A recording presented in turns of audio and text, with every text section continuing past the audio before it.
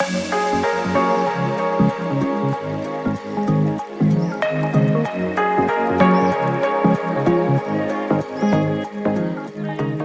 is not the strongest of the species that survive, nor the most intelligent. It is the one most adaptable to change. In a world where change is the only constant, where markets evolve, technologies advance, and consumer preferences shift, understanding and effectively managing the business dynamics is imperative. Amidst the whirlwind of change, human resources acts as a navigator and emerges as the guiding force, driving transformation and bringing stability to the businesses. A very good morning, everyone.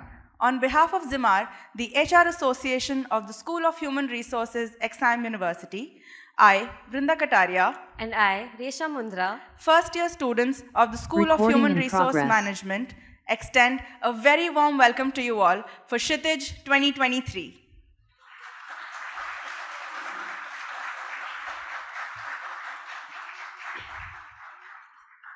I would like to acknowledge the presence of some of our eminent guests today. We have with us Mr. S.V. Nathan, partner at Deloitte India, Dr. Shantanu Rath, Director, Orissa Urban Academy and President, NHRDN Bhubaneswar Chapter, Ms. Bobby Patnaik, Vice President, NHRDN Bhubaneswar Chapter and HR Business Leader, Infosys, Father S. Anthony Raj, our respected Registrar, XIM University, and Dr. Mausmi Padi, Associate Dean of School of Human Resource Management, XIM University. I request the dignitaries to kindly be seated on the dais.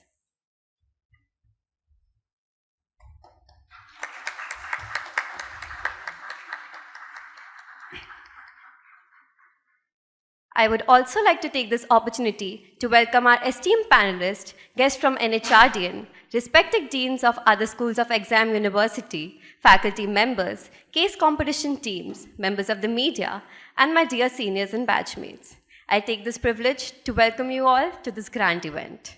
Now, I'd invite Dr. Shudra Patnaik, Associate Professor, School of Human Resource Management, to welcome our dignitaries with a bouquet of flowers.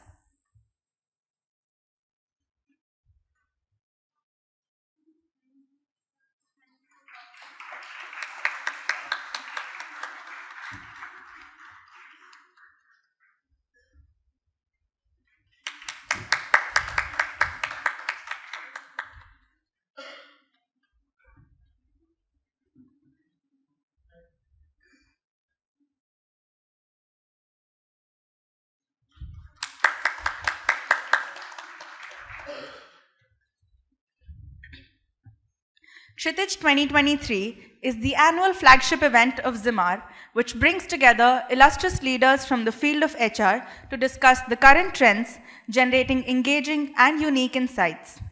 The event facilitates the harmonious synergy between academia and industry, offering students a unique opportunity to familiarize themselves with contemporary industry practices. Our topic for this year is Navigating Business Dynamism. What role does HR play? We will dive deeper into the theme through a stimulating panel discussion with eminent industry leaders. We are truly grateful to them for taking out the time to address our students. I now invite dignitaries on the dais and Ms. Bobby Patnaik to mark the beginning of Kshitij 2023 by lighting the auspicious lamp that symbolizes knowledge and wisdom.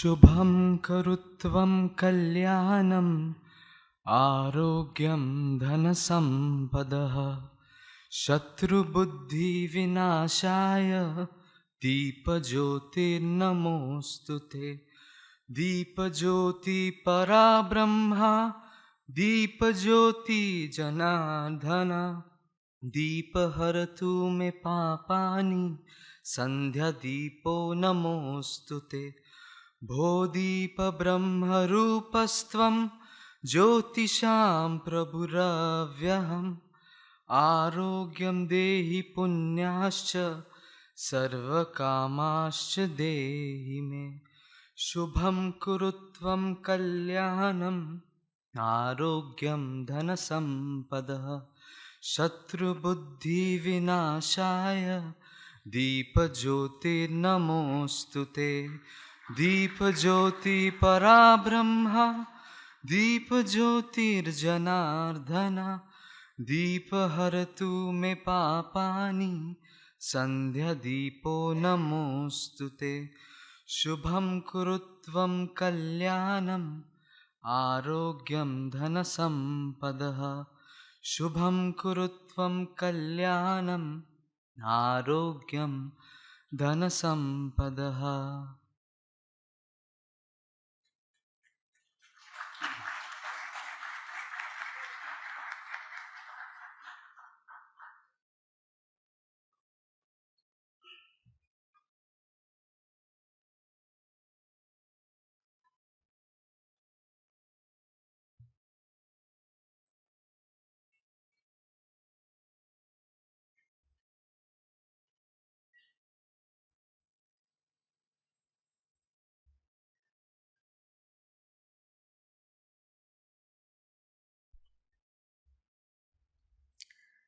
Thank you all.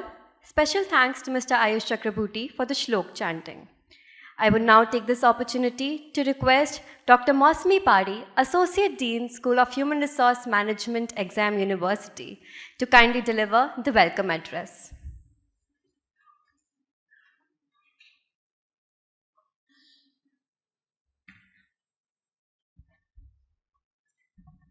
Respected Mr. S.V. Nathan, Partner Deloitte India, Dr. Shantanu Rath, Director, Orissa Urban Academy and President NHRDN Bhubaneswar Chapter, Father S. Anthony Raj, S.J., Registrar XIM University, distinguished guests from industry, friends from media, faculty colleagues, staff, and my dear students. I extend a warm welcome to all of you to the 2023 version of Kshitij, the annual HR conclave of Zimar. I'm also filled with immense pride as I welcome you to Kshitij 2023. The same sense of pride that the mother bird is filled with when she sees the fledgling take flight. Over the years, first as a student at XIMB and later as a faculty member of XIM University, I have had the opportunity of seeing this annual event of Zimar grow from strength to what it is today. Kshitij 2023 is on a very apt and contemporaneous theme of navigating the business dynamism. What role does HR play? The combined effect of market disruptions, digitalization, and the rise of hybrid and remote working conditions have ushered in some of the large systemic changes businesses have ever faced since the advent of internet. However, the change in business that we see is only the tip of the iceberg.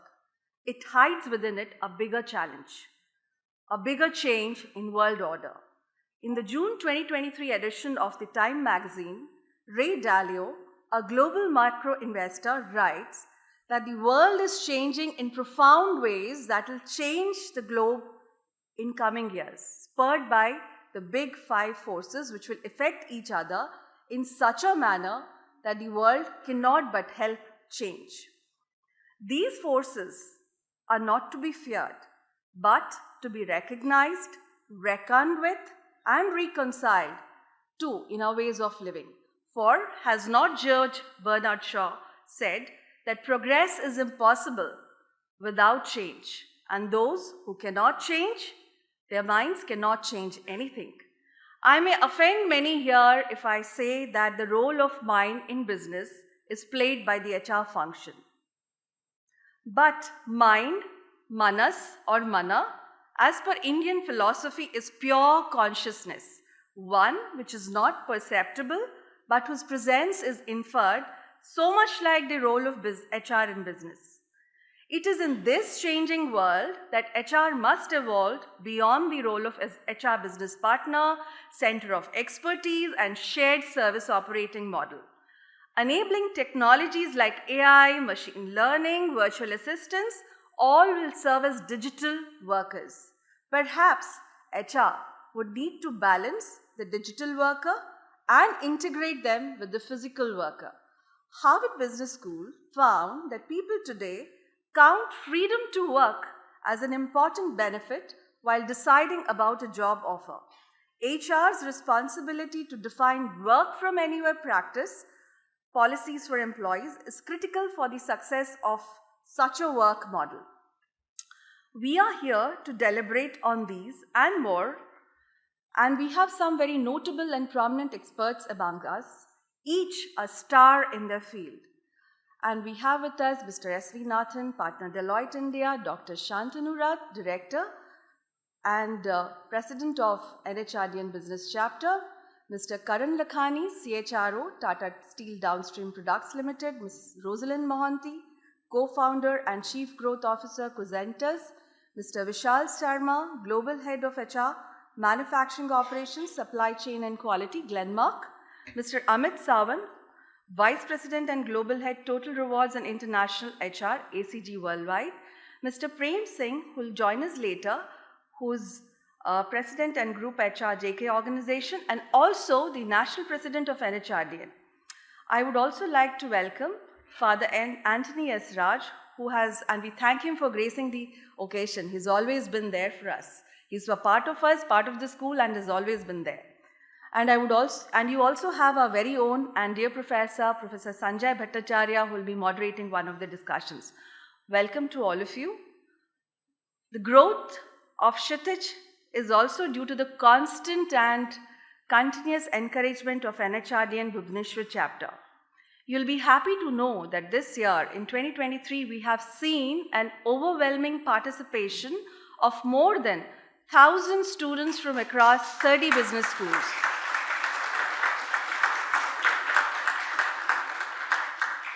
That was much needed because I have seen Kshitij grow, and it is really a momentous occasion. And that tells us that how we have become, all thanks to a team called Zimar and the support of faculty members. After 3 rounds of shortlisting, we today have 12 finalist teams, and I would like to extend a hearty welcome to all of them as well.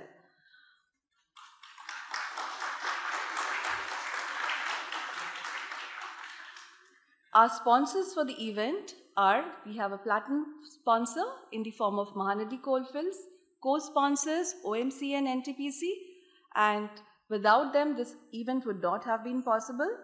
A warm welcome to our friends from media as well. And lastly, wish you happy learning and please take advantage of all the stars that you have for the show today. Thank you so much.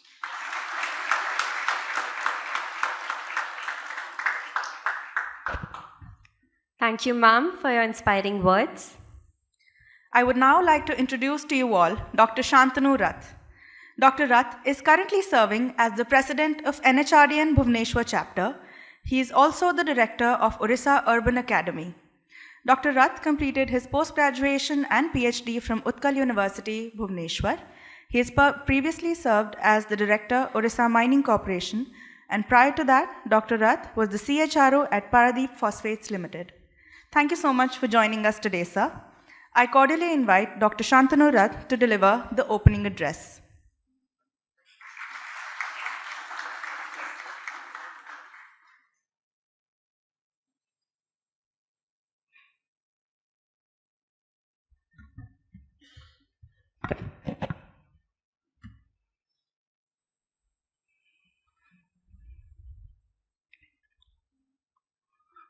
Dignitaries in the dais and off the dais, and revered Father Antony Raj, my colleague Nathanji, and Dr. Mohsimi Padi, and Subhra, who has been really anchoring this session with great skill and expertise, and dear core team members, led by Dwaipan and Janvi, yeah.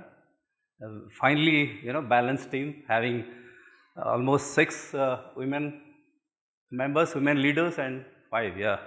Good to see that diversity, happening. And distinguished faculties of XIM University, and dear students who are the future HR leaders. I can see the hunger in your belly and stars in your eyes. And friends from the media, and dear colleagues and my NHRD team, Bhubaneswar team, who will be joining shortly. Very warm welcome to this fourth edition of Kshitij. Is this the fourth edition? Yeah? So welcome to this annual HR conclave. I think this is an end-to-end student-driven event. I think that is very interesting to find that the students are literally driving it from start to finish. And we are happy to be part of this event. In fact, we have been consistently supporting, actively partnering with School of HRM for the reasons that we have a lot of commonalities. NHRD and XIM University and XLRI, I think they have a lot in common. If you go back to kind of the evolution of NHRD, I think the co-founder Dr. T.V. Rao, way back in 1986, I think the XLRI also played a very pivotal role in strengthening this HRD movement across the country. I remember Father Abraham, Professor Kit D'Souza. Yeah, they are the iconic figures of HR. I'm sure that Nathan is smiling because he's an alumni from XLRI, so he knows them pretty well. So there's a lot of strong bond we share, common ethos, and the cardinal principles of HR and long cherished values. We have been, I think, that is where XLRI and NHRD come together. So promoting professional competences in HR, grooming HR leaders, business leaders in particular, to make an impact on the business as well as create value for the society. So that is the kind of grooming that has gone into the HR movement. The NHRD co-founder, thanks to Dr. T.V. Rao, he's still kind of nourishing, still supporting the movement in a big way. We just had a kind of a visioning workshop some time back, where TV was very much present and kind of contributing. So it's been a very long journey. And coming to HR, NHRD, I think all of you know that NHRD is one of the largest professional body in the country, consisting of 17,500 active members and having 33 chapters pan-India.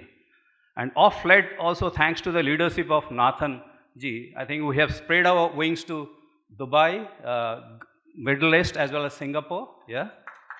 So in a way, we are becoming a global professional body. That is one of the feather in the cap, I think, which happened during the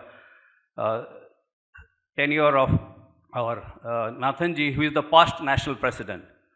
And I'm sure that all of you, the students of school HRM, you must be looking forward to sharpening your skill sets and leadership competency.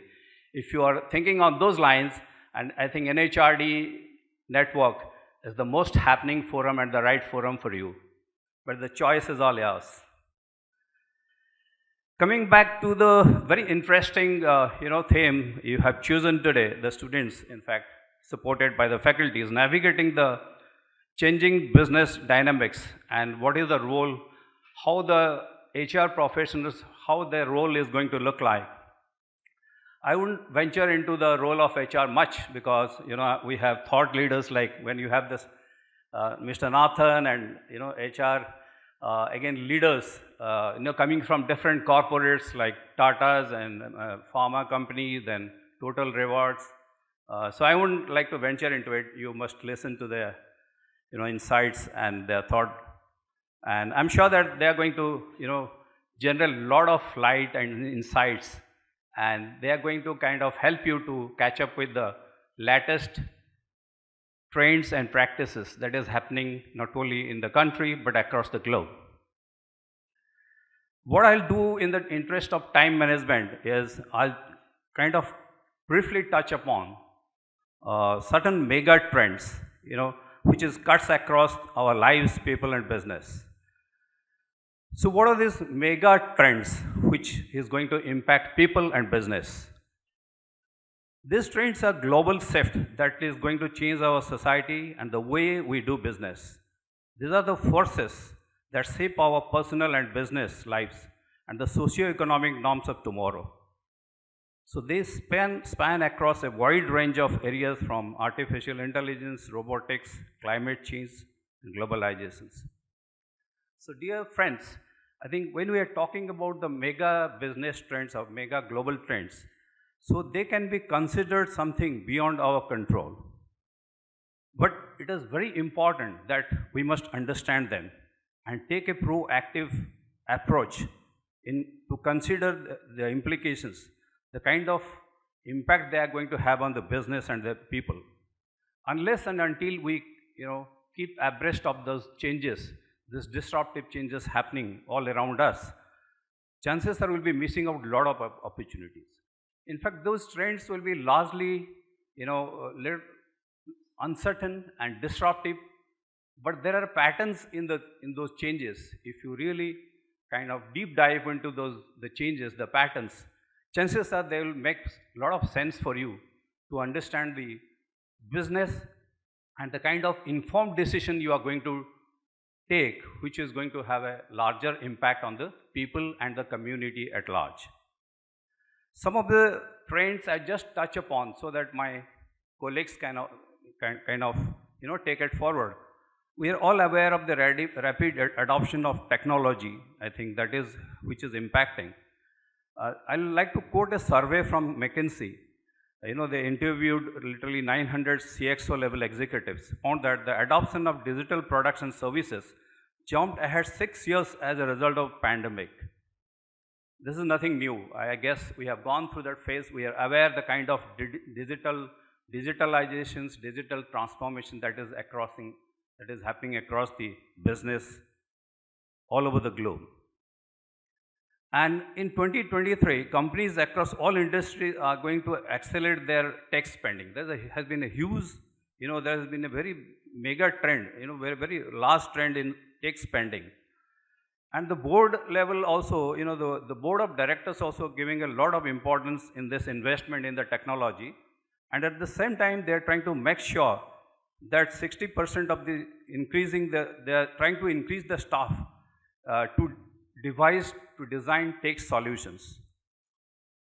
And if you come to pharma sectors, I'm sure, Glenmark, I think my colleague also will try to take you through. There is a lot of disruption happening also in the pharma in terms of introduction of healthcare, artificial intelligence.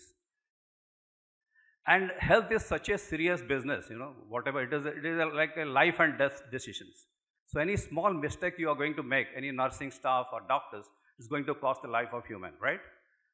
So this is going to be automated in a big way. I think automated medical solutions, experts say that this will going to aim at reducing staff errors, going to almost not virtually eliminate, but it is going to reduce staff errors, enhancing patient safety, and providing a high ROI, which will dramatically expand in the coming years.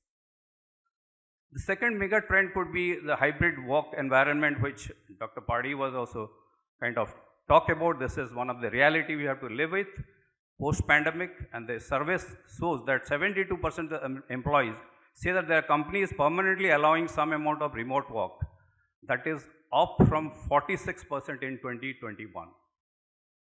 But at the same time, another interesting trend that is happening also, people also love to go back to the workplace because they believe that, being together fosters collaborations, teamwork, and innovations. So this has been a mixed experience post-pandemic. The third big trend could be focus on ESG, environment, social, and governance. I think this is ESG is going to be another facet, another interesting aspect, and all of us HR professionals, HR students need to understand that the focus on sustainability is going to be one of the key features of all business strategy.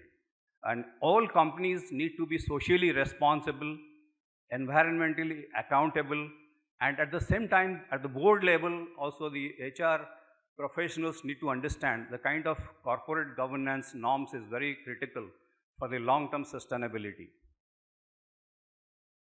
And we have seen many, big companies like Satyam, other companies, they have collapsed like nine pins, not because of non-adherence to corporate governance standards.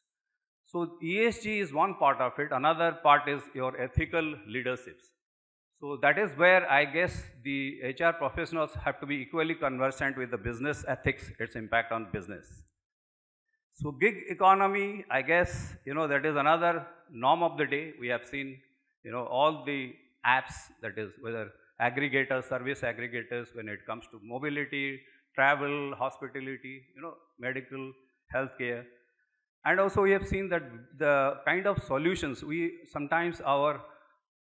level of reforms talk about the gig economy, gig workers, but we are at a loss sometimes as to how to kind of devise a compensation package for them also when it comes to the gig workers.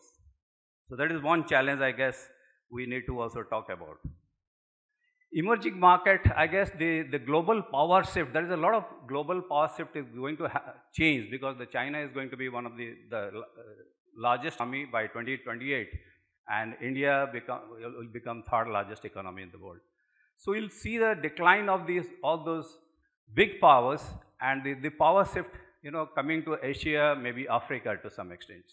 So we need to understand this dynamics as well as how this is going to have a direct bearing on the business, on the global business. So because the world order is going to change.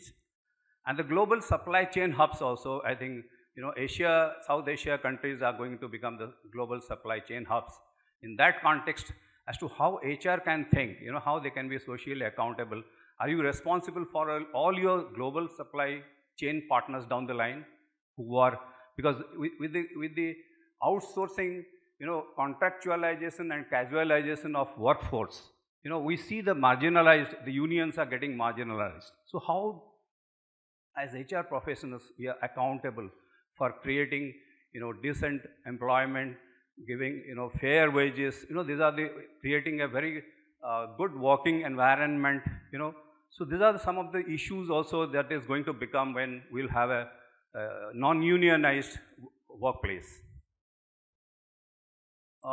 With the context, aging populations, the world is talking about India is going to be the youngest country in the world with almost 2/3, will be younger populations and the rest of the countries will be aging. So the global mobility of talent, it will from India to the rest of the world.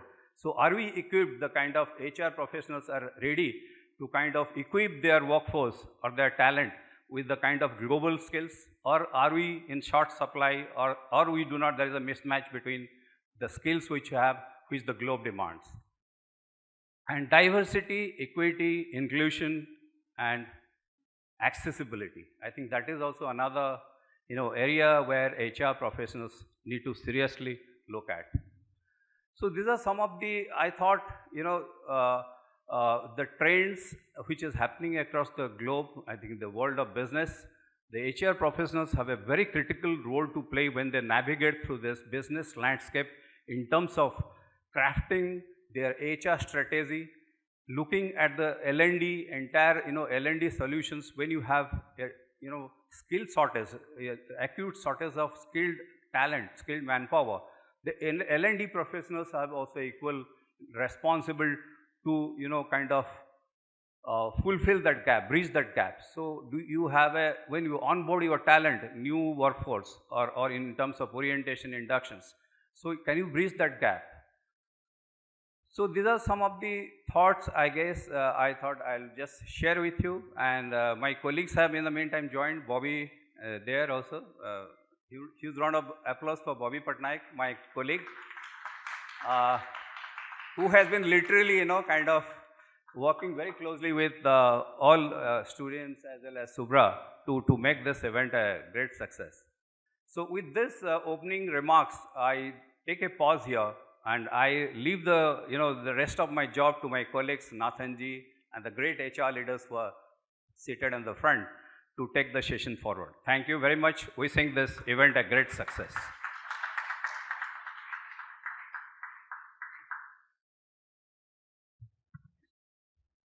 Thank you, sir, for your words of encouragement. Now, I invite Father S. Anthony Raj, our respected Registrar, XIM University, to please deliver the inaugural address. I, on my part, welcome each one of you in the name of the academic community of XIM University, and especially in the name of our school, School of Human Resource Management. A very warm welcome to Mr. Nathan once again, acclaimed, distinguished alumni of XLRI, and our association with NHRDN is very well known, especially with the Bhubaneswar chapter, and the way they have collaborated year after year in co-hosting Kshitij is also widely acclaimed. Dr. Mashmipadi had mentioned that it is a momentous event because this is a record number of cases that have come into 4 competitions. I want to place on record also of yet one more reason for celebration this today. Because Kshitij edition 2023 will go down in history of our school. No, even in the history of NHRDN, I am told that this will be one forum where the immediate past president, Mr. S.V. Nathan, as well as the present president of NHRDN will be, participating in the same program. So, we are indeed in for a big treat.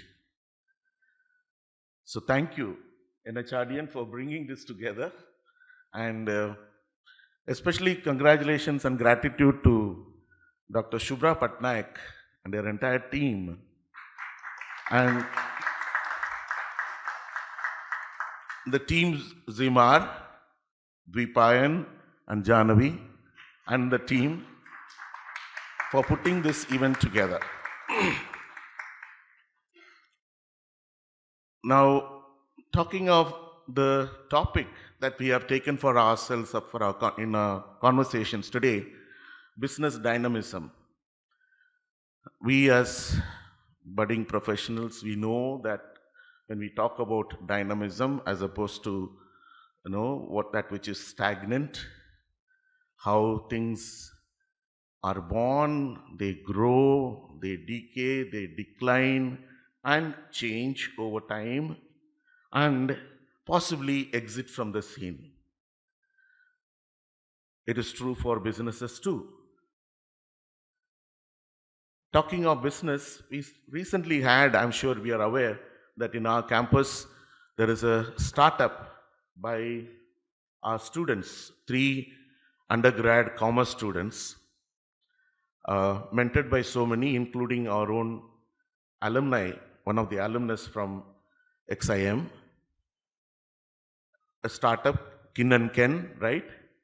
The restaurant that they have started.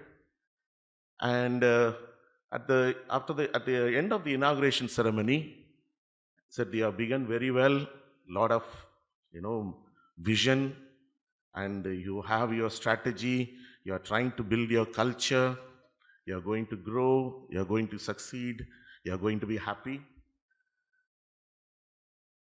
One of the remarks made by our alum, their mentor, was, I hope they will increase in productivity and sustain their growth. That, because this is the time of startup entrepreneurship, vis-a-vis traditional businesses.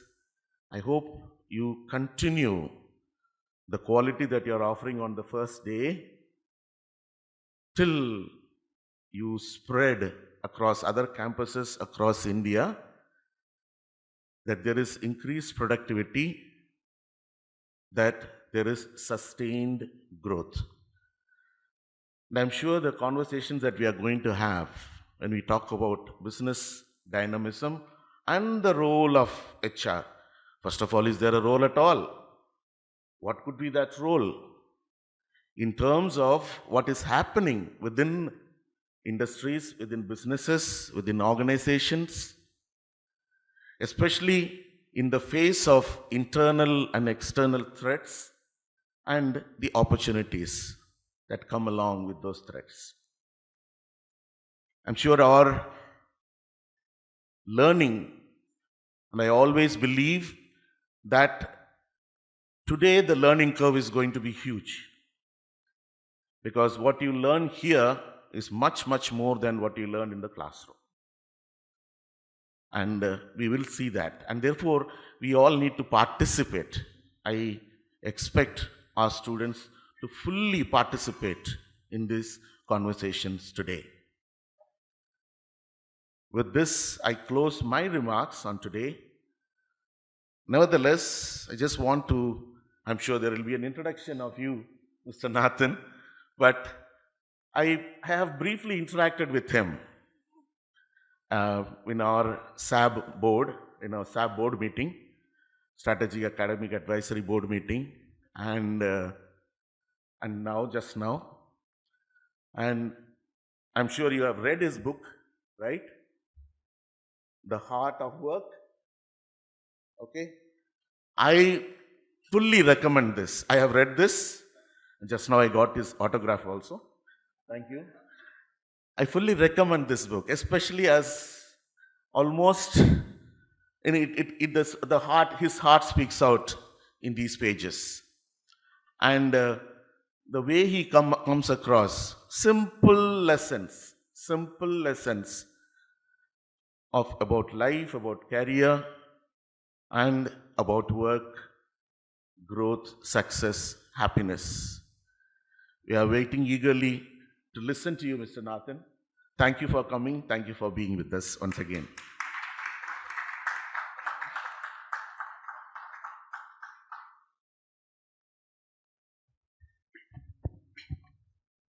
Thank you, Father, for your words of encouragement. Now, we are honored to introduce you to our keynote speaker for the event, Mr. S.V. Nathan, partner at Deloitte India. Mr. Nathan is a proud alumnus of XIM Jamshedpur with a long list of accolades to his name. He has been working with Deloitte India for over 18 years, leading the HR and talent management function for India firms. He has also been an integral part of NHRDN in the capacity of the former president. Sir, I'd now like to invite you to kindly deliver the keynote address.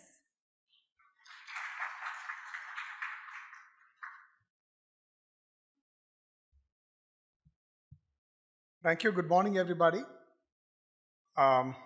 First of all, I want to thank Father Anthony Raj. Thank you for your kind words. I want to take a moment to also thank the following. Ms. Moshmipadi, thank you. I see Ms. Bobby Patnaik. Very nice to see you here. Shubhra Patnaik, thank you. You're very, very dynamic. I also see Ms. Mohanty there. Can you please raise your hand? She is my super senior from Excel. So thank you for being with us. And Dr. Shantanu Rath. So Shantanu has been the driving force of NHRDN here in Bhubaneswar. And more than anything, he is a very, very nice man. We can all be outstanding HR professionals. I see in front of me leaders of tomorrow today. And I urge all of you to become good human beings first, as you are. I think it's more important to be human than to be human resources professionals. That's the most important thing we got to do. I'm to speak on this topic called Navigating the Business Dynamism. What role does HR play? There was a study done recently to take a look at what are the disruptions which are happening in the world. So basically, we are looking at three big disruptions. One, technology disruptions. And if you look at the pace of change, over time, if you do a 2 by 2, And if you look at time on one axis and the rate of change on the other axis, you will find technology is absolutely like this, straight up. Number two in that is business. Because if technology can change so fast, so will business disruptions happening all around. And COVID has also accelerated all of that. So that's the second one. Third one is people are changing, which is fantastic. So people in the business leaders are changing. So that's the third on that list. And then, horror of horrors, if you look at the change or the rate of change of people and human resources, that's the fourth, that's the least.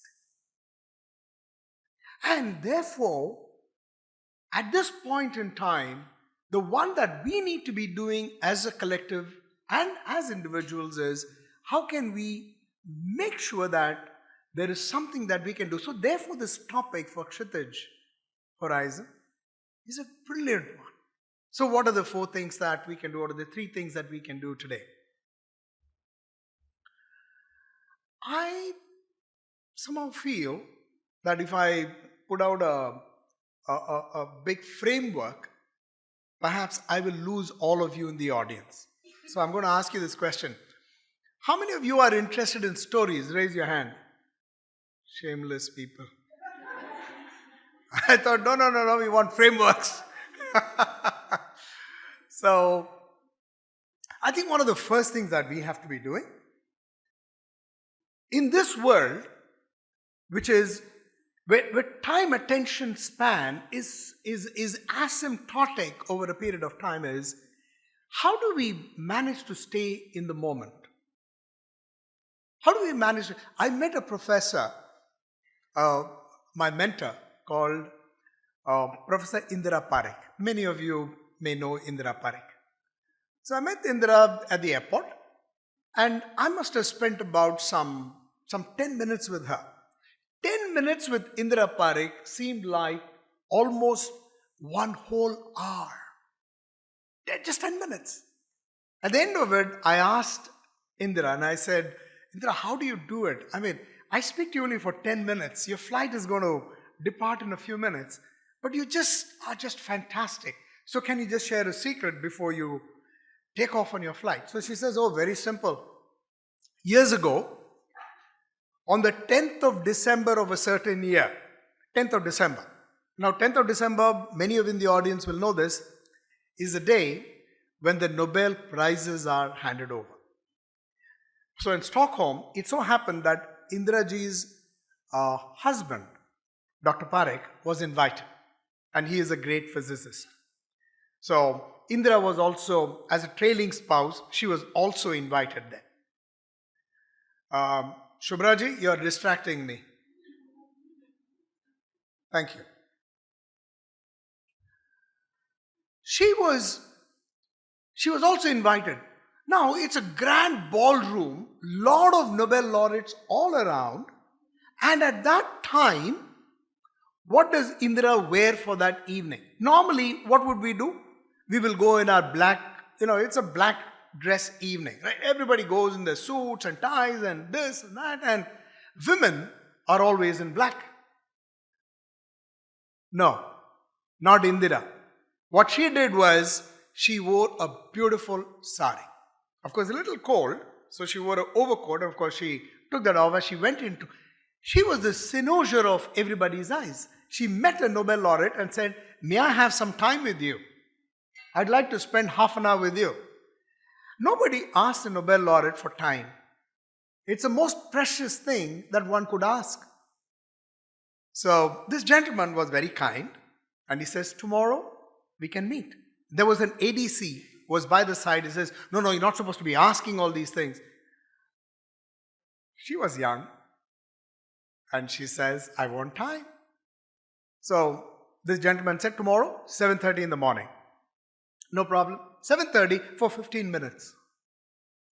So 15 minutes is all that Indira Parekh had. So she went in, and very nice, beautiful room, walks in.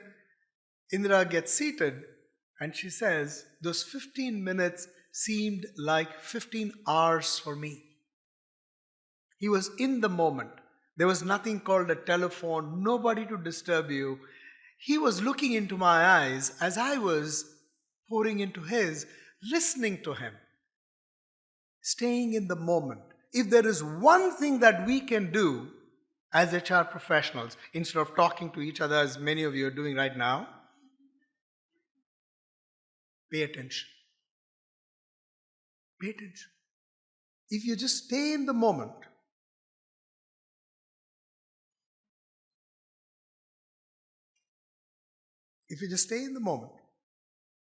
you can become HR professionals par excellence. Just be in the moment. Because the only thing people ask of you when somebody approaches you is the gift of your attention. So that's the first thing. It's not about being dynamic. So I'll stray away a little bit. Stay in the moment. Stay in the moment. This is the single biggest, because then you can listen and listen well. So that's the first thing.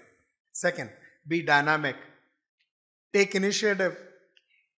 I remember once I had gone to a certain resort. I was the general manager of that particular company, Human Resources. I'd been to the resort. In the night, it so happened that somebody happened to drive his car into the Kodaikanal lake.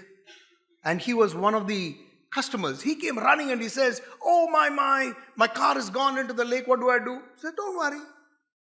The person at the reception, she said, "I don't know whether I can help you, but I'll try. But you don't worry, go back to your room." This person went around and found that in the gymnasium, there was a single person who was using the barbells and these dumbbells. And says, "Hey, can you help me?" He said, "Yeah, of course. Tell me, what do I need to do?" Says, "This is what has happened." Within minutes, he had rustled people, gone, taken the car out. He had made sure that he had taken it to a garage, got that entire, all those filters, oil, everything got changed.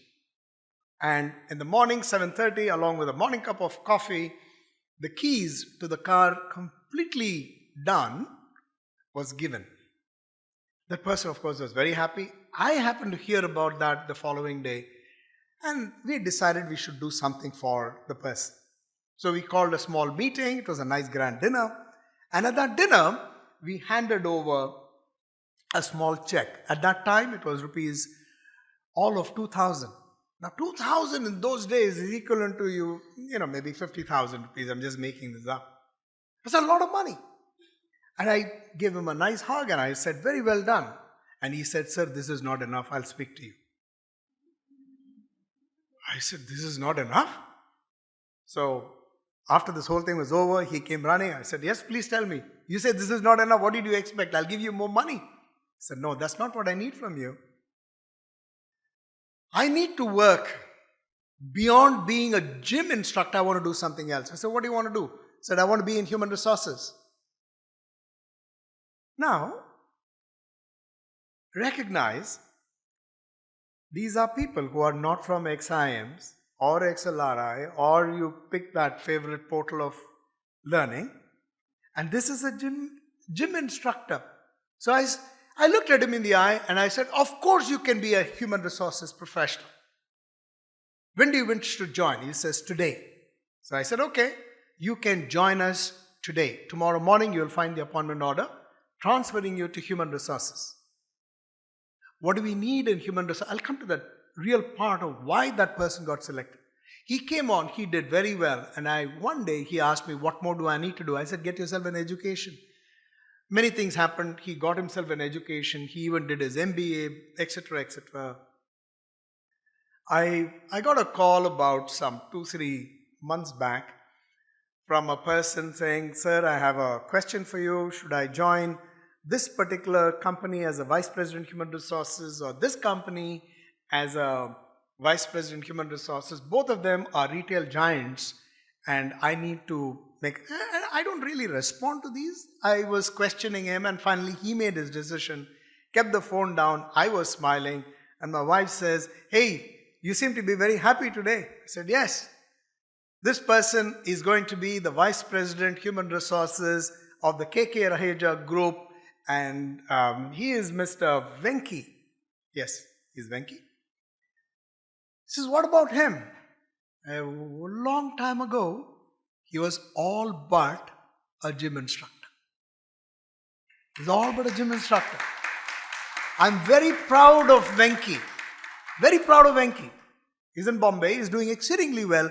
What did it take? Dynamism. Nothing else. Take the initiative. You could come from the best of colleges, but if you did not get dynamism into that. So I'm going to talk to you about self, because it all starts with you. Doesn't matter. Everything will change around you. That's guaranteed. But the one that can adapt to all of that, yourself. So, that's just not to wake you up, just to tell you that that story is over. I was a newly appointed general manager in another company. 10 o'clock at night, I was just poring over files. And in the far distance, I found a light which was on. I went towards it and I asked this gentleman who was singing with a transistor, and he was doing some work. So I said, 10 o'clock at night, you aren't home? He said, no sir, today is a very important day. I'm preparing pay slips. I said, what about pay slips? How is it so very important? So he says, sir, you don't understand. One extra zero in somebody's pay slip, they'll be very happy. 1 0 less, the person could be very unhappy. I'm doing a very, very important job, and if you don't mind, I want to focus on my work. So, which is his own polite way of saying, get out. So I said, okay, no problems. Meet me tomorrow at 11 o'clock. He said, sure. Comes over at 11. I meet this gentleman. Then, usual questions. The first question says, what's your background?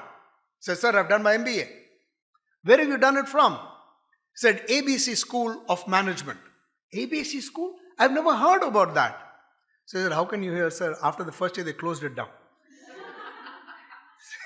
And I said, okay, so you did your undergrad somewhere? Yes. Where did you do that? He said, from so-and-so college. That college was not a college of repute. So it was one of those C, D kind of colleges. No, I'm not saying it's a CD college. It's a C category or D category kind of college. And then I asked him, I say, which subject? I expected he would say mathematics or science or physics. He said, sir, I did history. Now in my books, history ranks really low, which is the wrong thing to do. At that time, I was a very haughty young man, no different today. But at that time, I was worse. History, then I asked him, what percentage? He said, sir, I got 36%. And the way he said 36% was as if he has got distinction par excellence. I said, 36%? And so he said, sir, you don't understand. If they had given me 34%, they'd have to suffer me for 1 more year. So they decided to clear me. So sitting in front of me was a person who was a very happy guy. My phone rang, picked it up. There's a gentleman called Sanjay Bhaduri who says, Nathan, I need a regional manager, human resources west, and I need that person in the next 48 hours. So I said, I've got just the right person for you. But you better be very careful with him. He's outstanding. So I put the phone down. Then I looked at this gentleman and says, will you go to Bombay and be our regional human resources manager? So immediately he said, of course, of course. And then I thought that there was something wrong about the way he said, of course, and the way I offered. Then I asked him, hesitation-filled question, do you know Hindi? He said, Tora Tora. This guy was from Madras, from where I come. And Tora Tora means this guy has no clue about Hindi. No clue. No clue. So, but he was still saying, yeah, I will do it. Okay. Anyway, he goes to Bombay. Fast forward, he turns out to be one of the most fantastic human resources professionals I have ever known. Just phenomenal. Because he was a person who knew he can use technology, he knew what the business was about, and he used to go on beats just with the other salesmen just to understand what the business is about. Anyway, again, I get a lot of calls. I got a call from somebody who says, sir, this is so and so, and they are calling me to Miami for the third time. I said, who? My company, because they choose the top, N% of people worldwide, top performers, and they give us a jolly. I said, very nice. You should go for it. He said, sir, you don't understand. This is the third time I'm going, same place, Miami. So then I offered, I said, if they can, if they're okay, I could go in your place. It's a nice thing. So, anyways, we made some polite conversation, put the phone down. Again, my wife, whenever I'm on the phone, my wife is very curious. So she says, who was that? I said, this gentleman years ago was a payroll clerk. Today, he is the director of human resources for one of the largest multinationals in India. I'm very, very proud of Mahi Reddy, amazing gentleman. And I could tell you a lot of stories, many of them are there in that book. But the one that I wanted to speak about is also, as much as I talked to you a little bit about how you need to be dynamic. The one about Mahi is about attitude. You need to have the right attitude. Does not matter which school you come from. What you do with that education is far more important from the school that you belong to. I mean, I can say I am from here, I am from there. Does not matter. What matters is what can you do for that particular business, which is what Mahi did. Knowledge is important.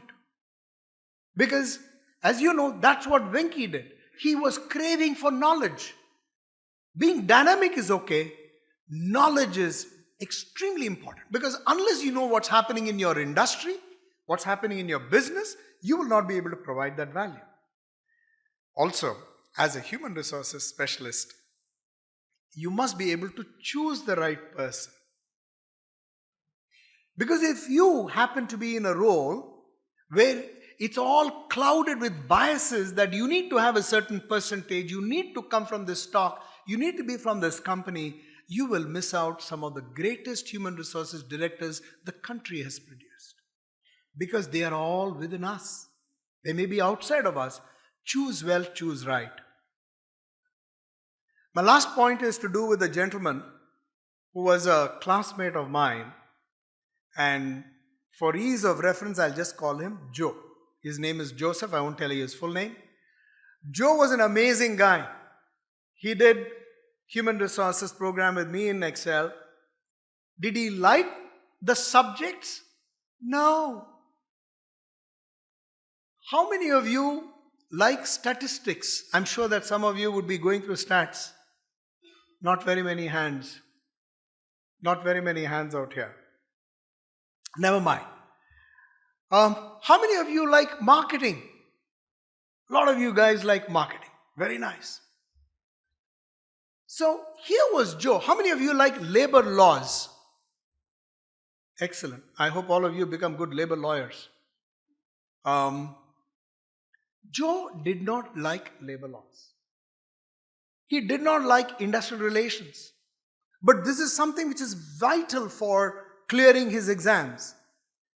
Somehow, he managed to clear all his exams with a little bit of help from all his friends. But more importantly, he was interested in IT. Very early in those days, instead of taking up human resources, he went and followed his dream. His dream was to be an IT analyst. Today, you may have heard of Viacom, right? So worldwide Viacom, he is the Chief Information Officer. He recently moved to one of the largest gaming companies in the world. He is a Mugao when it comes to IT worldwide. And often I think about what Joe did differently. What Joe did differently was, all of you have your own strengths.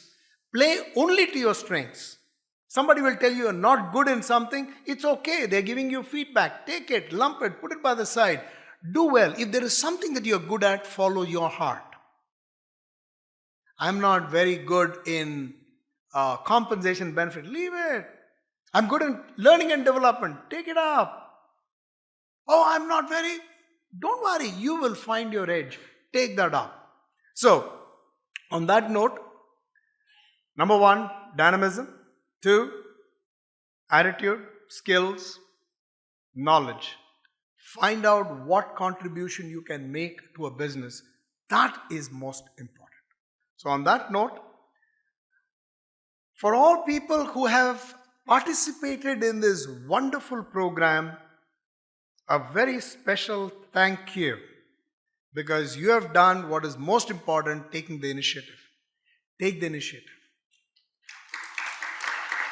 Take the initiative. To all those people here on the right, please give them a round of applause. Each one of you will do exceedingly well because you took the initiative. This is important. What do companies want? What do I want? I don't want a person who has come first in his class. And I can say this today. Hey, by the way, I was a topper in my batch. What do I want? I want people who take initiative and drive. I want people who are dynamic. Dynamism and navigating what's happening in the business, you guys will do very well. People sitting in this room, I want you to do just one thing before I leave, or even as I leave. Pat the person to the right or to the left and just say, you are dynamic. Okay? And when you do this with a lot of love. Okay? You are dynamic. Okay, thank you people. Love you guys.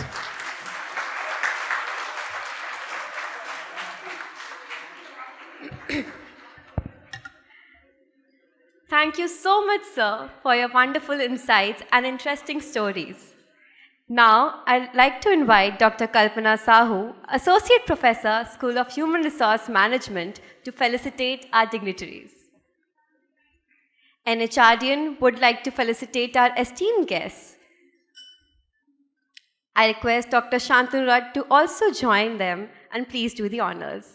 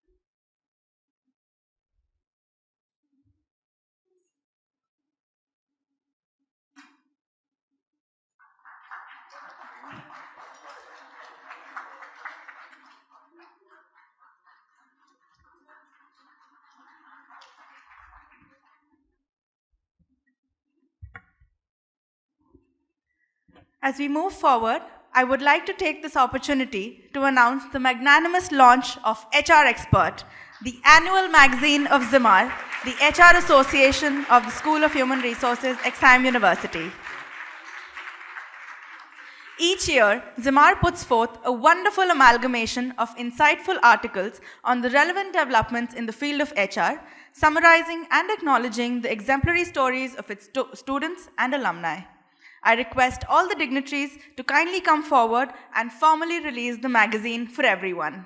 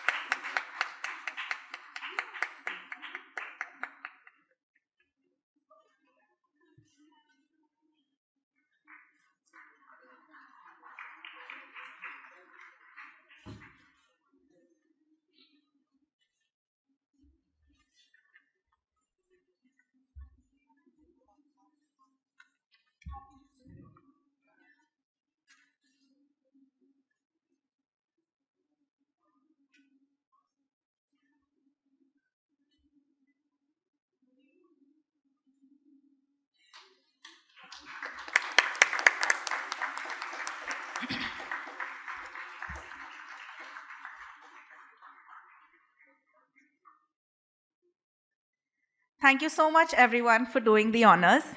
With this, we come to the end of the inauguration ceremony. I thank each and every one of you for your valuable time in joining us in marking the beginning of today's grand event. Welcome back, everyone. We are now starting with our panel discussion for the day. The theme for the discussion is Navigating Business Dynamism and What Role Does HR Play? I request our panel members, Mr. Amit Sawant, Mr. Karan Lakhani, and Mr. Vishal Sharma, along with our moderator, Mr. Sanjay Bhattacharya, to please join us on the dais.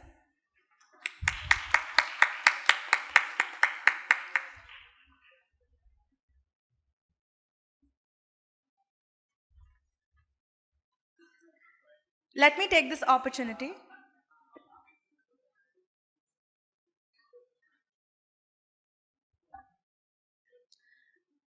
I request Ms. Bobby Patnaik to please join us and welcome the panelists with a bouquet of flowers.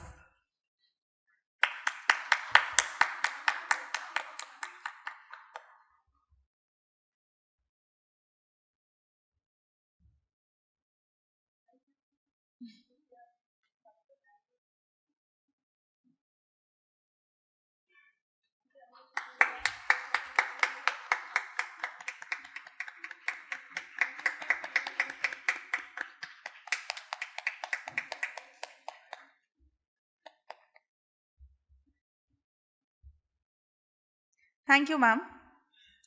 Let me take this opportunity to introduce you to our panel members for the day. We welcome Mr. Karan Lakhani. With over 11 years of work experience in the human resource function of Tata Steel Limited India operations, Mr. Lakhani has gained expertise in industrial relations, HR business partnering, strategic HR, organizational restructuring, talent management, and DEI. Currently, he holds the position of Chief Human Resource Officer CHRO at Tata Steel Downstream Products Limited. Thank you for joining us today, sir.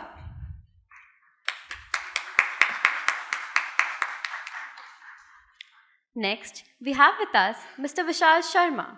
He's a highly experienced global HR professional with over 20 years of expertise in Asia, the Middle East, Africa, Russia, CIS, and Europe. He excels in cross-cultural transformations, M&A integrations, HR strategy development, and multi-country digital learning platforms. Currently, he holds the position of Global Head of HR for Operations, Manufacturing, and Quality Functions at Glenmark Pharmaceuticals. Thank you so much for joining us today, sir.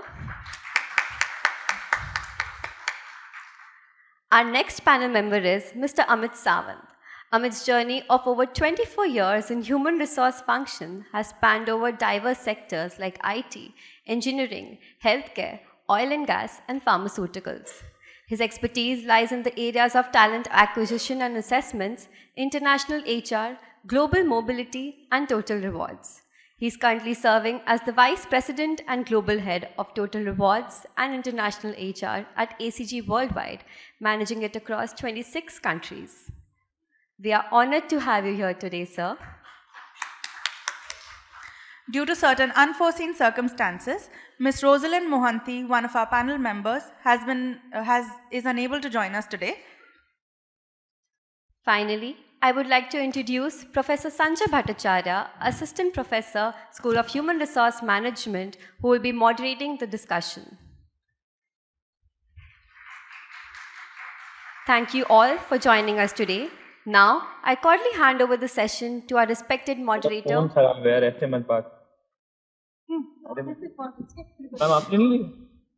I cordially hand over the session to our respected moderator. Thank you. Great. Thank you, Brinda and Nisha. So, namaste everyone. This indeed is quite a privilege, to be very honest, with such august company. It's really fantastic. Frankly speaking, moderating this particular panel discussion is a mere ruse as far as I am concerned, because the main intent is going to hover around, acquiring as much knowledge as possible from these luminaries on the stage. So thank you very much, gentlemen, for agreeing to be a part of this panel discussion. I, for one, is definitely honored. So to kickstart the occasion, The nature and purpose of the HR function have been evolving for years, and the demands of the dramatically changing business environment and the global scenario have accelerated this transition. Now, Ernst & Young, in one of its research very recently, interviewed over 80 CHROs from different global conglomerates, and they found that 90% of those respondents, they were predicting significant changes to the HR operating model during the next 2 to 3 years. Okay, so stepping up to this new responsibility and navigating through this quagmire requires HR to transform itself. But the main question remains that amidst such a dynamic transition in business canvas, how does HR navigate through it, and what are the key roles that it is poised to play? So to start off with this discussion, if I may request our panelists to kindly share their thoughts on this particular line, and then we will go ahead with a further deep dive into the topic in a more robust manner. So if I may ask you, Amit, to share your thoughts.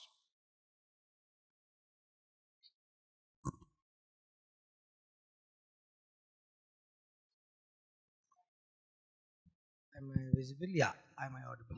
So good morning, all of you, and yeah, interesting topic. To be very frank, I started my career around 22, 23 years back, and when I was like you sitting here, I was told that everything in HR is going to change from that time. So this thing of change I'm hearing since then. Very frankly, many of those things have not changed. Yeah, I was told that payroll will go away, you will not have, so the whole way of doing things is going to change. So this hearing about change and how the new thing is coming and the old is going is not new, is what I can tell you for sure. However, things have, some things have they changed. What, according to me, one of the biggest thing is technology or automation in HR and digitization of the processes. Generational change, I don't think there's much difference. When I was young, most of my seniors told me that your generation is hopeless and it's very different, and our generation was much more matured and committed and all that. And I find myself saying the same thing now when I'm in their shoes. So I don't think generationally much has changed. At that time too, there were a set of people who would stay in companies for decades, and there were a set of people who would change jobs very frequently, though the number of the later part of the population who would change job frequently has certainly increased. So I don't think there's much of a change there. Yes, on a global front, I think globalization has become much more frequent, easier. In my brief study, so international HR is my field. We manage as a company, we manage about 26 countries at the moment. And one of the things that I realize is most of the literature available also for international HR is from the point of view of earlier the European and American companies going global. And that's no longer the case. Yeah, so the whole programs also earlier was for going into hardship locations. So here is a country like India and so many companies now which are going global. So how does that make a change? So at least for me, having worked in a Japanese, German and American company, now with my company ACG, for the first time in life, I am the corporate. And that's a big difference in life. Rather than basically taking instructions from US and Germany and Japan, the fact that we are able to decide what they do, even in their countries, I think it's a big change, at least for me as a professional. Okay, so that's changing, and with globalization not only remaining an American or a European forte, so that the whole realities there are quite changing. The number of expatriates, though it might still be more on the American and European side, that's also no longer the forte of the West. So Indians, Pakistanis, Singaporeans, so many of the Asia Pacific countries also, the number of global expats that we have is also changing. Uh, Mergers and acquisitions, I think that's something that the way it has been happening is something which has witnessed some changes. Again, technology, yeah, there's lots more work now that has been done on culture and culture integration. So I think that's another change that I have seen. Uh, I was part of an acquisition around 17, 18 years back, 5, 6 years of experience at that time. And I was a part of an acquisition 3 months back. And if I look at changes, then maybe around 30 to 40% things remain the same. Rest many things in terms of way it is done and what is expected. Some do's and importantly some don'ts, yeah, have also changed. So that's another place where I have looked at a change. Uh, by and large, I still feel that there are 2 or 3 roles that, as an HR function that we do. So one role is of business partnering. Does that mean that do everything that the business needs to support? Sure. Uh, However, there's also everything said and done.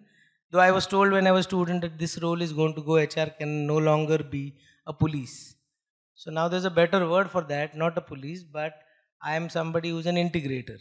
Okay, I am somebody who's an auditor. So it's just a change of nomenclature, if I may, but yes, also a change in approach.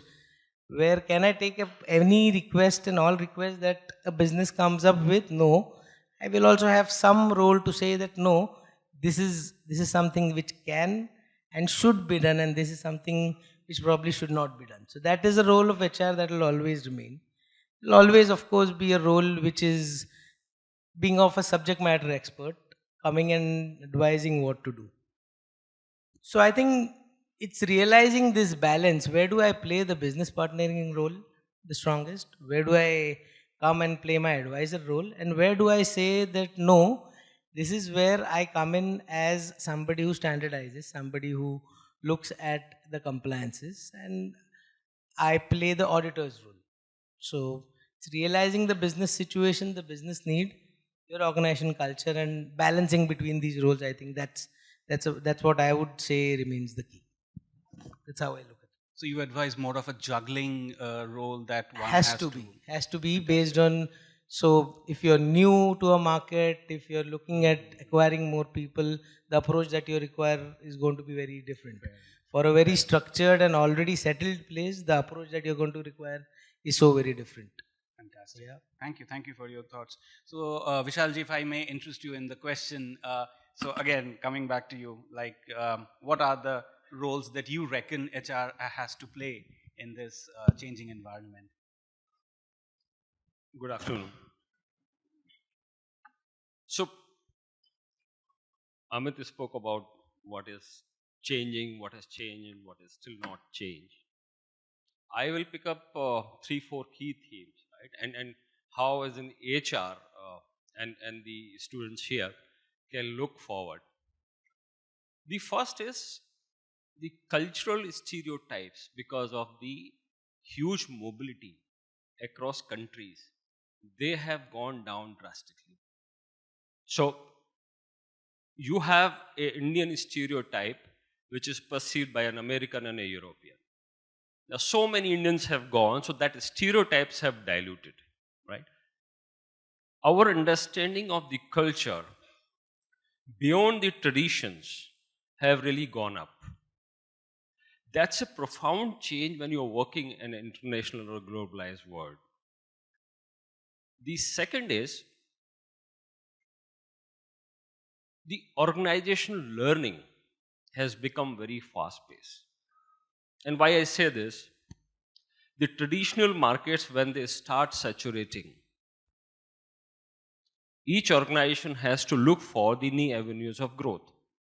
When you look for new avenues of growth, that's where your learning starts. When that happens, that has a direct bearing on the employees. because that's the time they need to learn to align with organizational learning. No organization would say, because my people are not ready, so I will not get into a new market or a new country. The third, the role of technology. Now here, two extreme views, or rather I would say one view which is very prevalent, is that technology is here to replace or take over jobs, which is the most frivolous, waste of time arguments these experts are giving. And that has found some space in our psyche, because we then become by default technology resistance. Technology is changing roles, creating roles, and the role of technology is new job creation, first.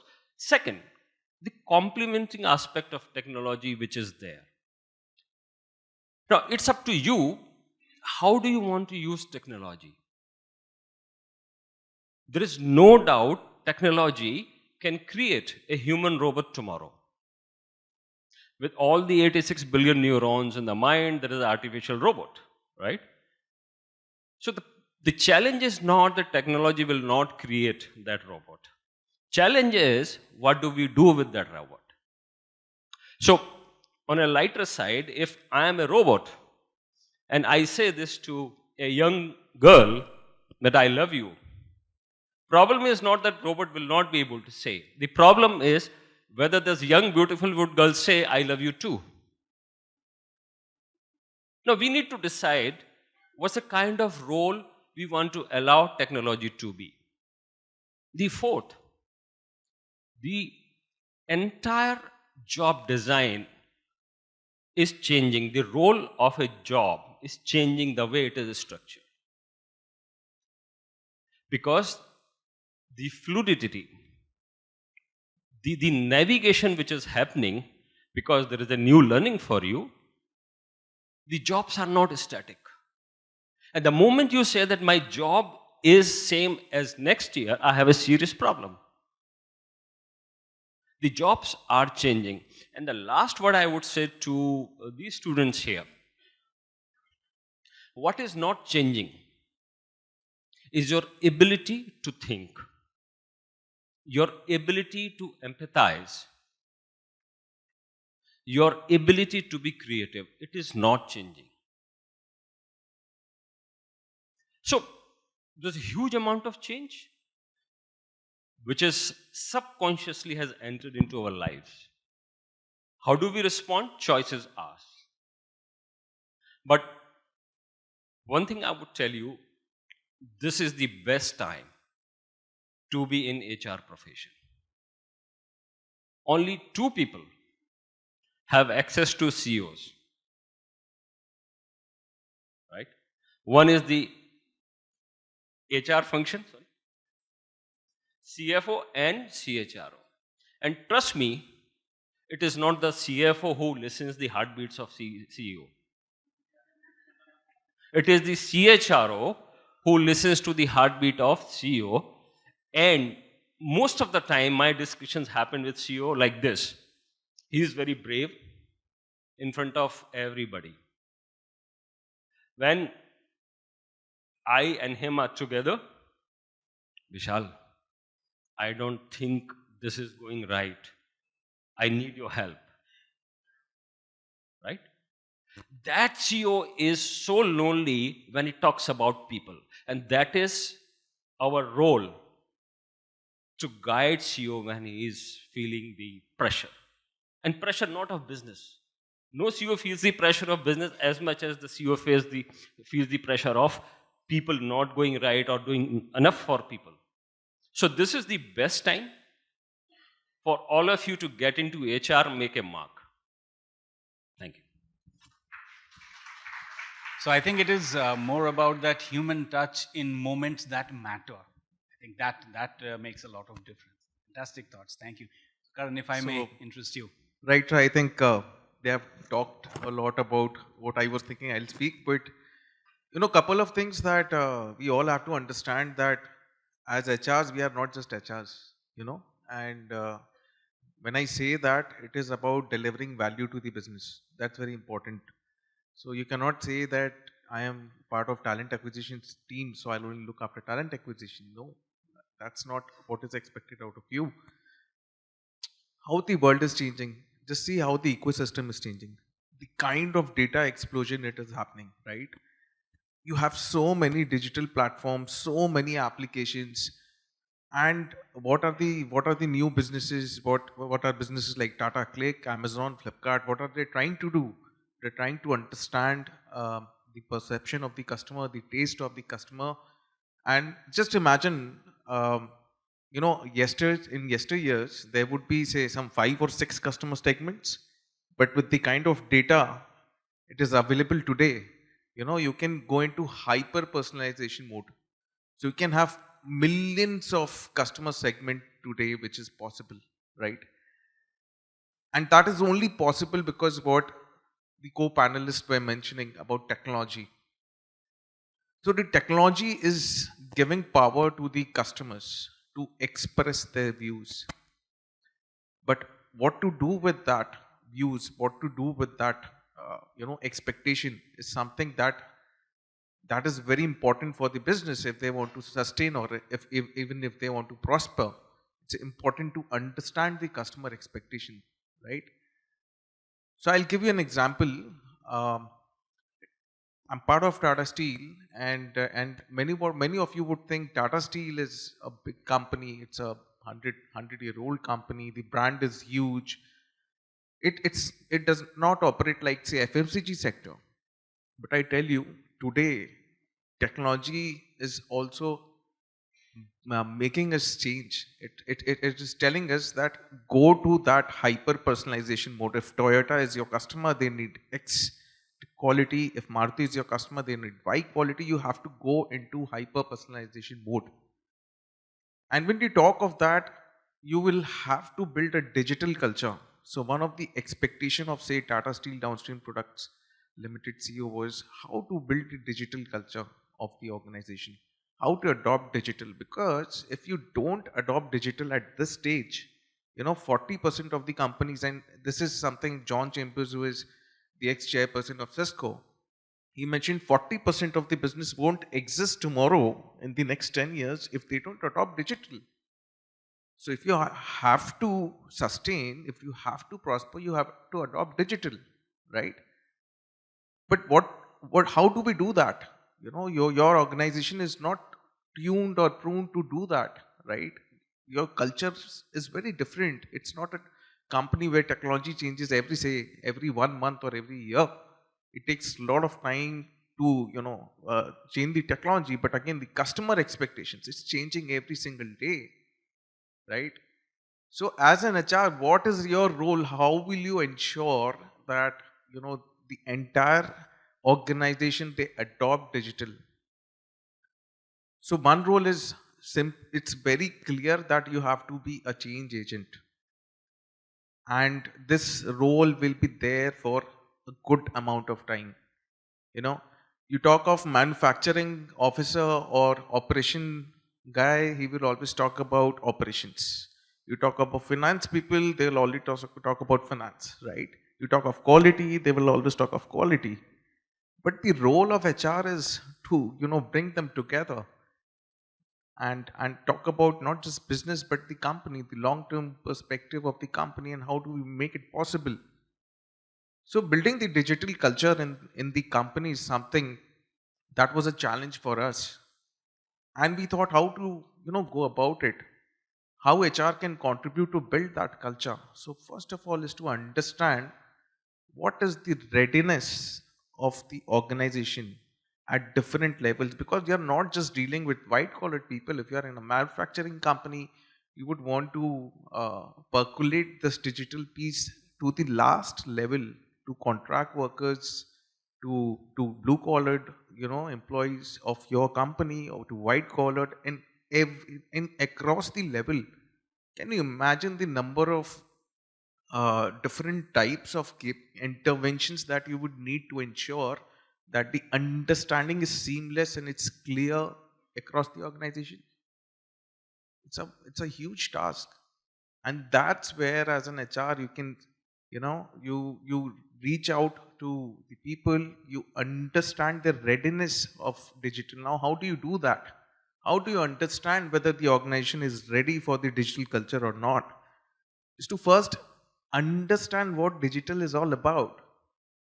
First, understand what is the understanding of the senior leadership level, the understanding of leadership, the understanding of middle managers. And then you go, down the line, you have the pulse survey done.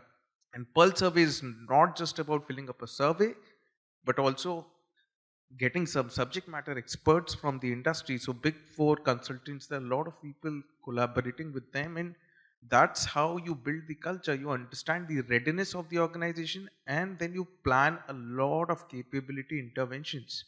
And it's not, and tell you, capability interventions is one of the toughest thing to kind of take today in this era, because there are so many distractions.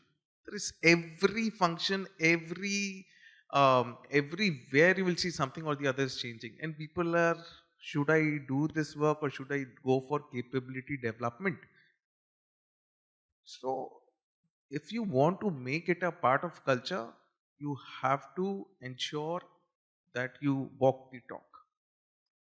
And that's how slowly and gradually you built in the part of the culture. Of course, there's a push required, and as an HR, we have to, push people. Certain time it does happens that we are saying compliance hua ki nahi, if there are 100% who are people who are to be covered, we have to ensure that they are covered, right?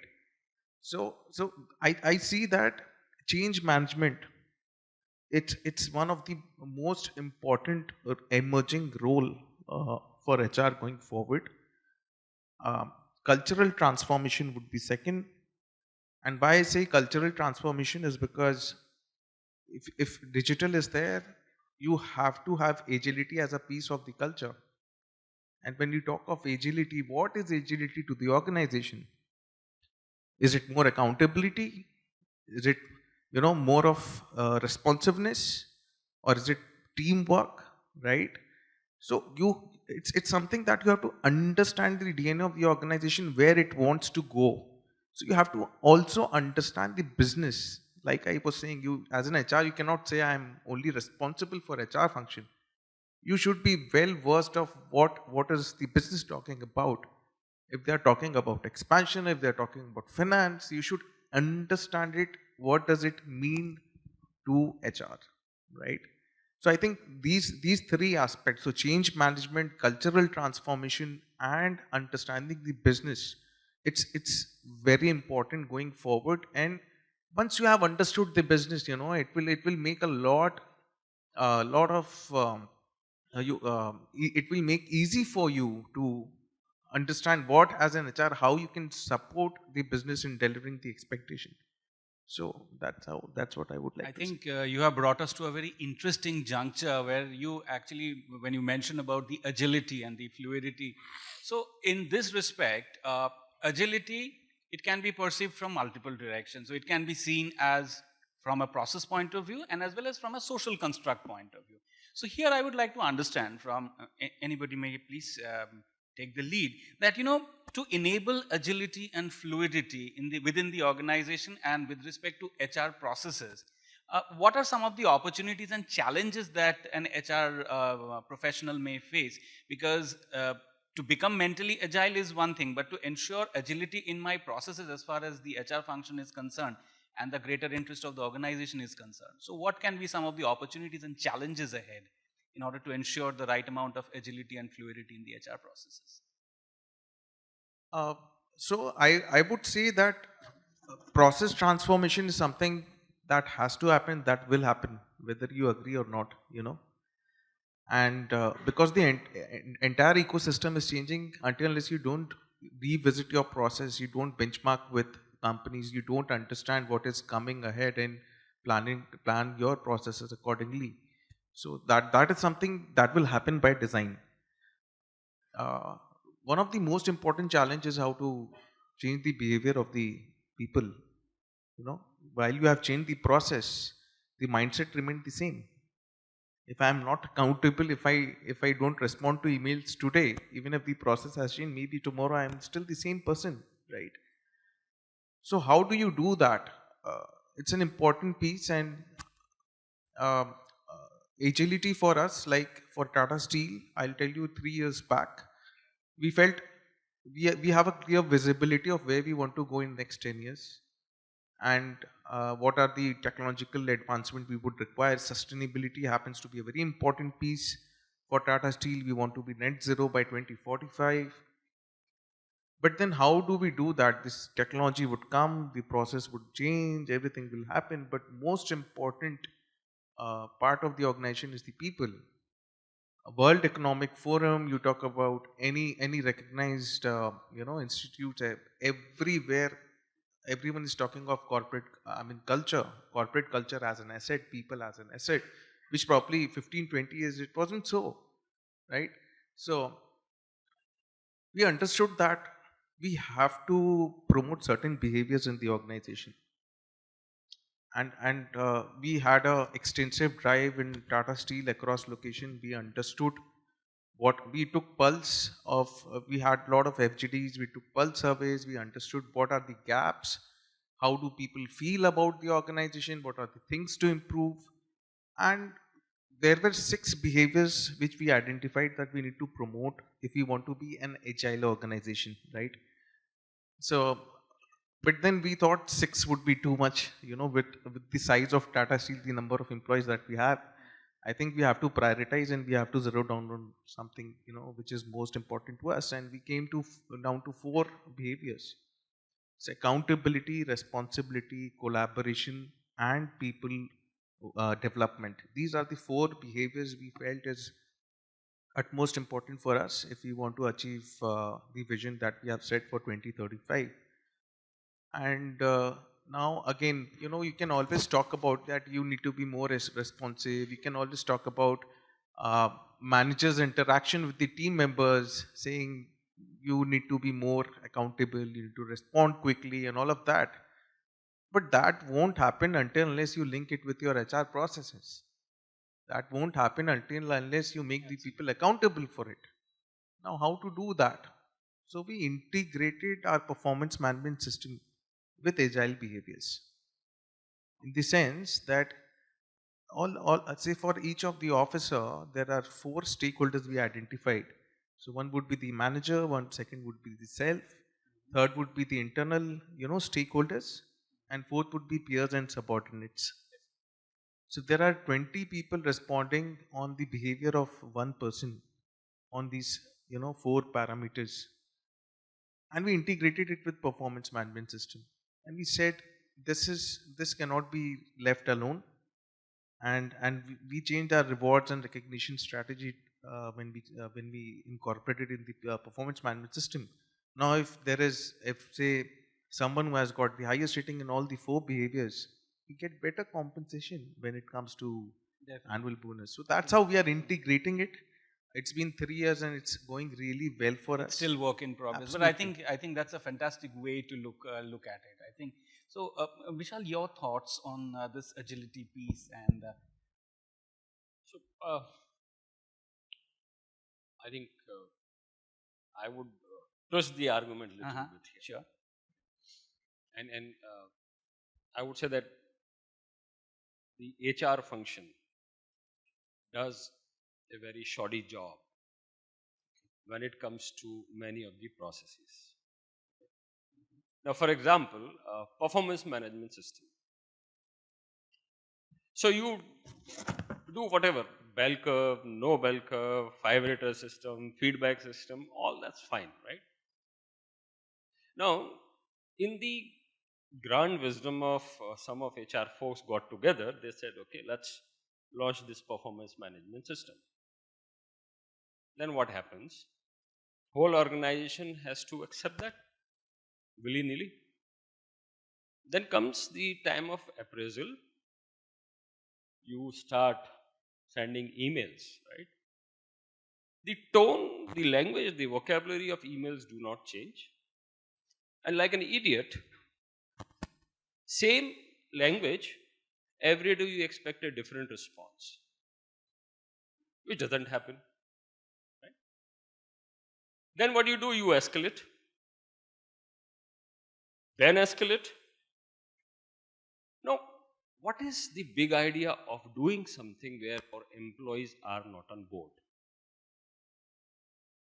Have we done any testing? Now, I'm bringing in the element of consumer psychology here, right? So, when you see on LinkedIn or on Facebook, certain items are changing slowly, right? They are doing A/B testing. They are running the randomized trials, okay, and seeing the response. What is happening here? Whether users are liking, not liking, they're generating the data. Our human resource function doesn't do like this. Some bunch of human resource people got together. That is the rewards and recognition system for the whole organization. Did you ask your employees? Did you run a trial separately with the existing system and the new system which you are proposing, gather the data, see whether it is applicable or not applicable, whether people would like it to do or not like it to do? So, agility comes later. For me, I should have the faith of employees in whatever I do. For example, we have a variable or performance bonus. Okay. After some time, that's become part of your habit. You expect. What was the idea of launching variable bonus? That if you do something extra, you will get something extra. Does it motivate you now, after 3 years? Maybe, may not be. Right? But what is that you are doing to ensure that that was your objective and you are meeting your objective? So many of the processes, and that's why the blame which comes to HR, right? They do nothing sometimes, right? I keep reading on LinkedIn and they only do the Rangoli competition, things like that. That's not fair. But when you waste your time and energy on sending those stupid emails time and again, expecting a response which will be different, I think you are not using your time wisely. So, whole ecosystem of change management, the agile practices, is that you need to respond to the requirement of employees. Should be employee-centric. Bunch of people are doing for whom? For the whole organization. But irony is the organization is not there, it's just HR. And I have done a bit of experimentation in terms of how do I make sure my people do the appraisal on time. 2 years I did, and I realized I was greatly successful because when I run the diagnostic tool, what are the behaviors which are not allowing people to complete appraisal on time? If I could decode that, possibly I would be able to do a better job, whether in terms of time, the objectivity, the measurement, the assessment, the feedback, so on and so forth. So, the point I'm making, in especially to these young, bright students, when you go out, start your career, you need to question everything which you see. You may not be heard initially, but if you don't question, then every rope will look like a snake to you, or every snake will look like a rope to you. Both are dangerous. Very interesting. So, Amit, just taking a cue from Vishal said that it is about the employee experience, whether they are on board or not with this idea, that should drive. So, can we take parallels from the retail industry where they pay a lot of importance to the customer journey, and then refine our thought processes with respect to the employee experience paradigm that we are talking about? So, how we can actually work around on that? Yeah.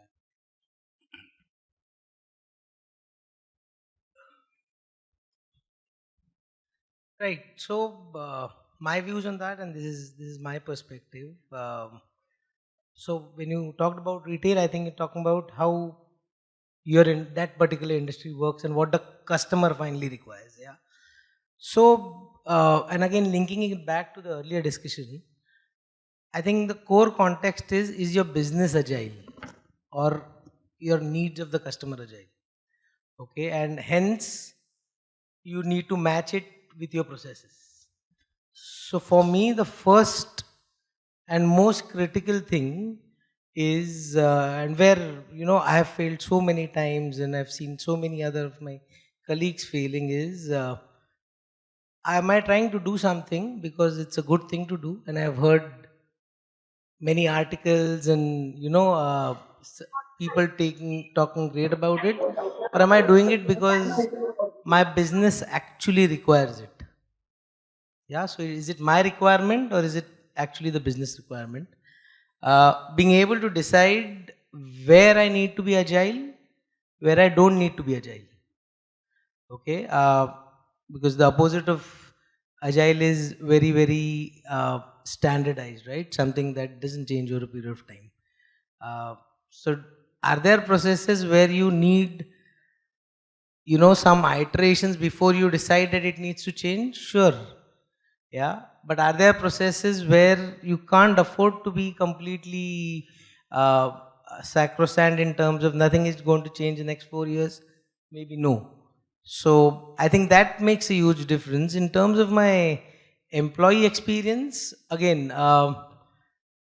my perspective is this is where you might discrimination will make sense.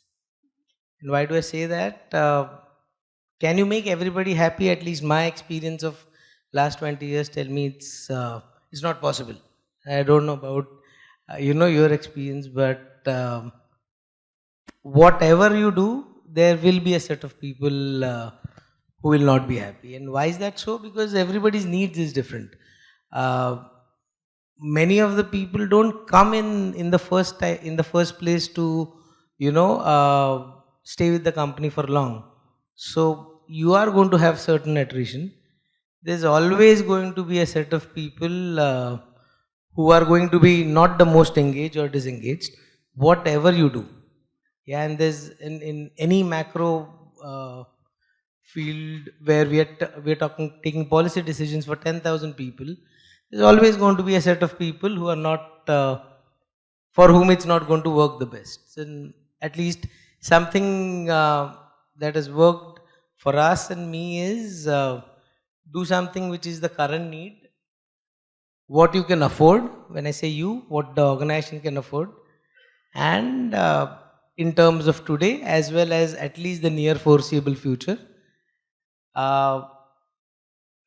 Again, don't do something because it's the latest fad and because you as an HR person wants to do it, but do it if the process is actually required. That's the other thing that at least I've learned the hard way, because analyzing certain things, I've said, okay, we've introduced this because maybe we wanted to do it.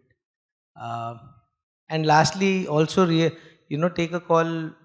What are the things that you want to be very fluid, and what are some of the things that you only want to take call after certain iterations and certain successes, because that's what the data analytics is going to show. So that's my take on this. So basically, there's got to be a lot of introspection that needs to be done on part of the HR. As you said, that we've been sending the same verbatim emails years and years over.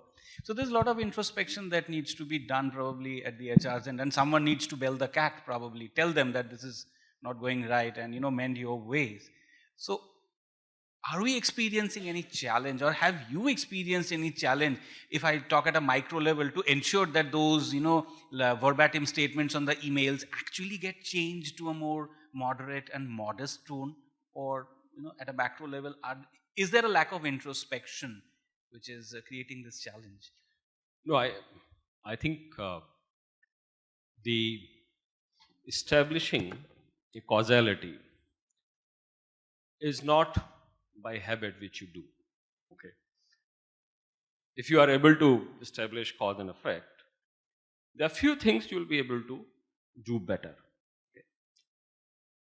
The second part is the employee experience, for example. Employee experience is a journey. starting from your hiring till the time the person either retires or retired. How does that employee feel at each and every life stage of him or her in the organization is what is very, very crucial, because you talked about experience, employee experience. And now, where we feel that more work needs to be done is when we break down each step of employee experience. For example, when I joined my current organization, I had somebody in my team. Now, this poor girl sitting at reception and waiting to know which floor to go. For me, that was a miss, complete miss. The second, and I'm early go to office, and she was early, so I said, come. After 5 minutes, she comes to me, where is the washroom? Now, these are seemingly innocuous kind of things which you can ignore. But if you're trying to give an employee experience, then you can't. Having that kind of experience may not give you laurels, but not having that kind of experience will give you a bad name. So, whole idea of introspection is that whenever somebody is attracting from your organization, that person is telling you a story of the experience that I am leaving because this, and exit interviews, a complete waste of time. Complete waste of time. And guys, I'm telling you, don't ever do the exit interviews. Okay, sorry if your professors don't like it. Okay, because what the story you will get from resigned employees, I got a better offer, I am going. Baba, you are going out. If you go lesser salary, I would have serious doubt what kind of employee I had. So, and attrition does not happen overnight. So there are various stages. The employee is opening a file in her mind. First stage, my God, this is going to happen to me. Second stage is when the employee decides to continue or to move out. And third, something happens wrong, employees confirm this place is not for me. And that's where the employee starts looking out, and the bottom line which you get, I got a better offer. आज तक मेरे को किसी ने better offer नहीं दिया. Until I started actively looking out, nobody gave me better offer. So there's a huge amount of introspection which every employee is telling you to listen. Listen my story. If I have stayed with you 10 years, these are the reasons. If I have not stayed with you, our responsibility is to find out those reasons in a very non-threatening environment. Maybe after 4 months. We do our exit interview after 4 months. Not immediate, that's a waste of time. That's where you get some masala why. You know why that person, he didn't like his boss, or boss was toxic, so on and so forth. But introspection, you have to just look around and notice this is what is happening. You need to keep your eyes and ears open. Yes, surely. Surely. So Karan, if you may... Adding to what Vishal was mentioning, so as an HR, you see your organization where you are joining, right? So some of you might join in a startup, some of you might join, say, Tata Steel, some maybe other manufacturing companies or etc. Now you see the demography of the organization, right? If I tell you of Tata Steel, you will find 5th generation people also working there, right? And you will have Gen Z, now Gen Alpha, millennials, everyone.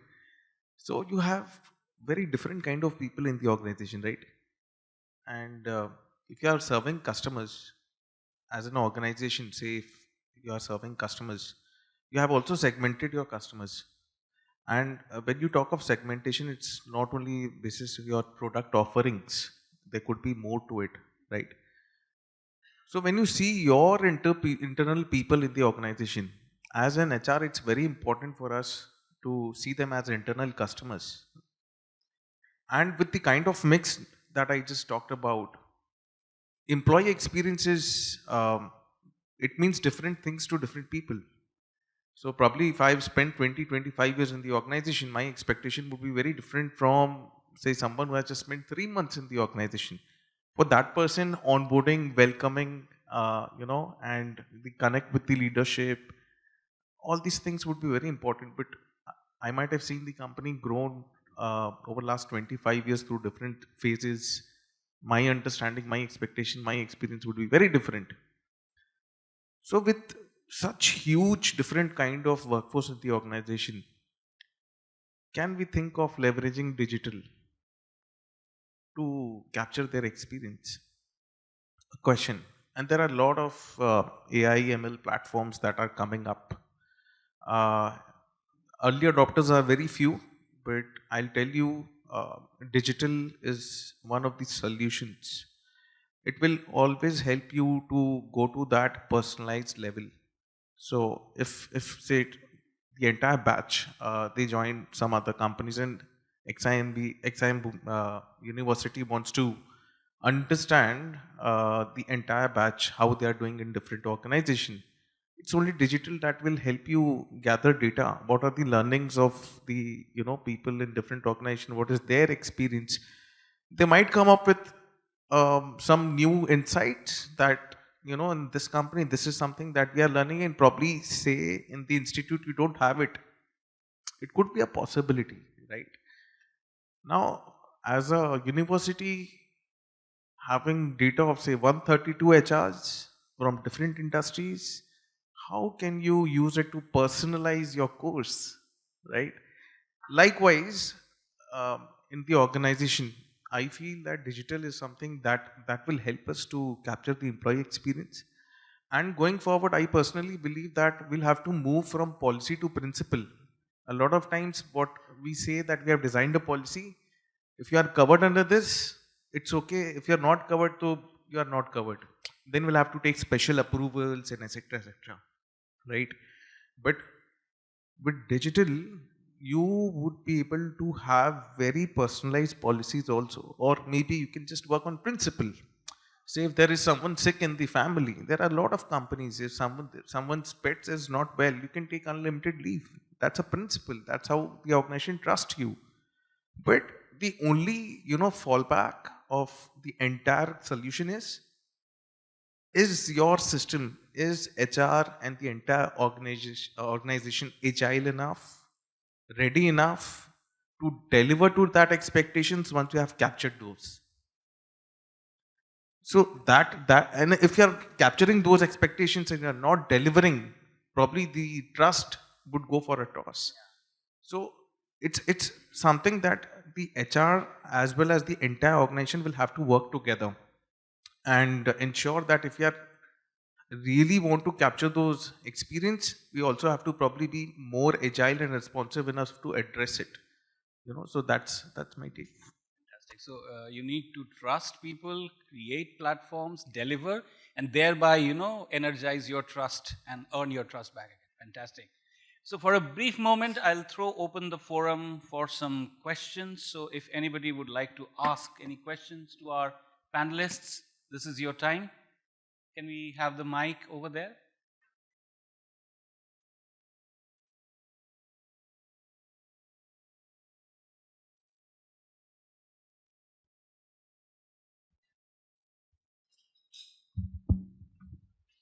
So good afternoon everyone. I am Devanshu Das from the MBA HRM batch of 23-25. So my question is regarding, we were discussing about mergers and acquisition, and that is also a part of business dynamism. And we are pretty much aware of the fact that business dynamism is taking place in today's world as well. So in that aspect, how do we measure the effectiveness of dynamic HR strategies as well? And if it actually happens, then how do we have some KPIs to measure it? So who would like to take this? Yeah. So very good question. So see, as an HR, you are custodian of all the policies in the organization, right? The kind of culture that you want to drive in the organization, of course, HR plays a very important role in that. one thing that we as an HR has to keep on doing is to understand the business, the ecosystem. Understanding the ecosystem is very important. If you understand the ecosystem, you will understand how it will affect you. If you don't understand the ecosystem, probably you will do something which will lead to a mess in the organization. So understanding the ecosystem, when I say ecosystem, it's not only what is happening in technology or government, etc. Also understanding what is happening in your like-to-like company, in the industry. Of course, technology, labor codes, right? We have read about it. How will it impact? Probably there are so many companies operating in the same industry. How are they looking at talent? So there are certain things that you have to keep on doing. You cannot wait that okay, this will change and then okay, something has changed and now we'll have to adopt it. So you have to choose as an organization whether you want to lead in the industry, whether you want to be an early adopter, or whether you want to see other people trying and testing it out and then implement in your organization. So always having that knack of looking outward. A lot of time it so happens that we feel we are the best. So if, yeah, I'm the best. I'm the best CHRO for this company. No, I'm so sorry. I learned from people who have just joined in the organization, and I have to. And a lot of people, in fact, a lot of you sitting out here, your friends probably they were calling me sir. I said, please don't call me sir. Call me Karan. Reason why? Because I understand tomorrow I would be working with you, right? And when I work with you, it's very important to exchange ideas, exchange thoughts. The moment you will call sir, you will always look the other person as, okay, he's the boss. He's someone who knows better. No, it's not like that. So having an open mind, looking outward, looking at your fellow colleagues, these are some certain things you have to keep on doing. Of course, when you're talking about KPIs, there are KPIs, right? If you have employee productivity is one of your KPIs for the business, you will have to see where you stand, where is the other company standing. Employee cost would be one of the KPI, engagement would be one of the KPIs. So there are different KPIs that you will, of course, monitor and will see which company in the industry is doing the best. Can we learn something from them? Can we call it bar? Generally when we use the term bar, we think of only one thing. But it is in simple word, it is borrow, adopt and refine. So you borrow the best practice of say any other company, you adopt it and you refine it as per your requirement, which will help your company to work better. I hope I answered your question. Yes, sir. Thank you. Great. In the interest of time, I'm being notified constantly by the timekeeper. So in the interest of time, we will take only one last question. So can we have that? Yes, please.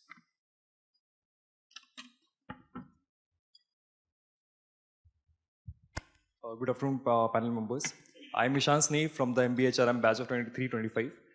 So we're talking about HR being agile, and again it is leading to change transformation. So how challenging it is for HR professionals to cater both of them in such a dynamic environment?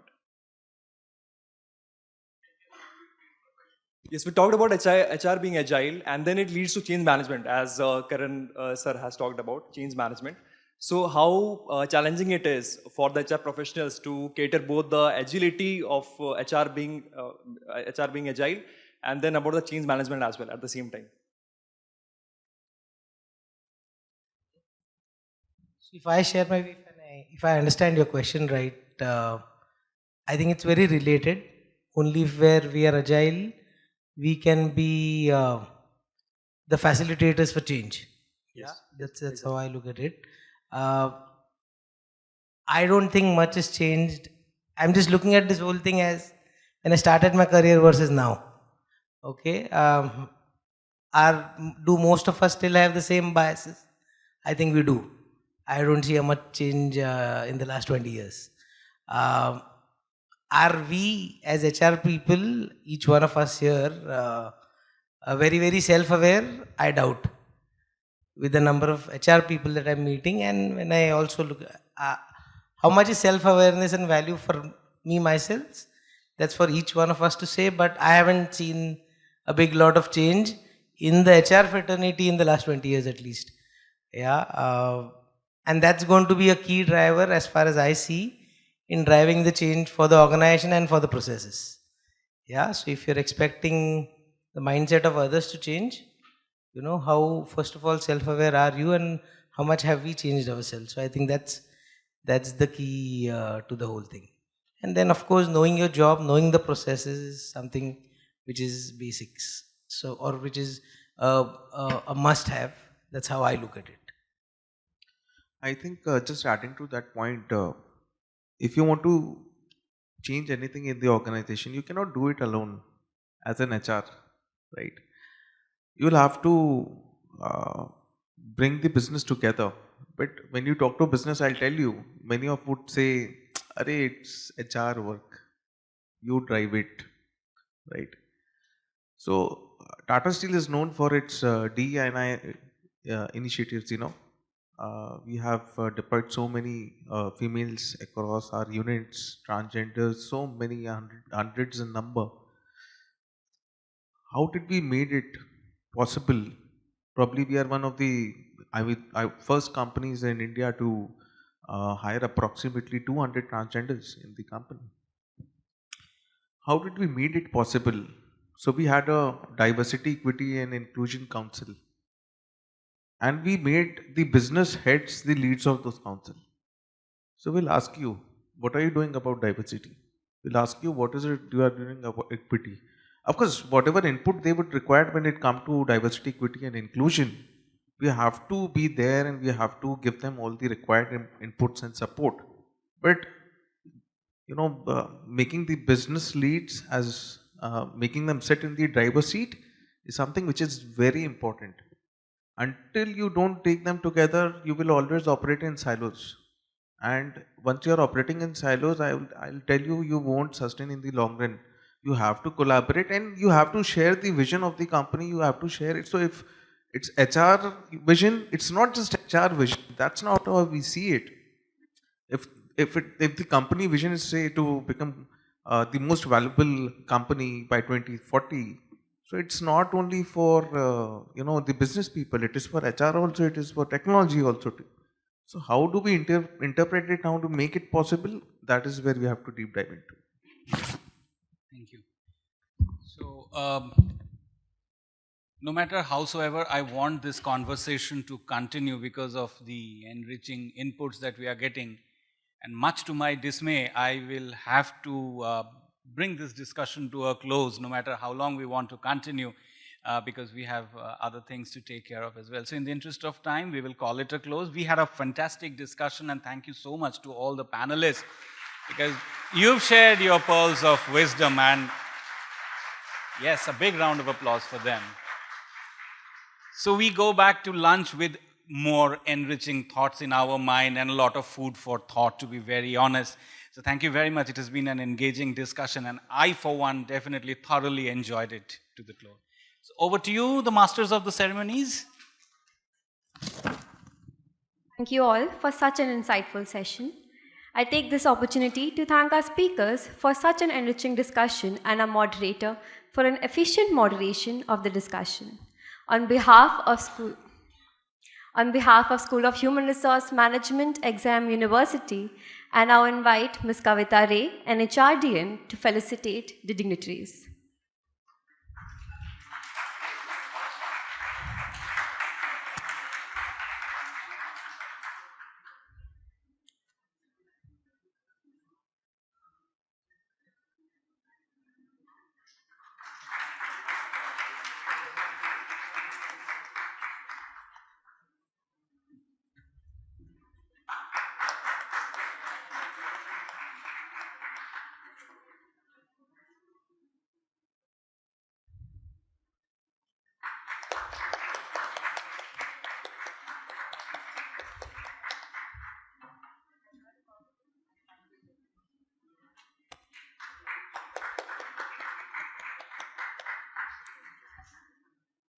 Thank you all.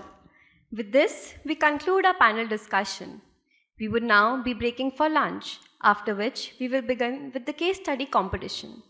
Everyone is requested to be back by 1:45 p.m. Thank you. Welcome back, everyone. We are now starting with the student case study competition, a competition organized by Zimar in collaboration with NHRDN Bhubaneswar chapter, which aims at providing the students with an opportunity to use their knowledge, research, and presentation skills to discuss the dynamics of the future of HR industry. The case study competition saw a nationwide participation with more than 1,100 registrations across 30 B schools. We thank our platinum sponsor MCL and co-sponsors OMC and NTPC for their valuable contribution. The competition consisted of 3 rounds. Round 1 consisted of a quiz pertaining to the field of HR. It tested the students on their knowledge and speed. Top 50 teams qualified to round 2, where a case study in alignment of the theme of Kshitij 2023 was given and the teams had to submit the solution in the form of a 3-slide presentation. Out of these submissions, top 12 teams with the best solution and ideas have been selected from across the country to present the same in front of our esteemed jury members today. I wish them luck and also take this opportunity to introduce our esteemed jury members.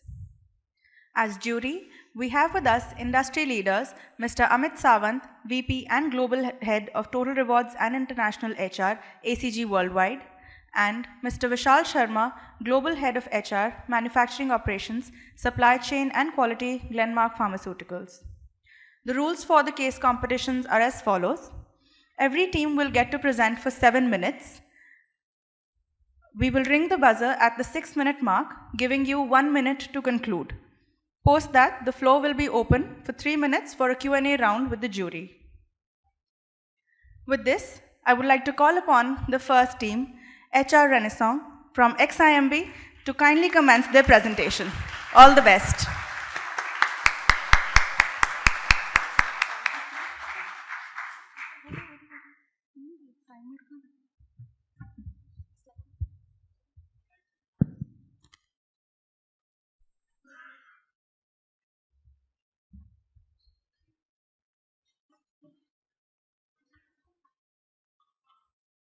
Start. Good afternoon, everyone. We are Team HR Renaissance and we are from XIM. And today we will be presenting the case that is about the impending mergers of 2 very distinct companies, Tech Innovators and Tradition Tech. So before we jump into the solutions about this whole merger, let us first look into the, the potential problems that we might have to face. It's not working.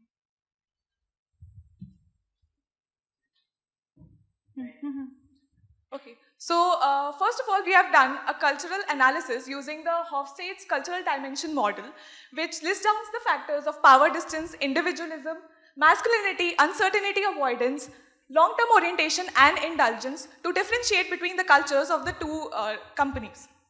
So as we can see, Tech Innovators are low on power distance due to their flat hierarchy and shared decision making, whereas Tradition Tech is high on power distance because of their strong hierarchical structure. Similarly, Tech Innovators are high on valuing individual achievement, and Tradition Tech is low since they emphasize more on collectivism and emphasis on teamwork.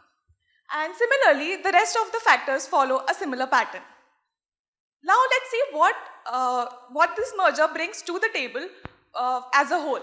As we can see the pros and cons of the whole merger, which advantages of diversification of product, global workforce, and the pain points of cultural dissonance, potential employee resistance, etc. Now coming to the challenges related to human resources, the first most important challenge or the first major challenge is the cross-cultural collaboration, because these are companies from 2 different countries, the US and Europe, or 2 different regions rather. So there is a different company structure within these companies also, so that is the first major challenge. Also the other challenges are training and development, which will be addressed in the further slides.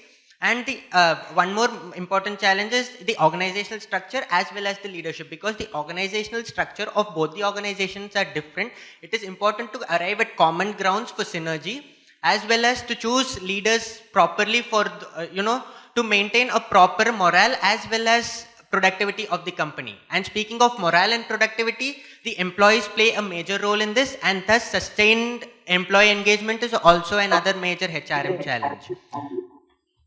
Yeah, so now coming to the references that we've taken, like we've read this case and we've taken similar references like real life mergers, like for example the Microsoft Nokia merger, and we've listed down 4 mergers and the major reasons for those mergers to fail as well.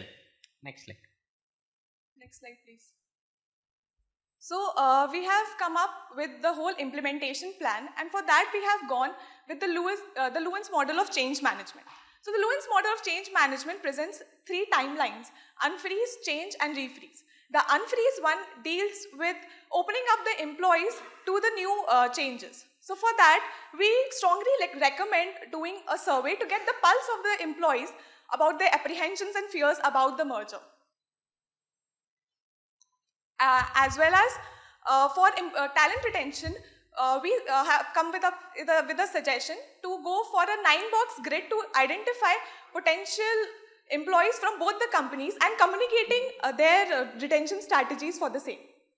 And for other change management strategies, it is imperative to for the communication of these changes to trickle down to the employees, since they are the main stakeholders.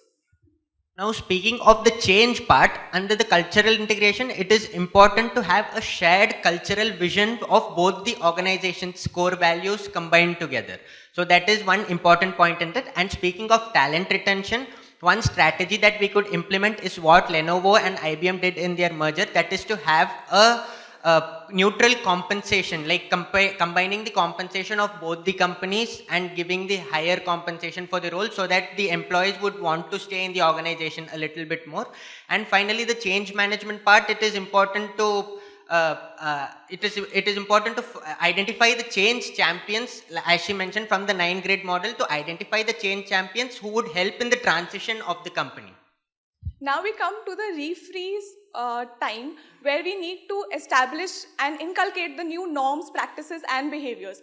And for that, it is imperative to come up with deadlines and responsibilities for the cultural integration program as suggested by my teammate, and also to create a feedback loop so that necessary changes about the plans can be made as and when necessary.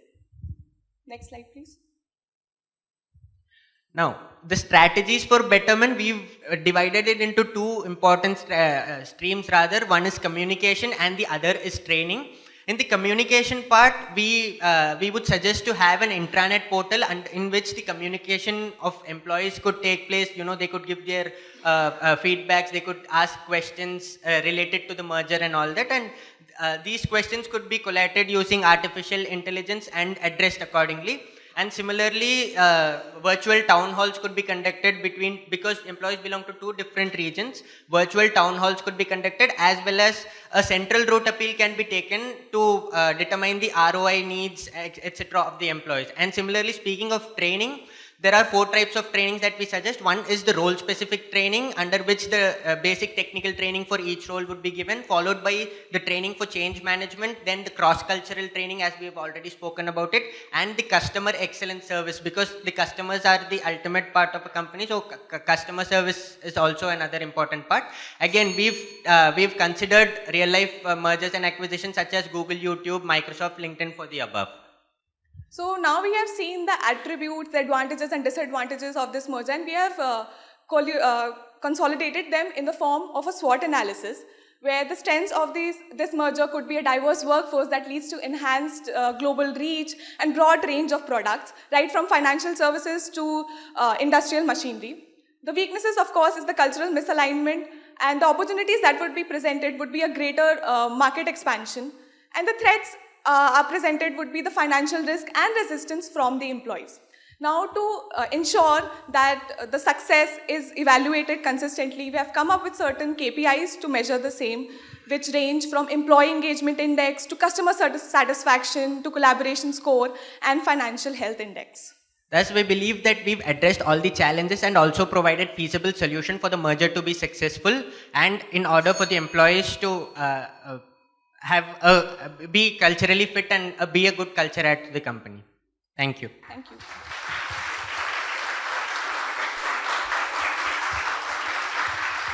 Thank you, team. I now request the jury to go ahead with their questions for the team.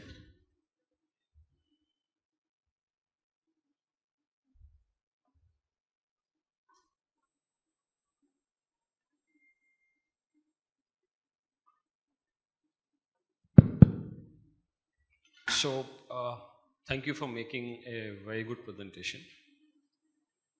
I have a couple of basic questions to either of you. What is the underlying compulsion of the merger?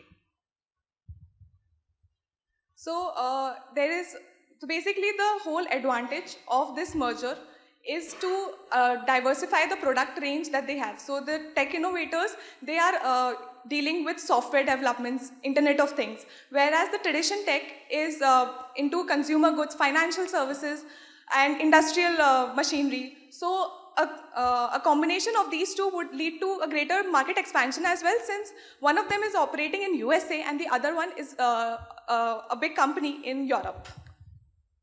And the second is, when the merger is over, how would you define that merger was successful or not successful? How would you define? So it is not an immediate process. So it is time taking, as we've suggested, like using the change management model, we could slowly assess, and we've suggested a few key performance indexes as well. So according to those indexes, we could measure the employee, like how they adapt to the culture of the new company or the merger, to be precise. So how they adapt to that, how they evolve as a company, as a new brand or new product, whatever it is. So how, based on that, we decide, like, we measure it based on like quarterly basis or half yearly basis. We would measure the performances using the key performance indexes, and as a result we could measure like how successful the merger is over a period of time. Also, to add on, we can also, so if we see in a lot of mergers that there is always an increase in revenue but a decrease in profit. So we could also look at that aspect of the financial health to measure the success. So, two basic questions. So who are you who are giving these solutions? Where are you based? In US or in Europe? Where are you based? I mean, there are two companies, right? We are just common, sir. Like, sorry? This case was given, we are just third persons who... No, there has to be a basic assumption as to where are you giving these solutions from? That's a very important question. If you are based in Europe, right, your operating style would suggest solutions, right? If you're based in America, your operating style would suggest certain solutions. So what he's asking is very critical. Reflect for a second and then respond. That everything that you have presented, where are you based as in, from giving the solutions from an corporate HR point of view? We could consider this to be a consultant solution for the merger to be successful. That is what, because we've not based ourselves in either of the shows. So let me ask a second related question. The joint entity is going to be headquartered where? Sorry, sir? The new entity is going to be headquartered where? So, considering that the business is more spread out in Europe, considering how large it is with a diverse range of products that they have there, we would consider it to be headquartered in Europe. Right. Thanks. Thank you. Thank you. Thank you, team, for that wonderful presentation. Now I request the second team. Sorry. Absolutely, sir. No worries. Now I request the second team, HR pros from XIMB, to begin with their presentation. All the best.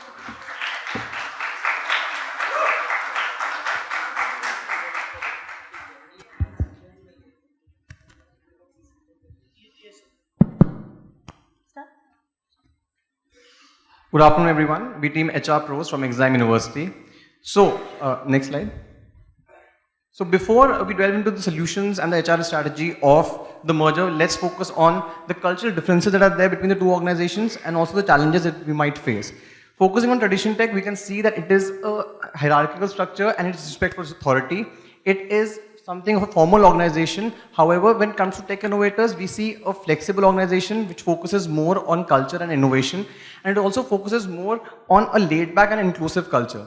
Now focusing on the major challenges that we might face, first of all, because of the contrast culture that is there between the two organizations, cultural integration is the biggest challenge.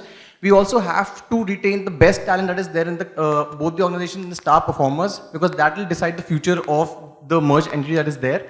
We also have to focus on the integration and the change management and the crisis management of both the organizations and the merged entity as well.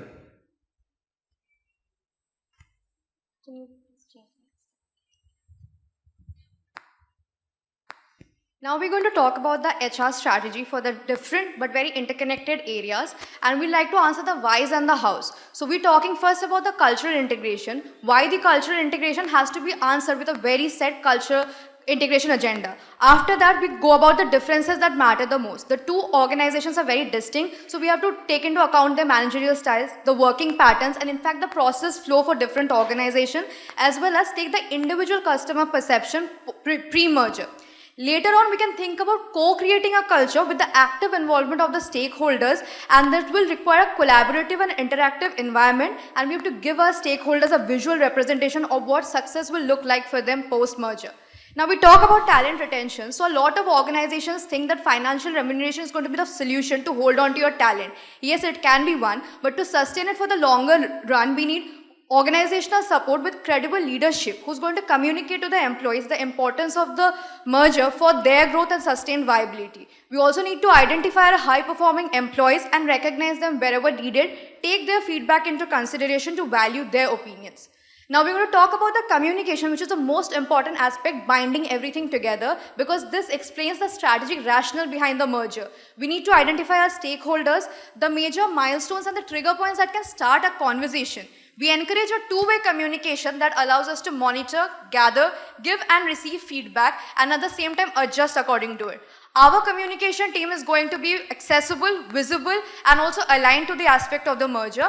And we have to use multiple communication channels to keep our employees motivated for the merger. Lastly, we talk about a change management process, which is a continuous process that is going to deliver the joint ambition of the two organizations. We need to identify the different employee cohorts that are there. Say, the enthusiastic adapters who are very readily eager to adjust to a new situation. There are cautious observers who take a wait-and-see approach, and there are resistive adopters who take a little time to get used to a new culture. So we want to identify a cultural champion from these enthusiastic adapters, and with their help, we can convert the challenging candidates into change embracers. We are hereby emphasizing on a strategy that is based on McKinsey's influence model, which talks about role modeling, conviction and understanding, confidence and skill building, and at the same time formal reinforcement, because when you see your fellow people doing the same thing and being rewarded for it, you are more used to get to the new ways of the organization. We want to pan it out according to different plans for the for it to be more smooth. So we have the first day, a great first day experience post merger. Then we have 100-day plans, first 6 months plans, and first 12 months plans to monitor it for a sustained growth. Now let's talk about a comprehensive strategy for communication as well as training. First of all, coming to communication, it has to be early, it has to be transparent, and it has to be consistent. We make it early and transparent through the change champions, which can help us keep the morale high of the employees that are already there in the organization, and they can also convey the advantages of the merger. We keep it consistent because in the early stages of the merger, there are a lot of false information that is going on, mixed messages that are going on. So what we need to also do is provide leadership training to the people so that any doubts that are arising during the merger and after the merger can be assuaged as soon as possible. Focusing on the skill gap analysis for training, what we have to do is we have to find the difference between the expected performance of the organization as well as the actual performance of the organization, and give our resources and retain resources according to that. Now that we have done all of this, we have to focus on a perfect mentor-mentee match, and this has to be done based on the compatibility as well as the shared values. We need to have a perfect pair when it comes to the mentor-mentee, because it will actually help us to be more innovative and help us keep us up to toe with the changing trends that are there in the organization. The success of the merger is not on the day one, but how long can we sustain it? So we are going to talk about a few KPIs which are going to measure the effectiveness of it. We've divided into 2 points of view, the business point of view and the employee point of view.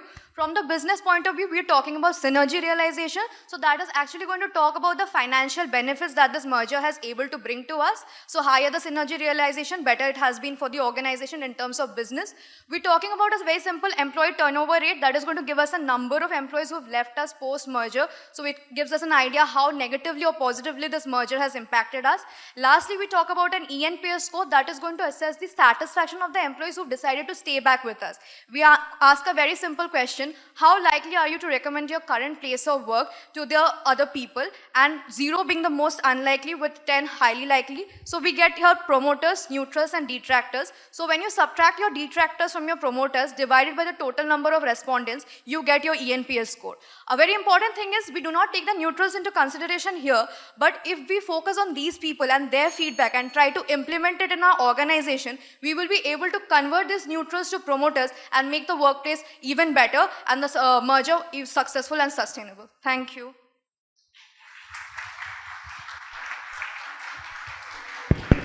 Thank you, team.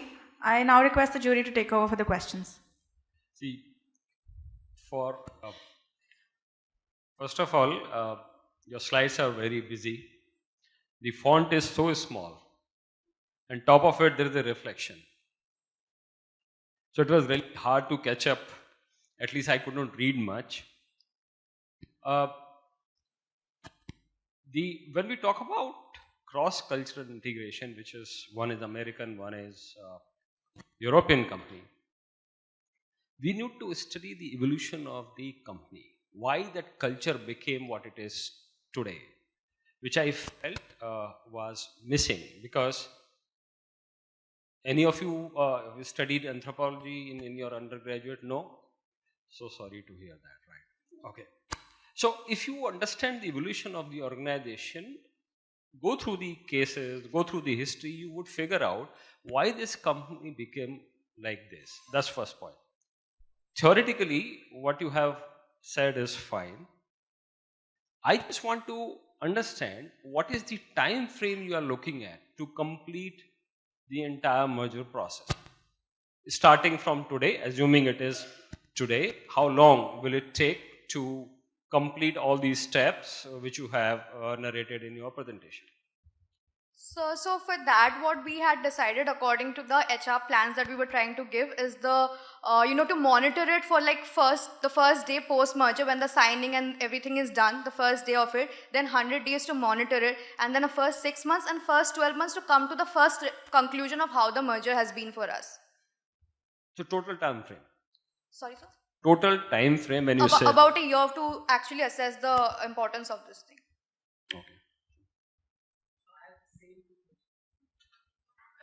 Where are you based? And where is the new entity going to be based? Assumption that you have made for giving these solutions. So we'd like to believe that we are an independent consulting firm from India itself, and we've been given this opportunity to take care of this. Third parties, you're not part of the organization. Yeah, we're not part of the organization. So that's assumption one. Yeah, that's assumption one. And the new entity, where is it going to be headquartered? So, like, what we're trying to bring into this culture is more of innovation and, a little flexibility in the aspect of how the organizations work. So, we're going to be based out of the United States. Sure.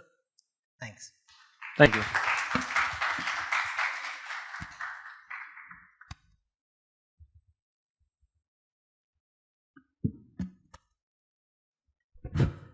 Thank you, team. That was a wonderful presentation.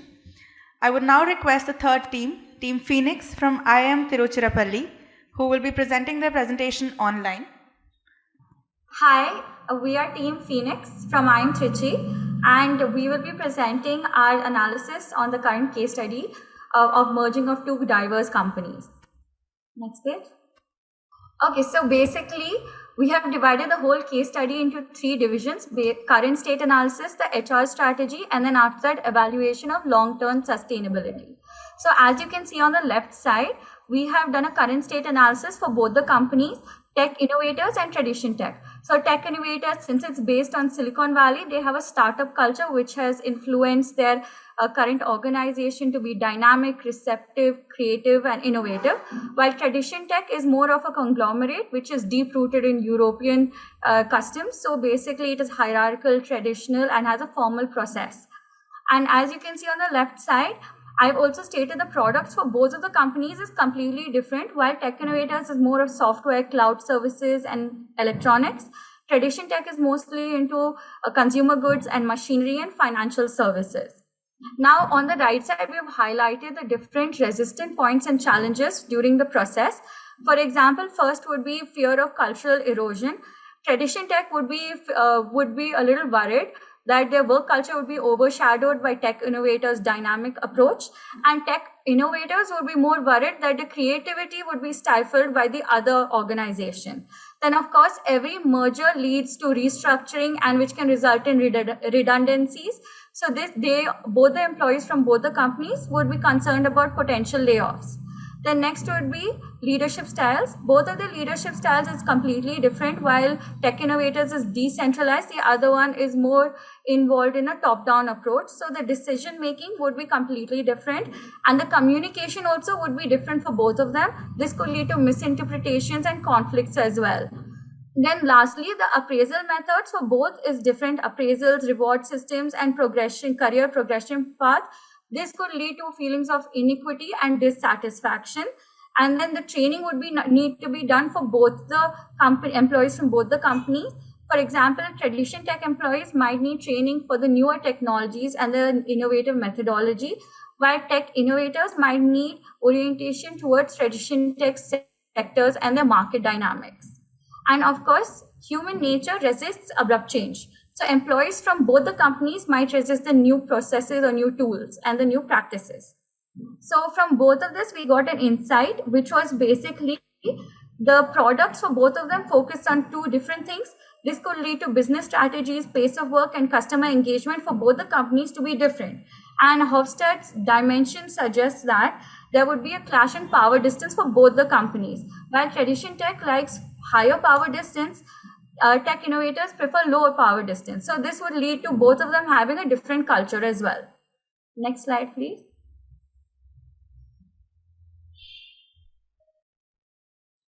So our HR strategy has been divided into 4 phases. So basically in phase 1, we would be unfreezing the current culture for both the companies. This would be done through campaigns and open dialogues. And then we can have a leadership alignment program wherein cross-company leadership development program can take place. Both of this aim at fostering collaboration. Then phase 2 would be transition and then cultural synthesis. So basically retain the current employees and the current talent that they have through competitive compensation, and also through polycentric staffing. We can leverage the current local insights and promote diversity also in the merged entity. Having an integrated technology system for the merged entity could also lead to minimal disruption in day-to-day operations. Then we could have, for example, as I said, employee exchange program or a shadowing program wherein employees from both organizations can shadow each other to understand the work. So this could foster collaboration, and we could also have a communication platform which could lead to transparency and also open exchange of ideas. Then we would have consolidation, that is basically have a redesign a new performance metrics, like for example, implement bars instead of the current ones that they have in each of their entities. And we could have certain employees champion the integration process and provide support to employees that need it. Then we could have in the same thing, we could have continuous feedback, monitor the employee sentiment, so we can know how to employ which cultural program to use. And then we could also have certain champions who embody the values of the merged entity. Then last phase would be refreezing. That's basically now that we have aligned the whole cultural with the new entity, now we freeze it. And this would be done through understanding the lessons that we learned, understand the refinement of the integration strategy, seeing how effective it was, and then again refining it continuously. And all the suggestions that have been given on the left side have been also had some use cases in the current market. For example, HSBC's cross-cultural program. For example, Airbnb's elephant, deadfish, vomit feedback framework. Both of these can be put in the left side, which is a full phase-by-phase implementation of our suggestions. Can we go to the next slide? Okay, so basically communication and training strategy has been divided into macro and micro level. So for example, in communication strategy at a macro level, we can have an integrated platform like IBM's ThinkPad. We could have a regular newsletter which updates employees on the merger progress. We could have also town hall meetings. At a micro level, we can have a program like Deloitte's Ask Me Anything, which is a direct line to leadership, feedback mechanisms which are anonymous, and one-to-one check-ins. And then in training strategies at an organization level, we could have company-wide training, change management workshops, and we could also have mentor connect workshops. And at an individual level, we could have role-specific trainings and make sure that the individual's development plans align with the company's goals, and also mentorship programs as well. The evaluation can be seen on the right side. So we have given a step-by-step evaluation of how to do it. So for example, collect the current employee data, satisfaction data, turnover rates, and productivity rates. If it's currently 12, the turnover rate, try decreasing it by 1 digit within a year. Do quarterly employee satisfaction survey. This will give us a baseline and tell us how to improve. Then we can have... Okay. Thank you, Team Phoenix. I believe you have exceeded your time limit. Thank you for that presentation. Now I'll hand it over to the jury for the question answer session. If you can give that clarity. I'm sorry, I can't hear. So I'll repeat. In the solutions that you've given from what point of view? You are an employee of the new entity, you are a third party, who are you? I'm sorry, I can't hear. It's not very clear. Could you repeat the question? Team Phoenix, am I audible to you? Okay, so what I have given as a HR employee, HR manager, suggesting all of these initiatives to a CEO or the head HR of the new entity. Okay, and the new entity is based where? Which is going to be the headquarters of the joint or the new entity? So while one is in Europe and the other one is in Silicon Valley in US, I believe that the merge thing would have an issue. So having, for example, most of the employees will not be able to shift into each of the companies. So for example, how Google allows work from home and many companies allow work from home. So we could have work from home for majority, and we could keep the headquarters currently in Europe, because Europe has, I saw that the conglomerate has maximum number of employees in Europe, while there's only 40,000 in Silicon Valley. So Silicon Valley also prefer an open environment, so they could be given the choice of work from home as well. Okay, thank you.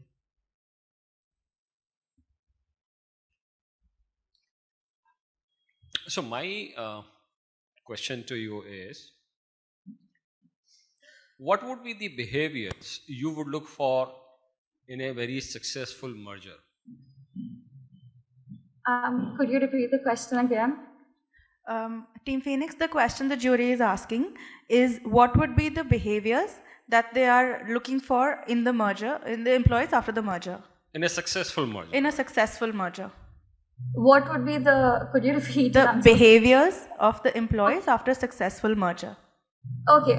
So basically, as I said in the first one, there would be resistance to change. So if you see in this last PPT itself, I have highlighted, for example, you could track the training programs.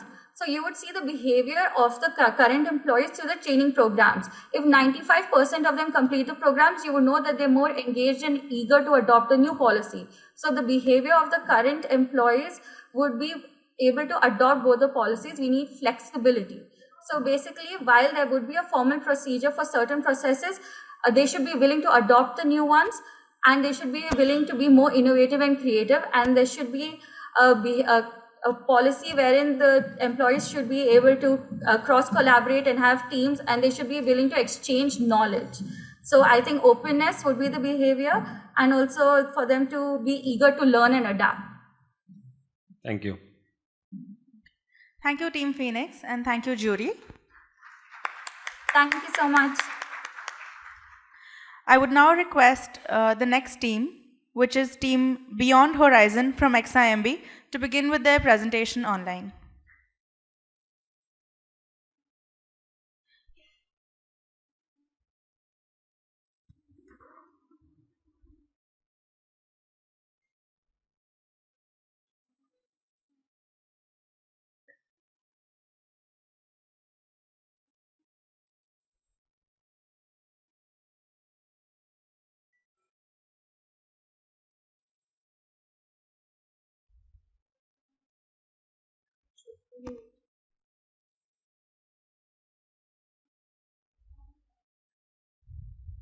Please let me know when you're ready. Yes. So can we start? Yes. So good afternoon, everyone present over here. We are Team Beyond Horizon, and we extend our gratitude for your presence. In this case about the merger of Tech Innovators Incorporation and Tradition Tech Limited, our central challenge lies in harmonizing two distinct corporate cultures and navigating the HRM challenges for a seamless integration. It is a task that demands careful consideration to ensure a successful union of these two remarkable entities. So now let's move on to the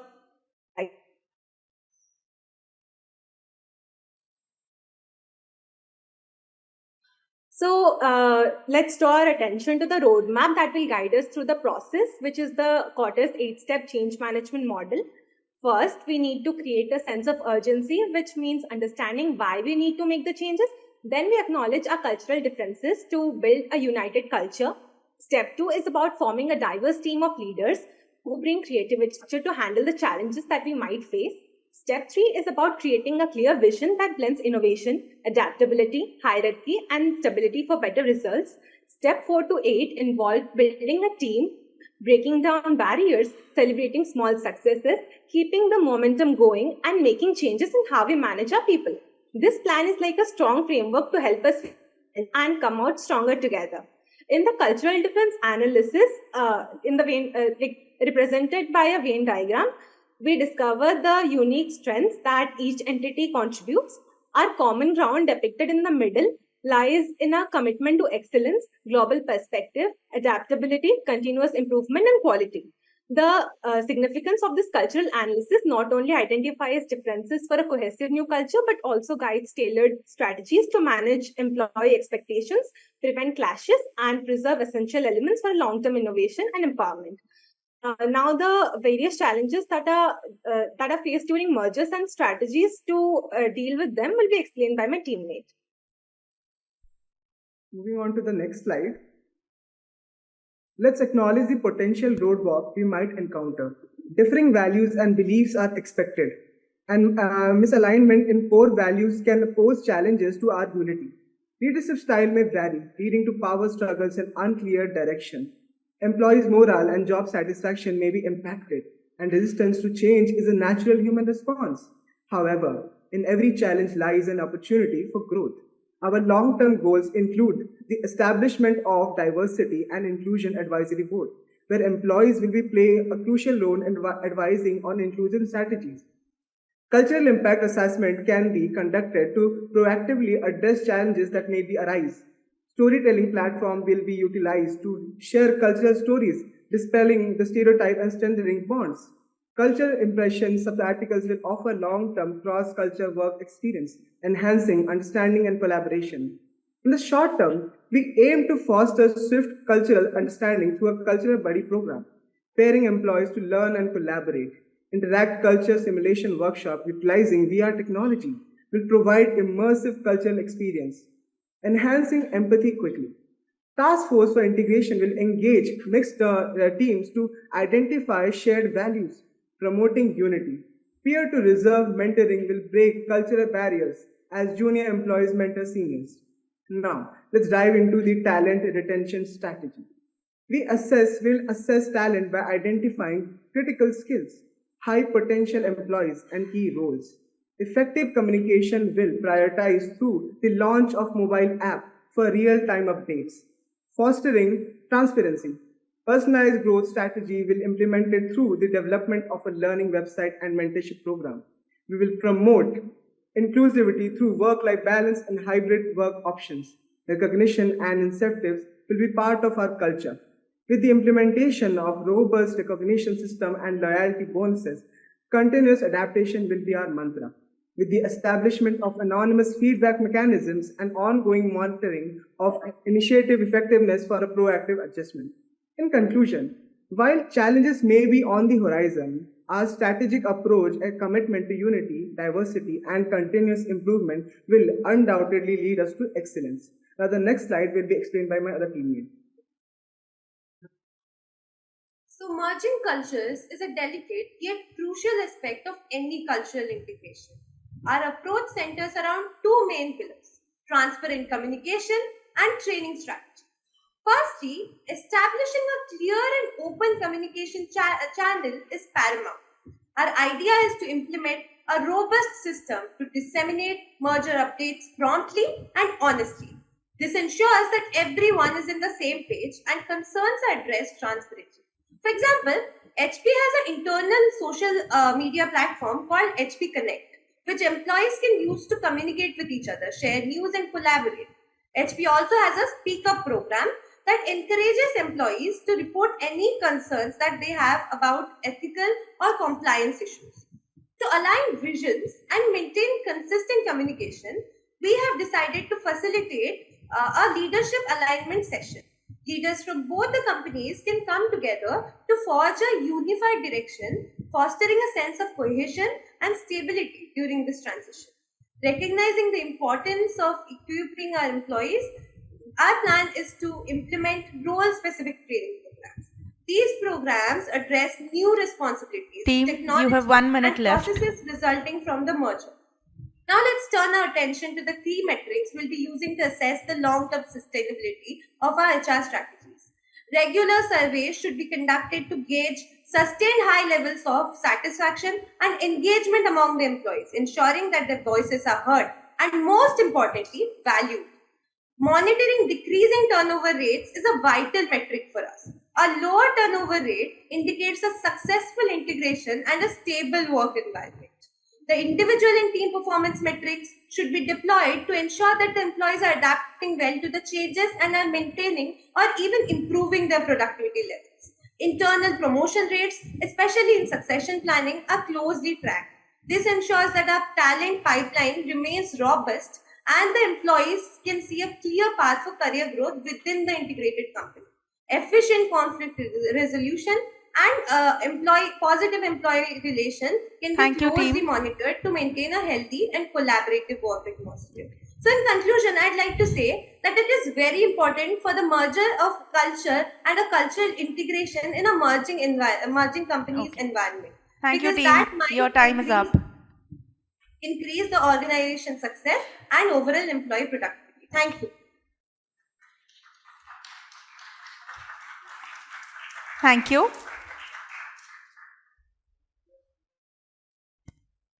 I request the jury to go ahead with the questions.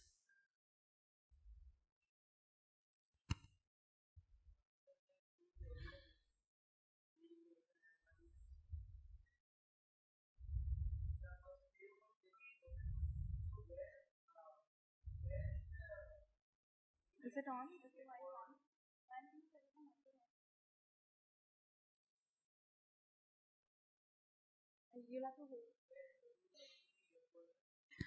Team, the question by the jury is, where is the new entity that is formed after the merger? Where is it based out of? Is it based out of the US? Or where is Europe? it headquartered? Yeah. Were we audible to you? No.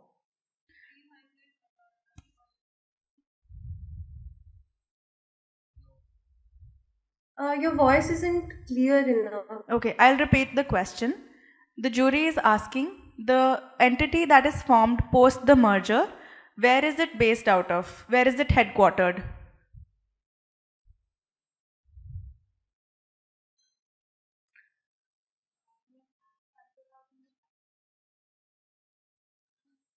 Okay. The second question till that happens is, in the matrices you've used various people related one. What would be one or two non-people related matrices that you'll use to determine sustainability? Was the question audible to you, team? Am I audible to you? Your voice is echoing a lot.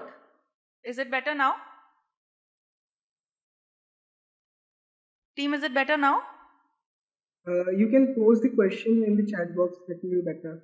Okay. ठीक है. So, one or two non-people based matrices. All matrices are people based.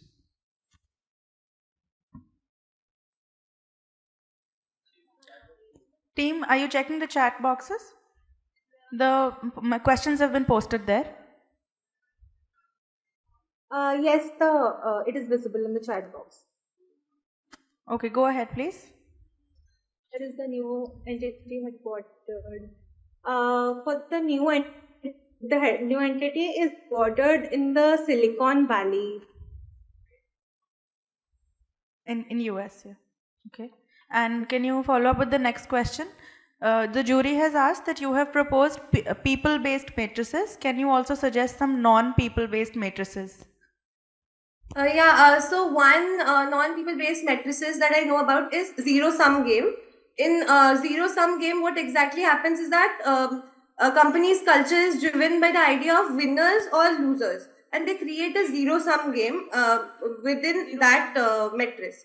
So while in this matrix, there is a sense of competitiveness that can be used for positive motivation of the employees and encouragement of the employees.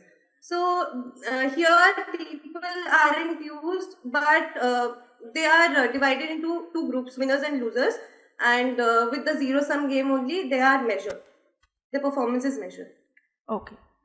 Vishal sir, do you have a question? No worries, sir. We can type it out.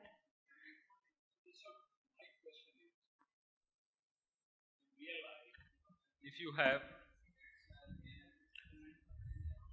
100,000 employees of one company and 40,000 employees of another company, who is likely to call the shots in that merger? 100,000 employees versus 40,000 employees. What's the question in the chat box itself? Team, am I audible to you? Yeah, but can you please pose the question in the chat box? It will be clearer that way. Okay.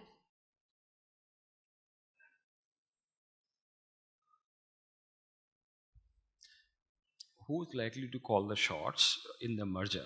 And that's a reality. Some organization would call the shots.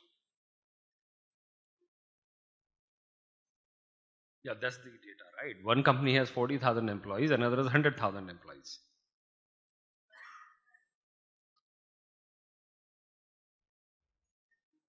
In that merger.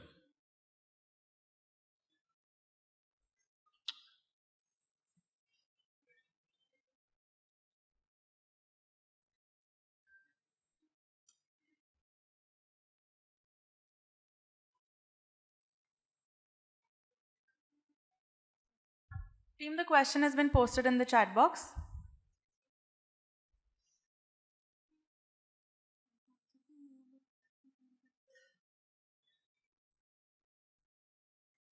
Team, you're exceeding the time limit. Please go ahead with the answer. So in a company where there are 40,000 employees and 100,000 employees, I feel that after the merged company is being formed, there shall be a collaborative effort in order to take all the decisions when it comes to calling the shots about it. But then the ones with 100,000 employees might have more of a majority of votes while taking the decisions.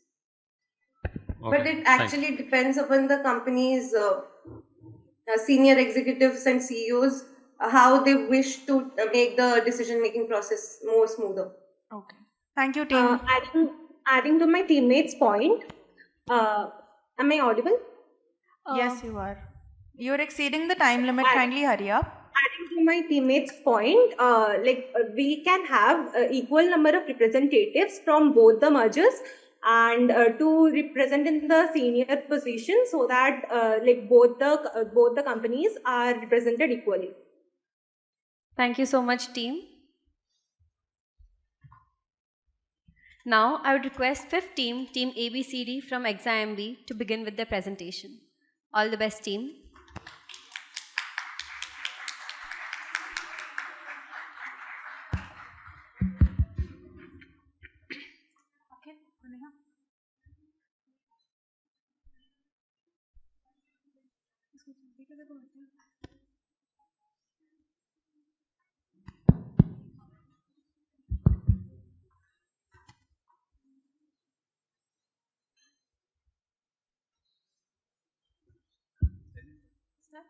You can start. Good afternoon, everyone. We are Team ABCD and we will be beginning with our presentation now. Tech Innovators is a US-based organization. Sorry, sir.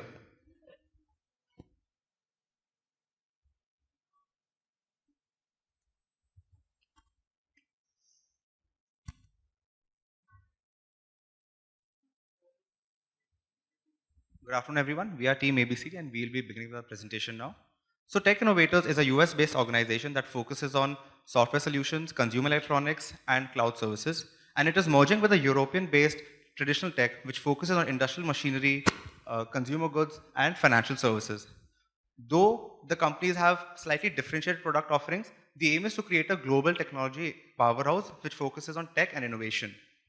Now, these product differences can also be seen culturally, and if you look at it an organizational point of view from the Quinn's competing framework, we can see that Tech Innovators has a culture which is a mix of clan and adhocracy, which focuses on collaborating and creating, whereas traditional tech has a culture of hierarchy and market, which focuses on controlling and competing. These organizational cultural differences can also be seen in employees, for which we've created personas. So first, meet Jaden. Jaden is a creative, risk-taking employee who comes up with innovative solutions and celebrates organizational and individual achievements. Whereas Natasha believes she wants stability in her career, wants a process-oriented and a structured way of working. Now to talk about the HRM challenges that we identified in the case, starting with cultural challenges. Now both these organizations had very competing values. There was no proper communication structure in place which led to reduced morale of the employees.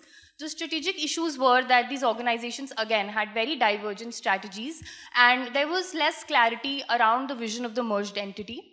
The organizational concerns were that there was no proper reporting structure which led to loss of autonomy, and certain financial issues were that the compensations of the employees were being changed.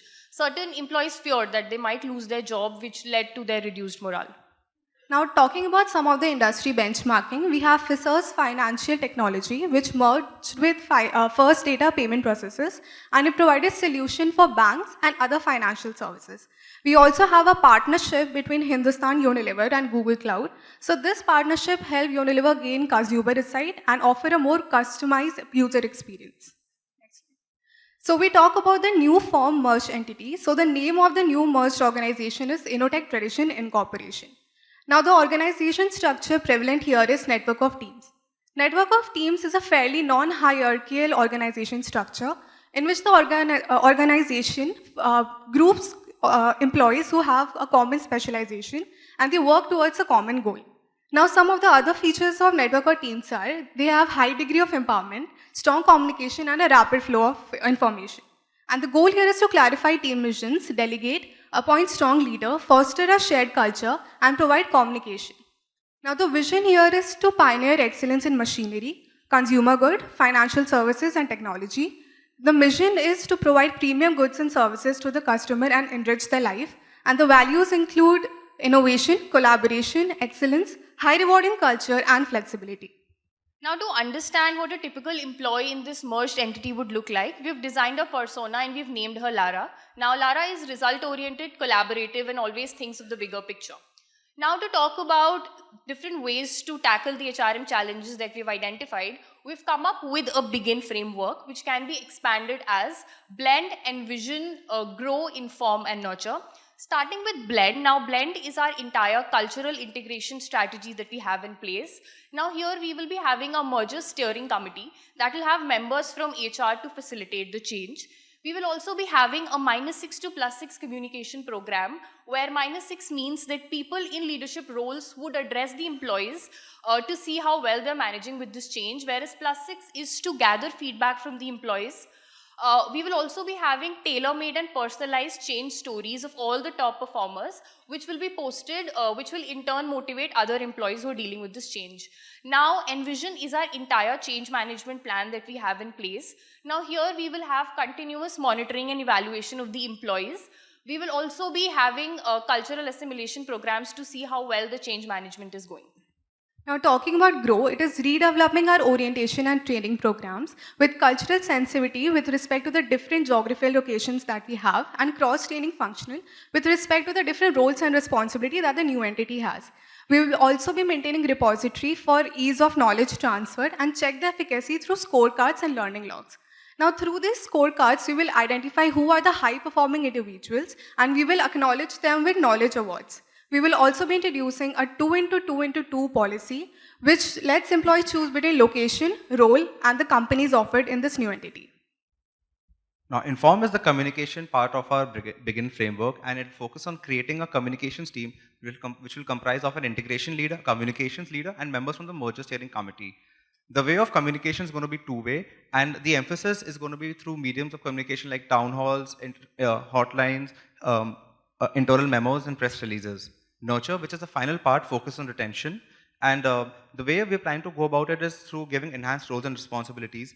Being a part of a merger is an exciting space, and that will give more responsibilities, increase decision making, which may not be strategic but can be operational on a day-to-day basis, and creating a balance between monetary and non-monetary benefits. Monetary benefits could be ESOPs, retention plans like long-term, short-term, and non-monetary benefits would be recognition programs.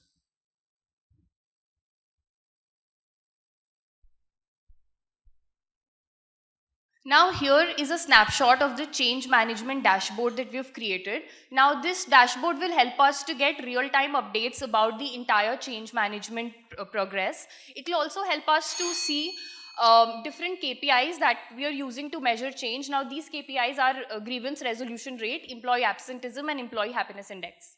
So we know the US and Europe differentiate between rules and policies. So here are some of the points to be remembered while framing the global HR policies, such as leave and termination, and working hours and overtime. Finally, the implementation timeline for our framework, we've created a timeline of -6 months to +6 months. That's a 1-year long process. So -6 months before the merge entity begins and +6 months after the entity begins. So Blend, which was the cultural integration part, is going to be a year-long process. Envision, which was the change management plan, would be post-merger. Grow, which is the learning and development piece, will start before the merger begins and go till a certain amount of time after the merge entity begins. Inform is going to start again before the merger, and Nurture is going to start before the merger and will go on till a bit more time after the merge entity begins. So thank you so much for your time. We'll be open to any of questions. Thank you. Thank you, team. I would now request the jury to go forth with their questions. So I have been resisting the temptation to ask this question, but I would ask, what is the culture? Sorry, what is the culture? What is the culture? How do you define culture? So I think it's the set of values that an organization abides by. Culture also talks about the work environment that an organization propagates. What is the underlying phenomena happening when you talk about culture? Values, fine. Work environment, what is underlying phenomena which is defining your culture? So I think the interactions between the employees in the organization, having a culture could also be in terms of having like-minded people within the organization. I think that sort of develops your culture maybe. That's why I was not asking this question. Culture is set of behaviors which are unconscious. Throughout your presentation, I did not see any plan, because when you're talking about culture, you need to look at the behaviors. How do you want to modify those behaviors to arrive at a culture of an entity, of a merged entity, which will be very successful? That's first. Second, whenever you are presenting slides, you need to have a message from each slide. We as an audience what we should remember from that slide. All the presentations are cluttered, very busy slides. It is not the slides where we would be interested. We would be interested in the message which you are giving us, which we should remember the team ABCD spoke about this. There's so much written, and as a human being, my attention span is flickering. So next time, and this is such a sensitive topic we are talking about, right? Cultural integration. You need to have a hero message in each slide that which you are giving that I should remember when I go back the team ABCD spoke about. But having said that, I see a very coherent thoughts in terms of your implementation process, the timelines which you have given. What is the success of the merged entity? How would you define? I know you have matrices, but if somebody wants to know from you whether it's a successful merger or not successful merger, how would you define a one-line statement? Can you tell me? So the KPIs that we talked about, those were employee related. One line, how would you define that it's a successful merger? So- I saw the KPIs. So from employee point of view, we can have metrics like attrition and the absence rate, and non-employee point of view, we can have the sales growth and the market share. If I can just add, when in one line, if we had to define the success, we wouldn't say we are from tech innovators, tradition tech. We would say we are from InnoTech, and we are a part of a global village. Wonderful. Thank you. Thank you, team.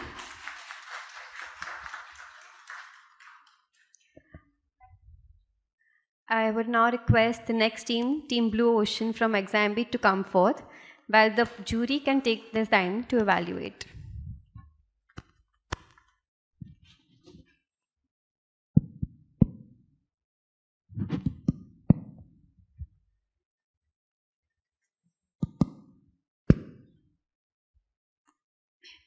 Whenever you're ready, sir.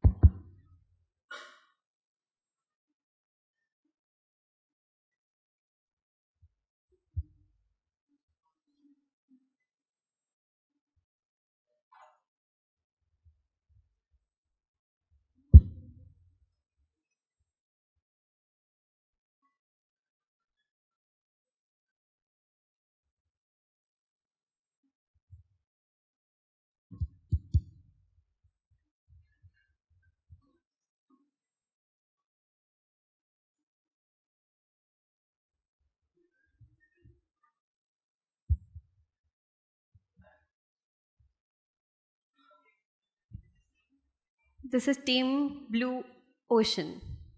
All the best, team. You may start.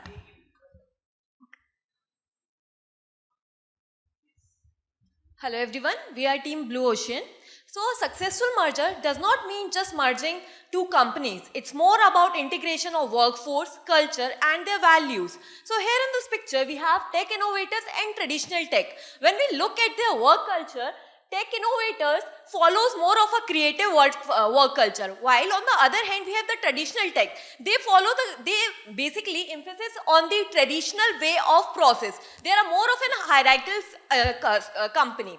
Then when we come to the communication part of the companies, how these companies operate. In one side we have tech innovators where the communication is more of an open-ended communication. People are able to share their thoughts, what they want to be, and they're more of a creative way. While on the other hand side, we have traditional tech. They form the close communication, like there's a hierarchy, there's a formal way how they proceed with it. The other thing which can distinguish between them is their leadership style. If we focus on their leadership style, on the hand, tech innovators, their leadership style is more of a flexible leadership style, transformational leadership style. While on the other hand, we have traditional tech, which is kind of like they follow the traditional way of their leadership, like how they want to work on, more of an hierarchical structure. So we have taken to understand the culture in detail, we have taken 4 parameters to understand what their culture is about, so that we can understand what are the challenges they're gonna face in future. So the parameters we have taken is power distance, individualism, uncertainty avoidance, and masculinity and femininity. This gives an idea that 2 companies which are working focuses on hierarchy and other focuses on open-ended conversation, giving people the platform for being creative.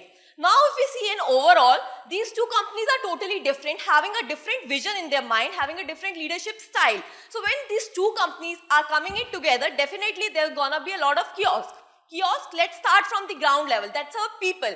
People will be feeling less motivated. They won't be able to identify where they are, because one is following the more of an open-ended communication, while other is more they wanted like structured job. So when they will start losing motivation. Then they won't be able to engage in the work culture where going in. And the major impact which is gonna be would be the employee turnover.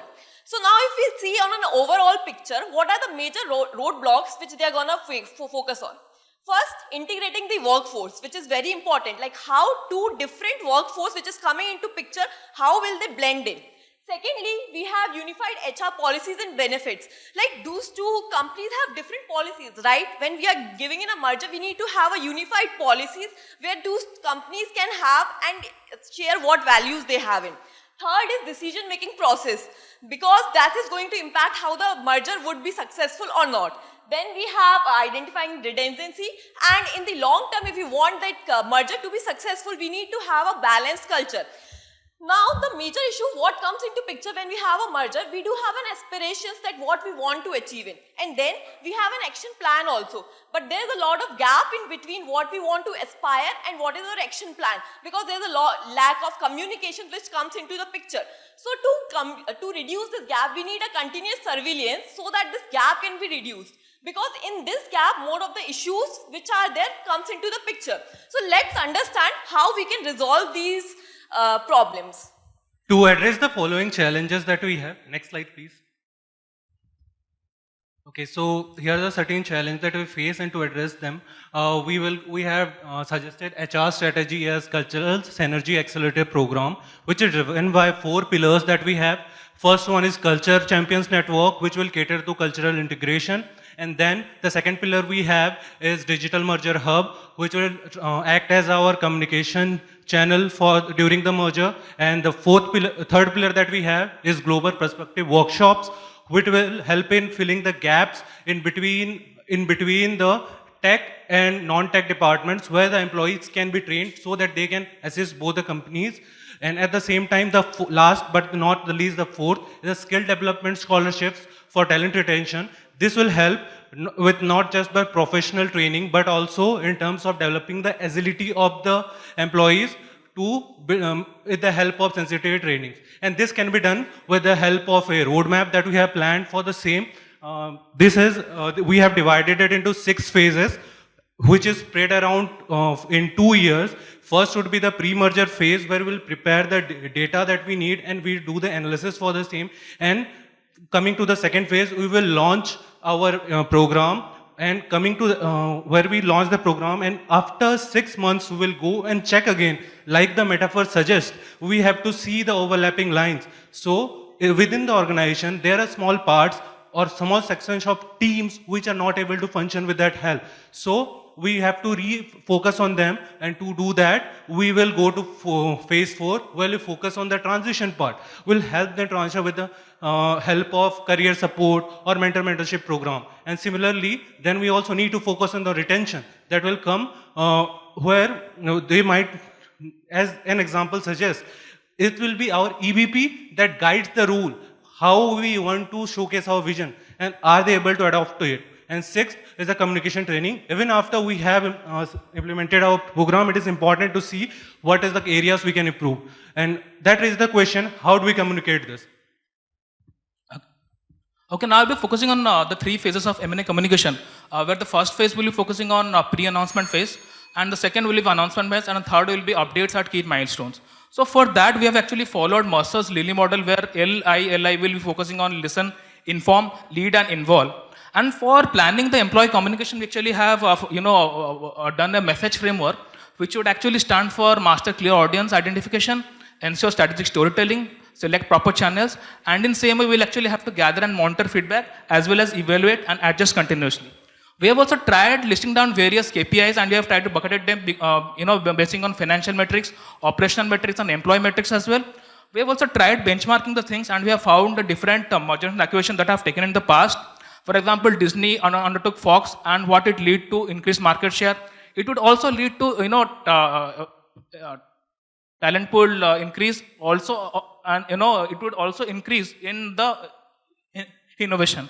And as it is given, 75% of the surveyed executives found that a proper M&A plan is what is necessary in place to make sure that the M&A is successful. Thank you. Thank you, team. I now request the jury to go forth with their questions.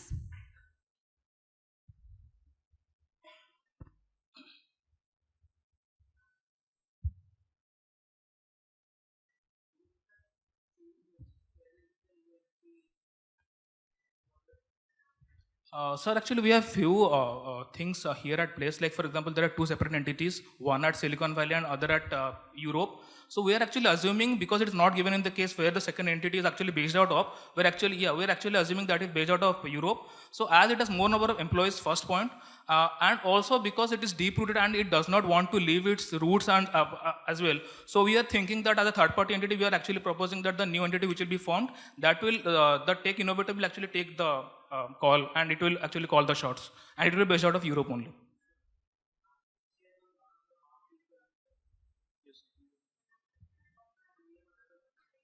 So we have different metrics. Like for example, we have operational metrics as well, financial metrics as well.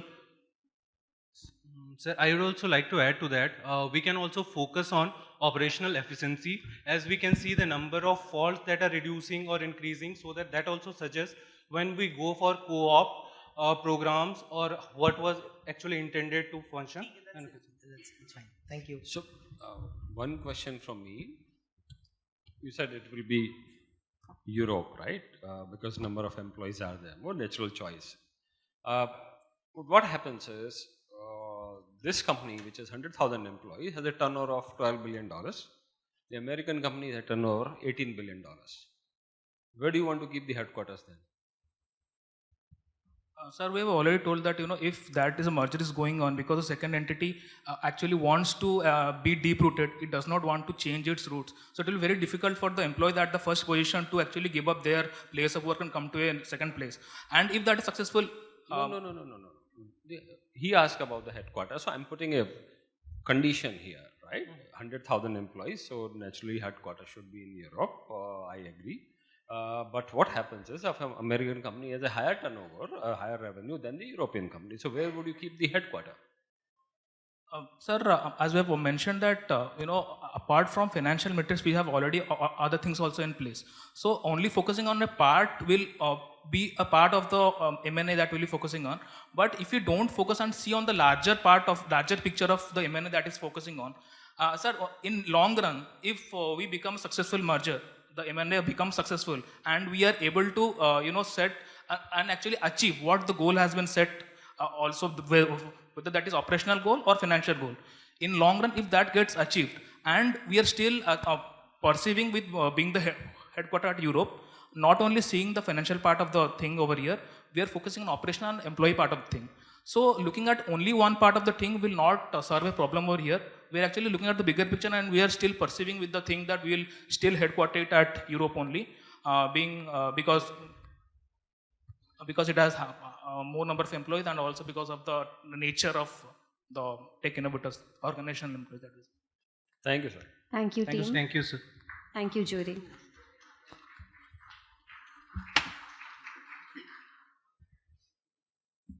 Now I'll request the 7th team tricksters from XIMB, to begin with their presentation. All the best, team.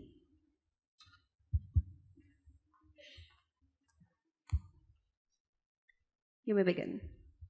Merger with right synergies can lead to the creation of a bigger entity. A very good evening, good afternoon to one and all present over here. We are team tricksters from XIM University. Before starting to the entire case, we would like to have an idea of what the entire case is dropped up into. There are two different entities, that is Tech Innovators Incorporations and Traditional Tech Limited, which are very distinctive perspectives on cultures and different strategies. For example, there is a very formal structure in Traditional Tech Limited, whereas there is a very minimal individual agreement levels in Tech Innovators. They have a free culture, they have a very good work-life balance, and at the same time, they have values or creation of things like risk-taking, encouragement for special achievements, and different things. But when we come to Traditional Tech Limited, they have a very structured, they have very hierarchical, and their adherence to stability and rules and regulation is one thing which makes it more stringent to itself. When we go forward, we can see that there will be different kind of challenges that they had to look upon to.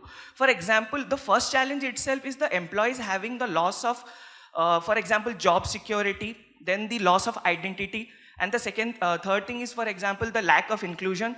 There will be also differences in leadership management, the communication and coordination system, at the same time, the structure of the organization that has been let upon to. Next slide, please. Now we will be talking about a strategy which is our culture integration navigator, which is to set priorities, support change, and diagnose. In set priorities, you would be having the desired culture behaviors and the models that we actually want from the merger.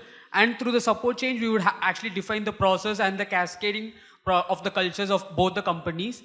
And in the diagnose phase, we would actually assess the cultures from how the merger would look like, and we would have an effective feedback mechanism. What we want to know that this navigator is a continuous process, so it's not a one-time stop. So it would be happening even after the merger is successful. So that's how we make sure that the culture is actually established within the organization in the deep roots. When we go to the change management practices that has to be incorporated, we came with a AD3S model, which is assess, develop, design, deliver, and sustain. When it comes to assess, we need to see how much the organization is ready enough to look forward for this change, at the same time looking open to the target audience, the stakeholders, as well as those people connected to it, not only through direct basis, but a different way. For example, all the retailers or those who are a part of it. When we are going for example, developing, we have to develop a synergies, not only on the base of online, that is the digital synergy, but at the same time keeping in contact that we need to also keep the offline structure. For example, the organizational structure, the reporting, why we are doing it, how we are looking upon to it. Third, we are going to develop, and also we need to develop culture champions in the form of strong individual performance to which people will connect to. That's the major reason that will create a difference. The third thing is to develop communication challenges, the smart communication challenges, channels, the engagement programs, at the same time, the coaching roadmap for all the people for different roles they will be acquiring, because for example, the star gloom thing that the uncertainty and roles and responsibility become a difficult job, and the same time monitoring and sustaining the entire process, keeping in mind the check that we are not getting a feedback to it, but to the same time making sure that all the systems that we are applying actually reaching to the ground level. Now, with regards to culture and change management, we have focused upon it, but they have to be embedded within our talent retention strategies. That's where we came up with the Caliber framework, which is connecting with the employees from both the organizations through a personalized focus group scheme. Authentic culture, making sure that it's a united workforce that is helping towards the organization which is merged, which is through cross-functional projects and teams. Then we will go about with leveraging experiences of both set of employees, and then building an inclusive culture, which is through employee resource groups. And while leveraging the experiences of the employees before the merger, that would create a very good knowledge hub, and the good knowledge transfers would be there from both the organizations. That would help in the success. And then we would go around with building the competencies required for this organization through role-based assessment mapping, and elevating the employees' experiences through succession planning, and recognizing the employees, which is through the culture champions and the change champions as such. The KPIs for the strategy would be return satisfaction score, turnover rate, adoption rate, skill utilization score. So these would be a culmination for our KPIs in the strategy. The communication channel that has to be taken into account while making the entire changes starts often from the very leadership position, which will be in form of town halls or one-to-one stage, depending upon the hierarchy of different managers at different states. We also need to have to start looking at the change assessment that we have tried on to look upon how effective it has been, keeping a track of all the systems. For example, even the day one of any merger has to be as effective because it will create that impact and brand for the new brand that we want to create at the same time. We also need to see the integration plan of different things. For example, starting from reporting system, the communication plan, the liabilities, for example, the financial recruits, all we have to take into account, making sure all the key metrics are monitored repeatedly within a year, with a 1 year gap. Continuing with the HR strategy, we have now our learning and development framework, which we have named as SUCCESS. For S stands for scope of operations, where we would be integrating and leveraging the dynamic scope of tech innovators and traditional tech's streamlined workflows through job rotations and also the cross-functional projects. Then U stands for uniting impactful onboarding, where joint onboarding will help them to basically have a sense of unity. Coping with change is a must with that of change champions. We would have collaborative engagements with experts, exploring identities through learning labs that will also give us a multitudinal perspective upon different ideas, and sharing resources that would help us to give the best industry practices. And finally, the S stands for shaping leadership, to create a diverse leadership pipeline and emerge into the leaders who would be having different vision and values for the new entity. The last would be our harmonizer 8-step integrated HR policy. First, we would like to retain the key talent. Second, we would provide to them the severance package and executive compensation, and also tackle the thing that the redundancy, layoffs and downsizing would be taken ultimate care. And the third is the employee support and development, where we would be focusing not only on the onboarding but also the offboarding, outplacement support, and special attention to if there is any pending payments. Fourth is employee engagement and performance, with special focus to employee relations and conflict management. Regulatory compliance, workforce, environment branding, and customer integration for their support. Thank you, team. I now request the jury to go forth with their questions. Headquarter? So, for us, what we thought initially, the headquarters should be at Europe conglomerate, because of the fact that the rules that were there in US, for example, the at-will employment, where you can scrap off any employee at any point of time without notice. Second, the notice periods are quite longer in Europe. At the same time, the rules and labor laws and trade unions are quite beneficial for especially the employees over in Europe. For us, we want that the first initial routes should be from Europe itself. No doubt, US provides a very flexible workspace, but for example, their benefits are not that much better than the Europe conglomerate. At the same time, there are issues of notice period, there is issues of even severance packages. Yes, we are putting over, because for us, while merging an entire organization, human assets should be the prime most important. Okay. And the second part, which is non-HR metrics? So the non-HR metrics would be, first one would be the financial one, and the second would be the operation one. In the financial, we would see the gross profit and the profit margin. In the operational one, the productivity and inventory management. Sir, we just focused on the employee aspect. We try to focus on the employee aspect much more, because we could find out the cost to employee will be high.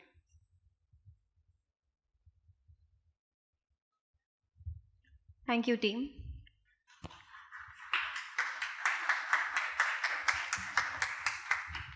Now we have with us Team Zeal from TAPME Institute of Management to begin with their presentation. The team is joining us online.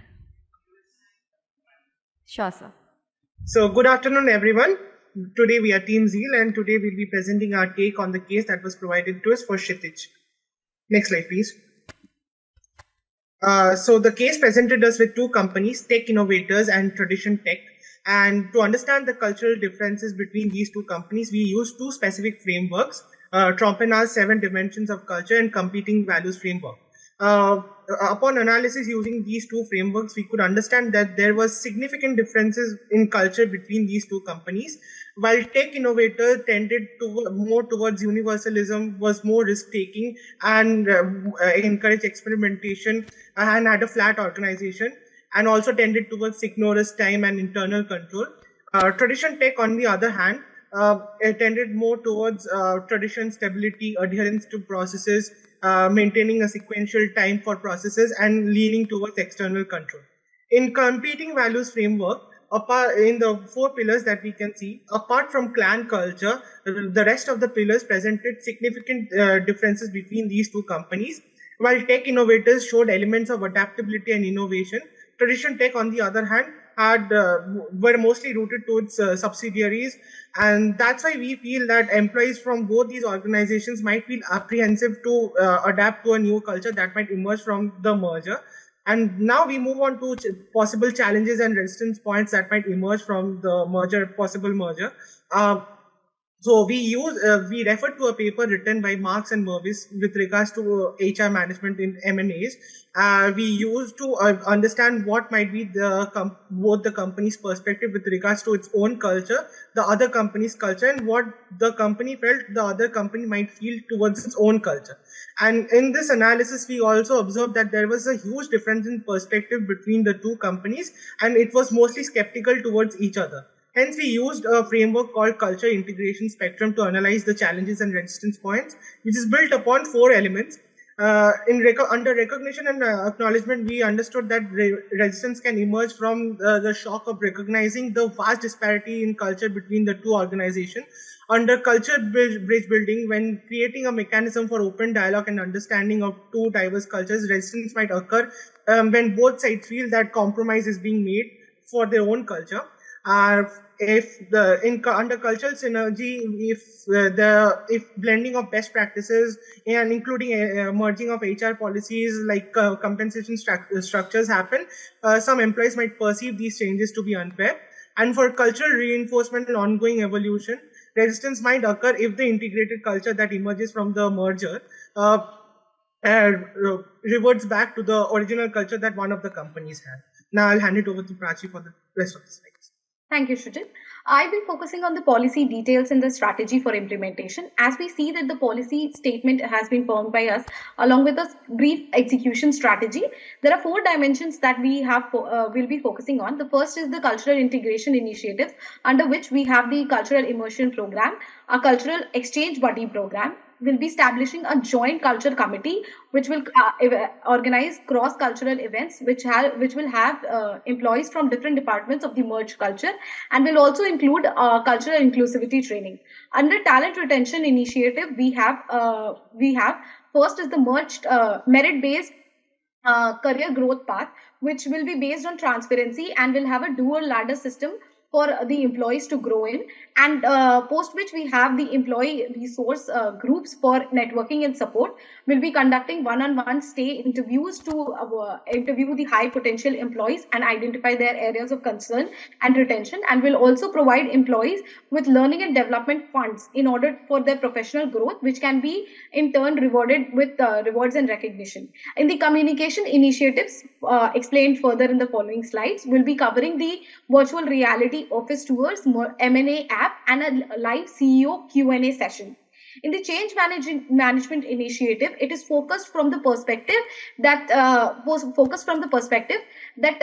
the tech innovators and traditional tech should merge with the HR policies of the organization post the merger. Hence, we have change agility workshop, innovation challenges, and at the end, we'll do change impact surveys in order to conduct what areas of change we have covered and any areas of improvement and initiatives required further.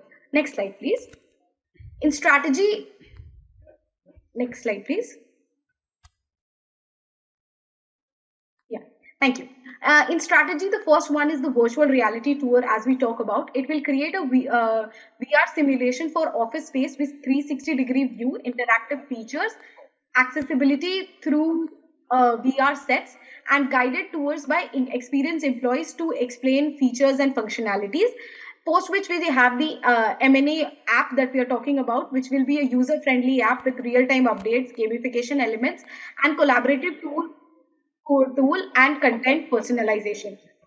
PU Q&A session will also be there in order to commit to transparency and communication through scheduled sessions, recorded sessions, and diverse Team topic Zeal. for covering along with open question Hello, submission. am I audible to from you? the employee. And then we'll have the cross-cultural Team immersion Zeal. program where we'll do the role pairing, detailed itineraries as per the employees along with the buddy system and feedback. In order to engage the employees, we'll have it linked with the rewards and recognition. In the cultural inclusivity training, we'll have e-modules as per customized modules, scenario planning and interactive session. This will give them a certificate as an achievement to produce outside the organization. In the change Team, you have 1 minute left. In change organization, it will be through workshop, through facilitators and scenario planning simulations and group discussions. The leadership management is the main aspect where we will cross management teams and mentorship and coaching. And last will be the conflict resolution and professional mediating through role playing exercises. This will be done through a timeline experience management scenario, and in the we'll be adapting all these features in other HR aspects like onboarding and engagement sessions. Last slide, please. In the reference slide, we have suggested a merged policy for the organization along with the policies and the implementation plan for it. Thank you. Your time's up. Thank you.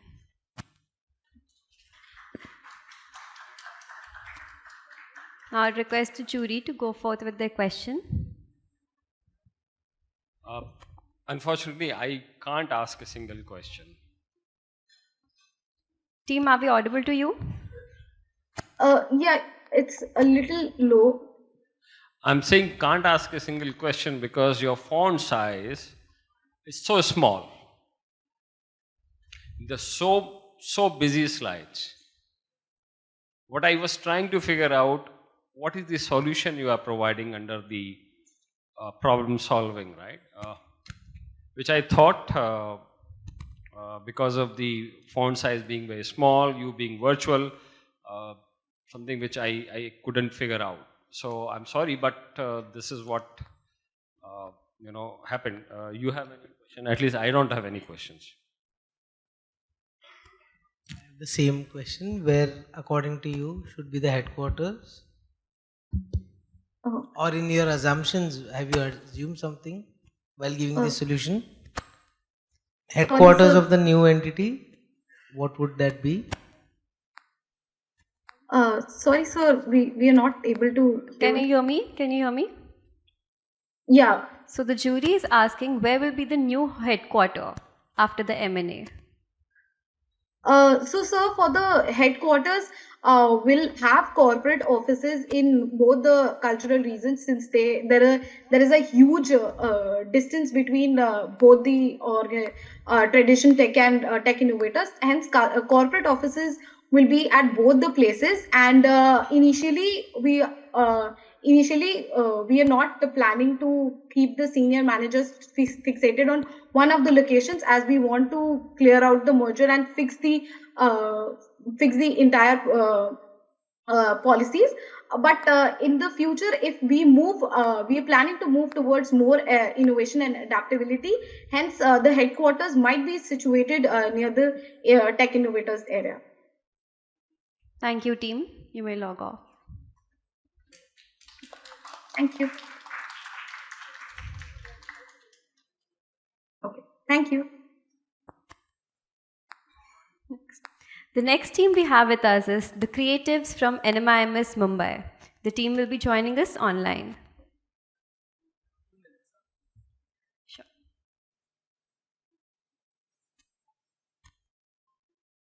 Great.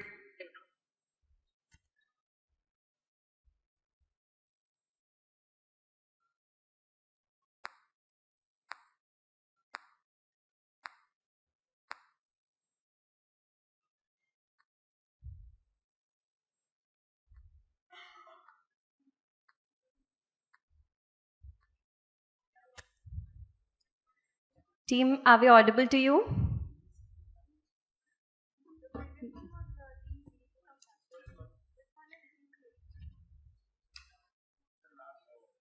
This is Team Creatives from NMIMS Mumbai. Team, are we audible to you? Yes. You may start the presentation now.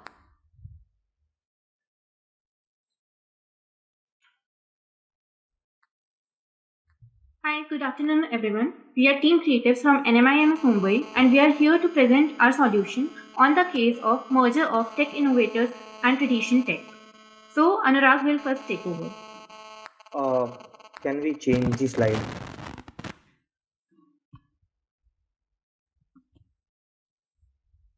Okay.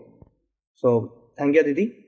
Now, to understand on how to solve these cultural differences, let us first analyze the culture of both this organization and the potential challenges that it may bring in this merger. Talking about tradition tech, it focuses more on stability and as a hierarchical structure where the information of decisions are given by the top management. On the contrary, tech innovators has a creative and laid-back culture, has a flat structure which promotes risk-taking and experimentation, and also celebrates individual achievements. Talking about potential challenges, we have identified three major challenges. First is communication and collaboration issue. Talking about tradition tech, it has a hierarchical communication where the decisions are taken from the top management. And tech innovators has a flat structure where collaboration is fostered. So it would be difficult for tech innovators to give up on their creativity and freedom. At the same time, it would be difficult for tradition tech employees to adapt to that flat and open workspace. Second is cultural integration. When I'm talking about cultural integration, I mean to say the indecisiveness in power. Tradition tech has a very formal culture with clear division in authority, and tech innovators has an informal structure which focuses more on achieving its goals through collaboration and new innovations. Third is decision making, and this could lead to conflicts, confusion, and delays in result, as tradition tech has an established chain in command where orders are simply flowed from the top management, and tech innovators has a decentralized decision making, and there is a gap, potential clash and gap between them. Now, to understand and how to solve these problems, I would like Nishan to take over and explain Porter's 8-step model. Thank you, Anurag. Coming to the HRM strategy for the merger, we would like to utilize the Porter's 8-step model to approach this. First step is to create urgency. We have to convey the importance of the merger, benefits and possible trade-offs for the merger, and also the do-or-die attitude has to be instilled within the organization. Second, we need to form an A team. Both the organizations have star employees, as mentioned in the case, and star performers. A team comprising of star employees from both the organizations has to be formed, and they have to be the eyes and ears of the management during the change. Third will be to create a change vision and mission. Forming a change vision and mission statements go a very long way in helping to mobilize the crowd and the employees towards a common goal. Fourth will be to create a effective communication strategy for the change and mission and vision statement. Tradition tech and tech innovators both need to align, understand, and implement this mission and vision. Fifth will be to eliminate barriers. Any organization has positive and negative elements in its system. Some supporting this merger and some who are not supporting the merger. Understanding and eliminating very negative elements in this setup will go a very long way in creating a long-term impact, though it might not sound very good.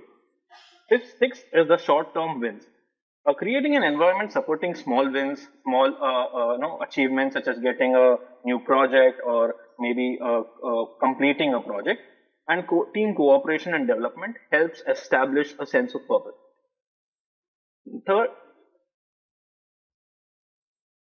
Seventh will be building on these small wins, which we talked about in the previous step, can be built up to a huge amount of change in the organization and in bringing about the change in the system.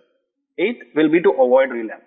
Any change management steps even though carried out, has always a risk of relapse, wherein differences can emerge. tradition tech and tech innovators both feel a little insecure about their place in the organization post the merger. Hence, relapse can happen.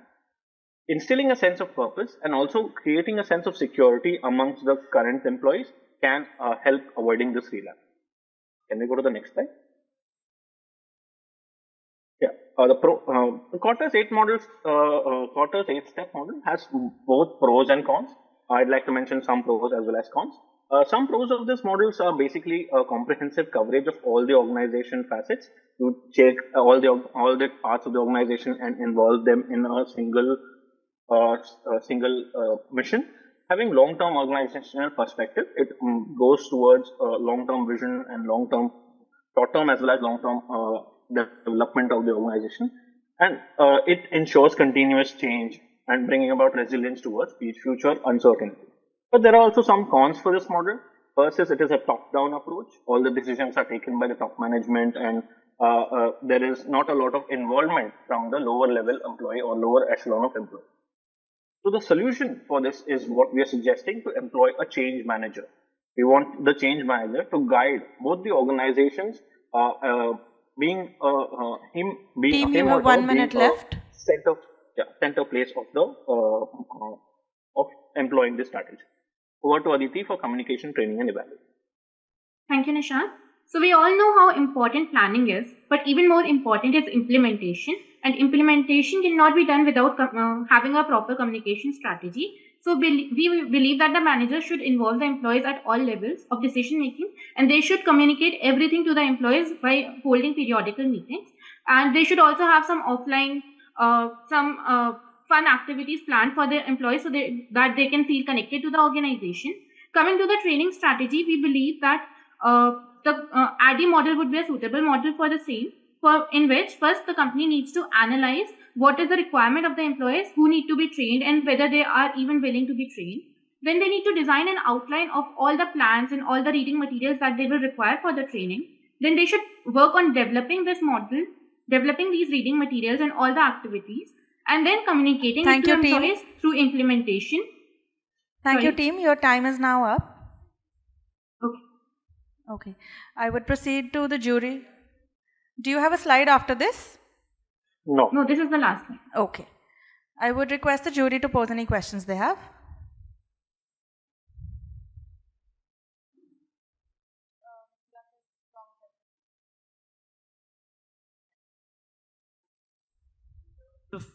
It's working, it's working.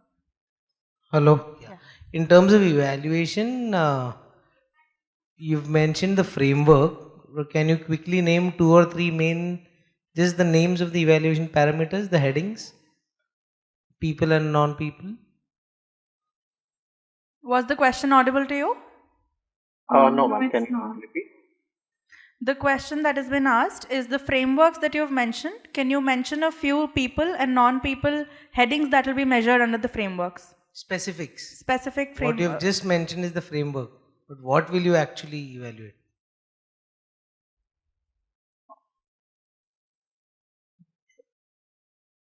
How will you define that it's successful or not successful?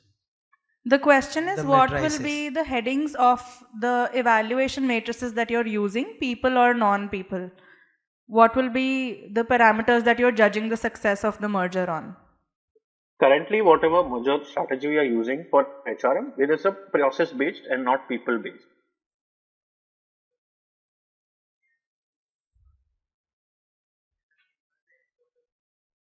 Another question by the jury. Okay, go ahead. Yeah, I would like to add to the evaluation of merger strategy. So we also found out about Kirkpatrick model. So in which we will first analyze the reaction of the employees, whether they are fitting into the organization or not. Then we will check whether the training strategy we implemented would help them in learning the new ways of the organization. And then we also check whether the behavior of the employees is changing with time, because there is also geographical disparity which we need to address. And in the end, we will check for the results, whether the training we provided through our ADDIE model worked or not. And the next question by the jury is that the entity that is formed post the merger, according to you, where is it based out of? Where is it headquartered? Sorry? Can you repeat? I'm sorry. The question posed by the jury is the entity that is formed post the merger. According to you, where is it headquartered? I think it is somewhere in North America, Mr. Sampi. Okay. So, question from me is, you spoke about to measure the change in behaviors. So, I just want to know what behaviors you would measure. Okay. Both the different organizations have a specific set of behaviors in terms of following processes, in terms of understanding who to report to or who to take decisions for. So that behavior is quite different as compared in each of the organizations. There's a clear hierarchy. There's one person who you report to, one person who takes a decision. While in the tech innovators, it's not the case. It's a flat structure, so everybody takes a decision, or whoever takes their own responsibility and takes the decision. So merging the two will be difficult, but as one of the organizations have a higher employee count as opposed to the newer one, so we would like a combination of both the behaviors in the new organization is what the change manager also should strive towards. Lower down having a more flat structure, while the top having more hierarchical. Thank you. Okay. Thank you, team. That was a wonderful presentation. Now, I would request the next team, Team Eklavya from IMI New Delhi, to begin with their presentation. Yes, Team Eklavya from IMI New Delhi. Team, am I audible to you? Yes, you are, Shruti. Okay. Are you ready? Yeah, sure. Okay. You may begin. Shall we start? Yes, please go ahead. Okay, sure. Good afternoon, jury. We are Team Eklavya. So we'll start with the analysis for the case. Straight away jumping onto the cultural differences between the two organizations, that is Tech Innovators and Tradition Tech Limited. For that purpose, we are using Hofstede's cultural dimensions model. We will not be diving deep into all the dimensions, just mentioning few. For example, taking power distance as dimension. As for Tech Innovators, as they are flat organization, they are low on power distance. For Tradition Tech, as they value hierarchy and the decision making is also centralized, therefore there is high power distance.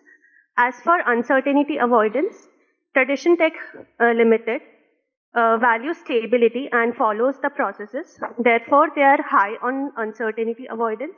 As for Tech Innovators, as they encourage risk-taking and experimentation, therefore they are low on uncertainty avoidance.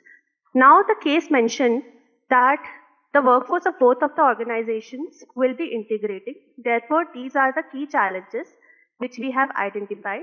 First being talent retention, as there might be the state of confusion and anxiety might grow. Therefore, employees might not want to continue with the organization after the merger. Then organizational restructuring. Deciding the hierarchy and span of control can also become difficult. Third being cultural integration, as we have already discussed that a culture of both of the organizations is quite different. Therefore, this could be one of the biggest challenge. Next being policy integration, as both of the organizations follow different structures and processes. Therefore, deciding onto the compensation, benefits, leave policies, and etc. might also become very difficult. Next slide, please. So this is the HRM strategy that we have come up with. We have used Kurt Lewin's 3-step model for this strategy: unfreeze, implement, and refreeze. We've divided this into 4 phases, starting from 0 months to 1.5 years. The first phase is communication. We'll use this phase to identify where we are at and where we want to go with this new entity. So we'll introduce the vision and mission of the company to all the employees via leadership town hall and videos. We'll measure matrices like employee engagement, employee satisfaction, what the values are currently, what the concerns of the employees are. Then we'll Internal communication channels we'll utilize would be regular updates through emails. We'll have a dedicated section on internet. Then we'll talk in detail about external section. We'll explain the rationale for merger to all employees and how it benefits them. And then we'll communicate the expectations from leadership to employees and vice versa. We'll also use pulse surveys through chatbots like Amber and communication of new organizational structure and leadership in this phase. The second phase would be defining. We'll develop a framework for the changes in policies and practices.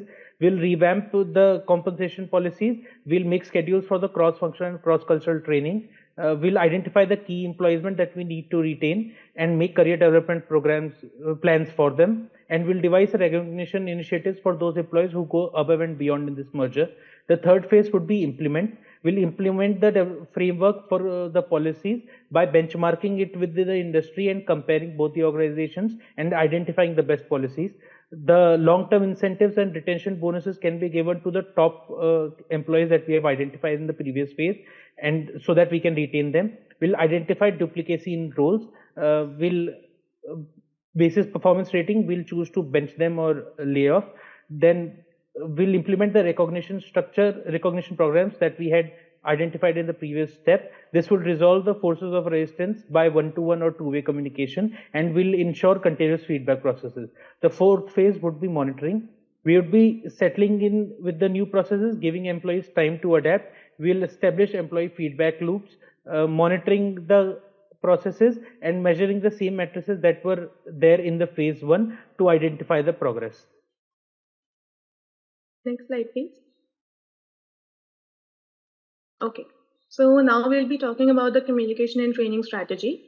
Since the internal communication has already been discussed by Siddharth, I'll be focusing more on the external communication plan that the company would be entailing.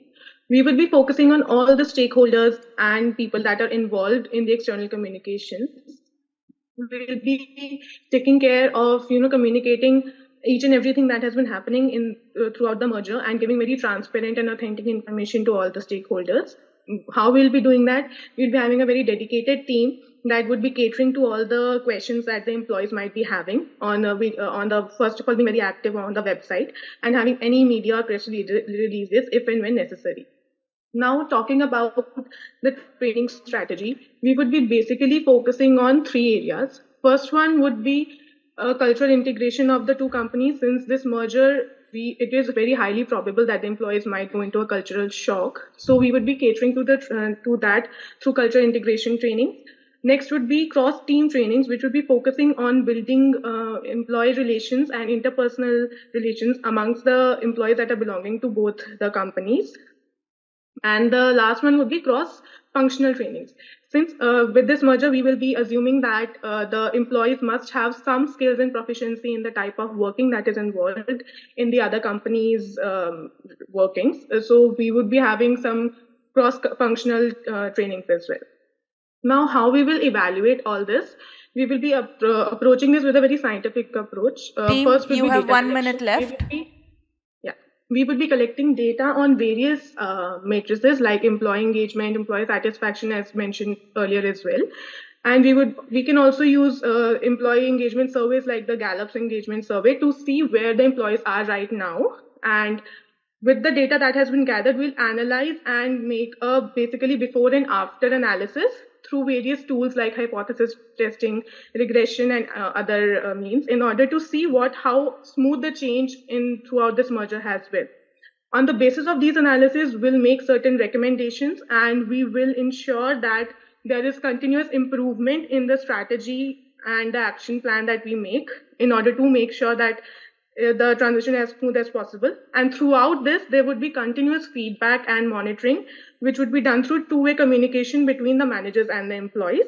And we will take continuous feedback from the employees and we will be communicating our own action plans throughout this change, which would be done through focus groups, discussions, and again, periodic matrices.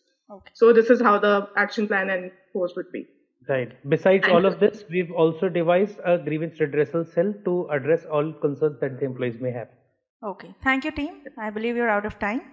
I would now pass on to the jury for the questions.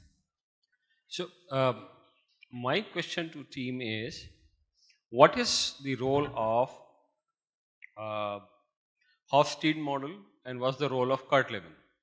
Why you are using two models? Sir, the Hofstede cultural model is used to identify the cultural dimensions, right? So we were supposed to compare the culture of the two companies, and we use the dimensions in the Hofstede cultural model because it is widely applicable and widely used. So we use that for cultural comparison. And for Kurt-Lewin's three-step model, we used it as an overarching change management model to define what the phases will target at during the change management process. I like your answer. Thank you.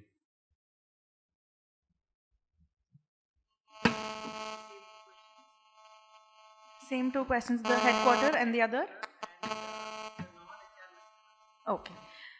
So the question that the jury has posed for you is, firstly, the entity that is formed post the merger, where is it headquartered at? According to you, as per your assumption, where is the entity headquartered at?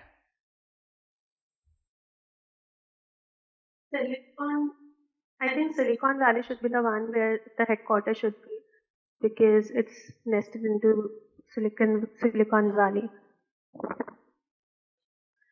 Could you repeat the reason why you think it's in the Silicon Valley? As both of the organizations are integrating, and the Silicon Valley is anyways the technological hub, and so we are assuming that both of the organizations are merging because of the technology integration and technology exchange. So for that reason, I think Silicon Valley should be the one. Okay.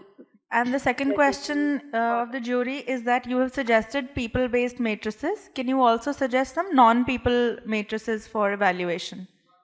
One or two if possible. Yeah, so just the names would also work.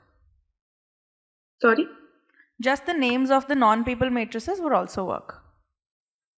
So if we are not focusing on the people matrices, we can focus on the operations of the company that would be entailing. So basically, how the supply chain is looking and what is the lag and lead time in all these operations, and what is the efficiency of the products and services that has been offered by the company. That could be some of the matrices that we can focus on. Then we could also focus on financial matrices, like before the merger, what was the cost incurred, after the merger, what is the cost incurred, and then we could compare if we have improved significantly or not.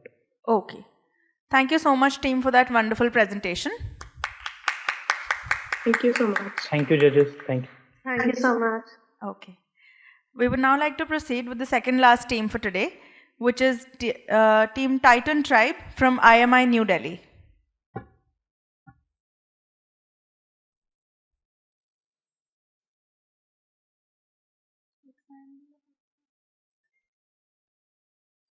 I'm sorry, I believe the Team Titan Tribe is from XIMB.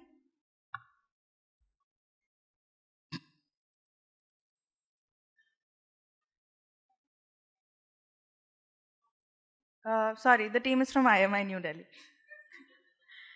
So they've put our photo. Okay. Team, are you ready? Yes, we are ready. Okay.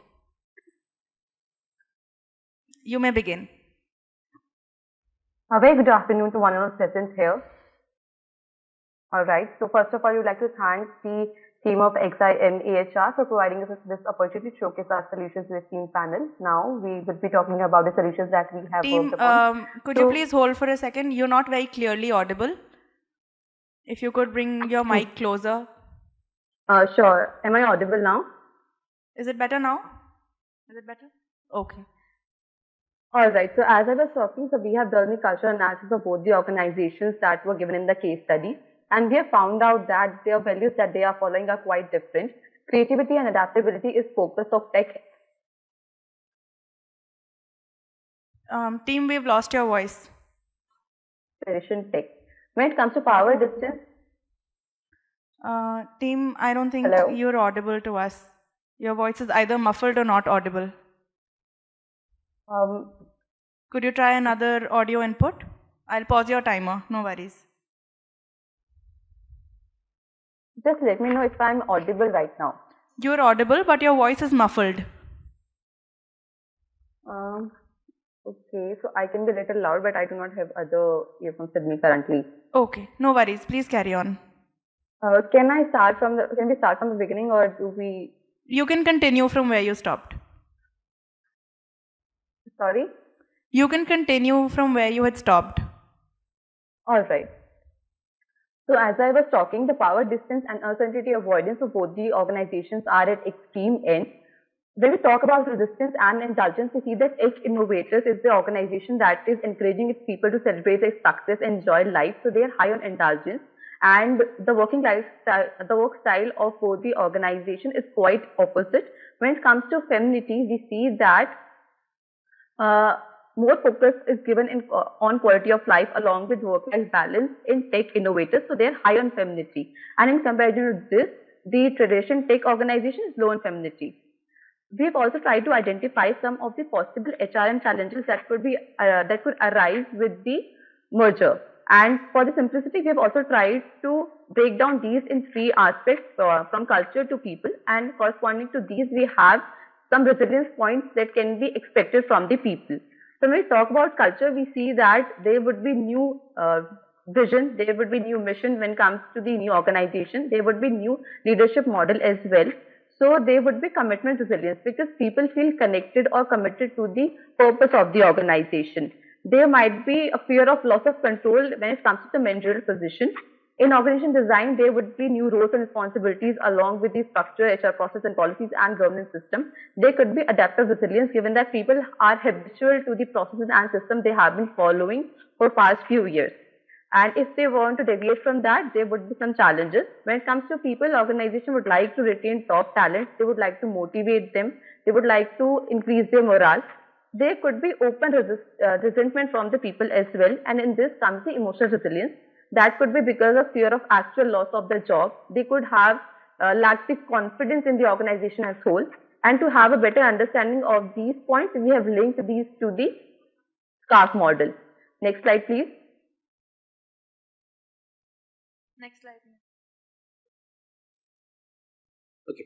So as we know, HR plays a pivotal role in merger of these dimensions. So we present our comprehensive HRM strategy that addresses the few key challenges of cultural integration, talent retention, communication, and change management. Taking inspiration from the Kurt Levin's three-stage model of change, we have structured our strategy in 3 steps of diagnosing the current practices in both companies, setting priorities for the merged organization, and hardwiring change in it. So, coming to our first point of cultural integration, we recommend engaging external consultants for impartial assessments of cultural current practices. We must identify specific cultural gaps that may hinder the integration process. Importantly, the company should create internal task forces responsible for designing and implementing cultural artifacts such as a new vision, mission, values for the merged entities. Second, the HR team should use focus groups and surveys for diagnosing the communication challenges. The department should implement training programs to enhance communication skills and promote cultural integration across the merged organization. They should use a variety of communication channels to reach employees, such as including emails, town hall meetings, and employee newsletters. Third, coming to talent retention, the most crucial part, the HR team should conduct talent assessments, hold one-to-one meetings, and create tailored incentives to retain key employees. They should benchmark their compensation and benefit policies against the industry peers by performing training need assessments, designing targeted training, and encouraging cross-training and cross-skill diversification. They can create a culture of growth and retain critical talent. Fourth, lastly, for an effective change management, our recommendations are assess change readiness through surveys, interviews, and focus groups, analyze cultural impact and evaluate leadership influence on change management behaviors, establish smart change objectives and create customized leadership training for effective change management.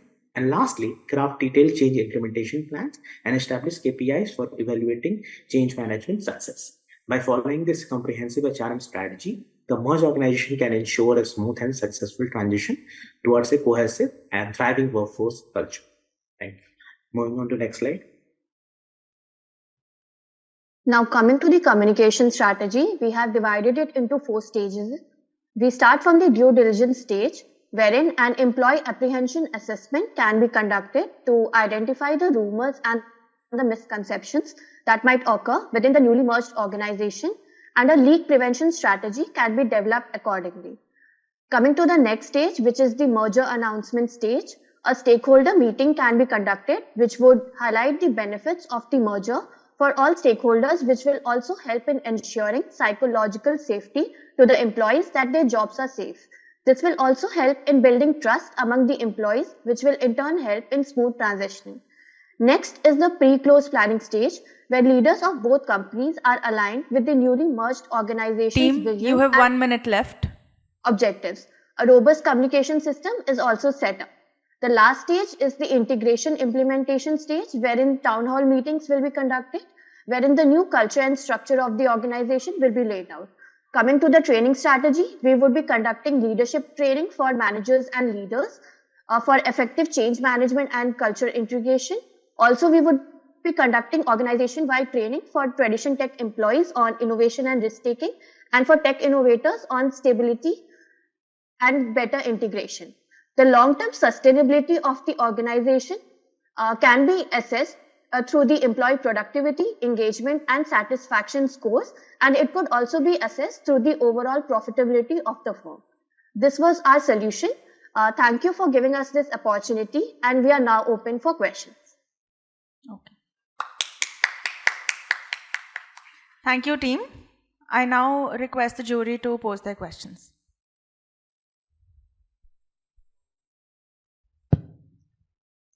You have presented a scarf model. Who devised that? You, your colleague.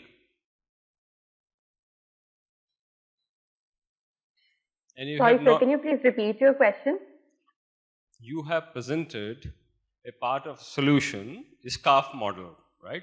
Yes, sir. Situation, certainty. Who devised that? Who gave that model you are asking about? Yeah. If none of you guys have done that model, then it is academic dishonesty not to attribute this model to the person who devised that. If you have not done that. It was given by David Rocker, I believe. So where is his name? Why it was the way you attributed to Kurt Lewin, why it was not attributed to him? I take this very seriously, madam. You have not attributed, that's a proprietary model devised by him. The least could you do is attribute this model to him. I have no further question.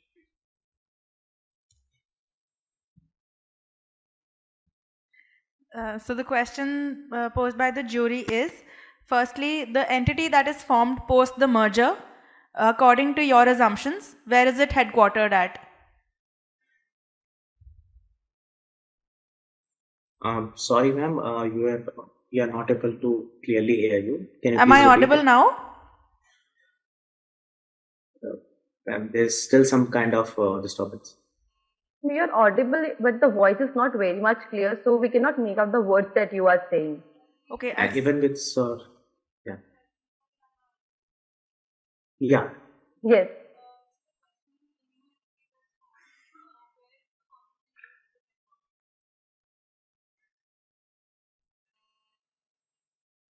So, as we can recall, the headquarters were not probably yet decided, because one company is headquartered in California in US, and the larger one, and another company is headquartered in Europe. So, if we can assume, let's say, it will totally depend on the kind of vision they have for the merger entity, and especially it's such as tech company and tech capital of the world, as we know, is in the San Francisco, the Bay Area of California. So we believe the company might get its headquarters in San Francisco, California itself, LA. But I mean, it totally depends on the direction of the company, but it can keep a corporate headquarters there and a regional corporate office in Europe as well. Okay.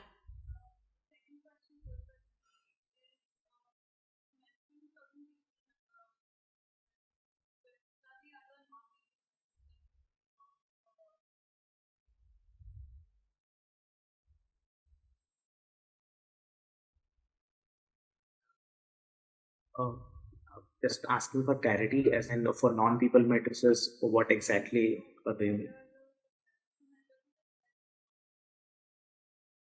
Okay, so about different parameters. So, okay.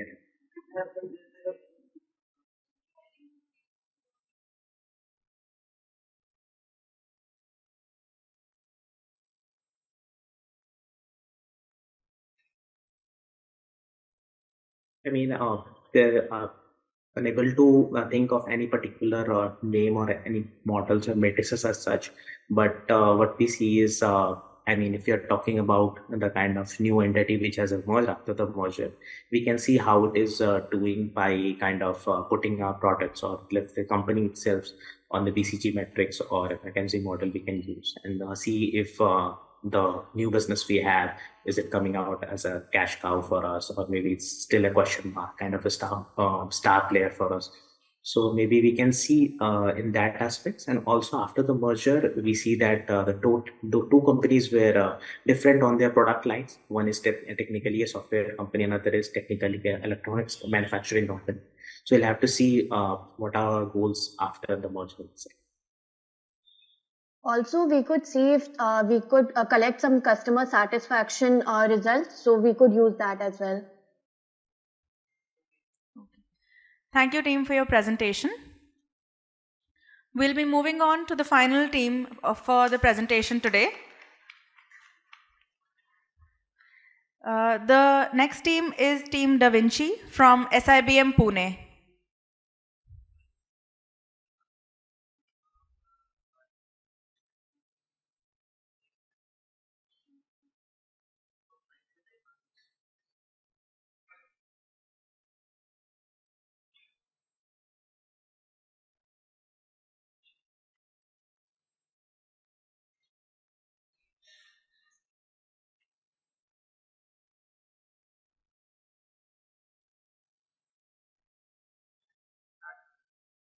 Team, are you ready?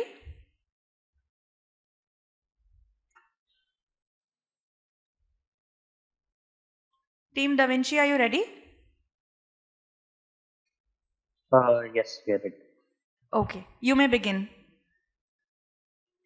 Okay, you'll be controlling the slides from your end. Yes. Okay, sure. Thank you. So, good evening, judges. This is Team Da Vinci from SIBM Pune. My name is Nabil Akhtar, and due to some unforeseen circumstances and academic engagements, my teammates are not able to join us today. So, today I'm really excited to share with you our journey through the merger of two giants, which is tech innovators and tradition tech. It isn't just a merger, it's a transformation. So, let's delve into the potential clashes and understand the organizational structure of these two companies. So first what we did was we mapped the potential synergy between the two companies and the areas where the potential clashes could arise, which moves us towards the need for a meticulous strategy. So merging tech innovators' innovation-driven culture with tradition tech's structured approach presented its own challenges, such as informal versus formal, risk-taking versus stability, and hierarchy versus a flat organization. Our merger strategy, some of the key areas which we could identify for potential challenges were cultural clashes, job security concerns, as is very evident when you're having a merger of two companies, as well as leadership and employee concerns. Hence, our merger strategy is based on 5 pillars: cultural integration, talent retention, effective communication, change management, as well as long-term sustainability. Each pillar is essential for the success of our transformation. Next slide, please.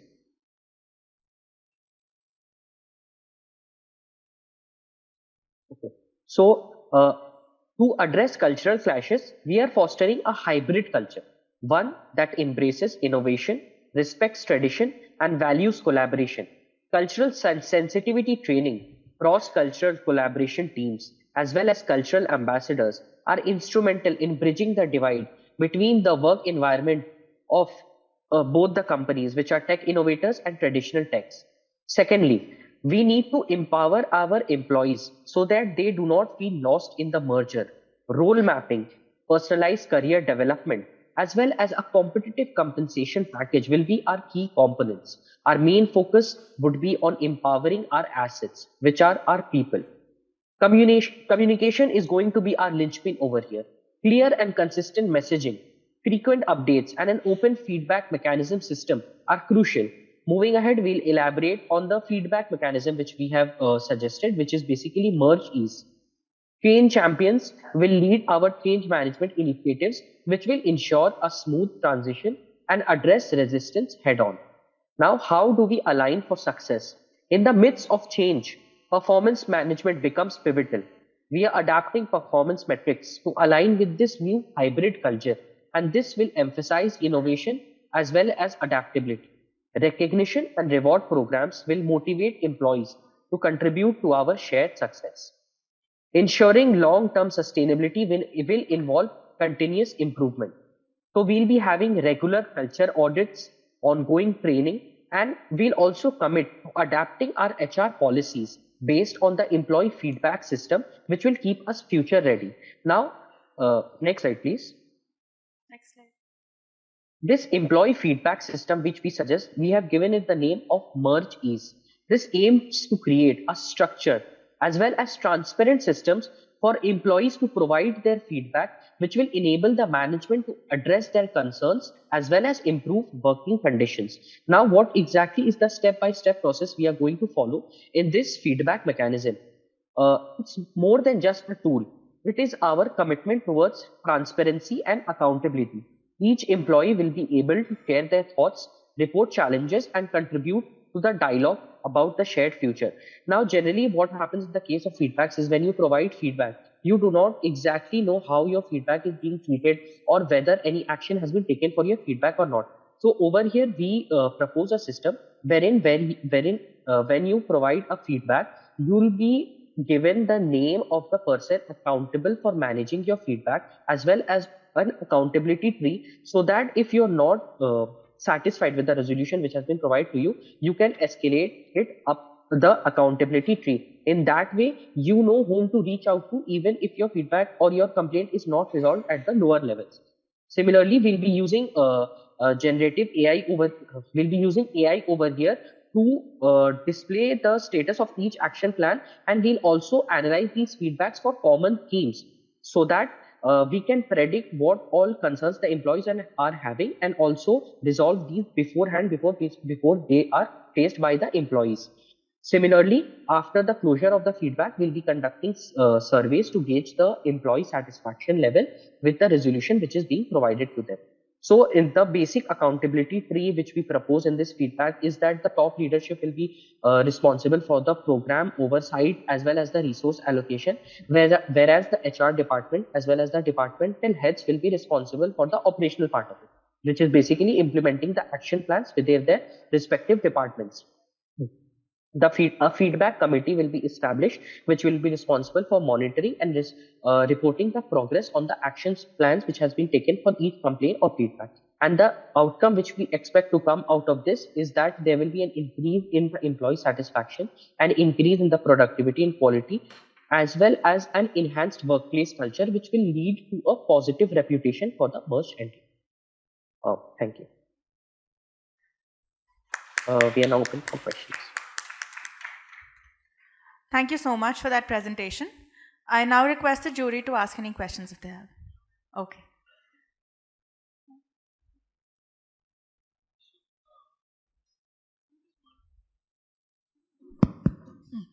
In this merger, who's calling the shots? Which organization? Sorry, sir, I could not actually hear you because of that. Am I audible to you? Yeah, you're audible. So the question asked by the jury is, in this particular merger, which of the two entities is calling the shots? Which has the upper hand?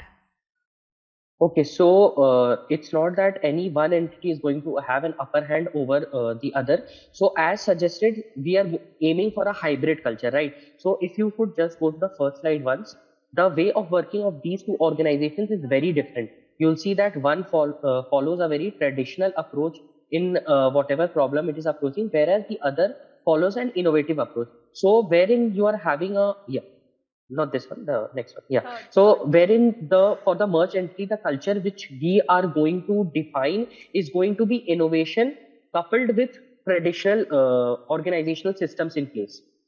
So it's going to be a merger of equals rather than one organization having an upper hand over the other. But have you worked before? Before MBA, have you worked before? Do you have a previous experience? The jury is asking if you've previously had any work experience. Yeah, I have actually worked in a corporate organization. Right. So in reality, this is what happens. Equality happens.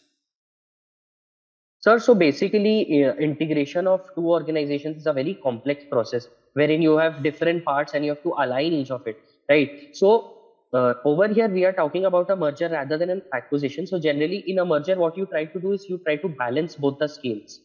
There are going to be hiccups along the place. So that is why some of these measures which have been suggested is to ease the transition process.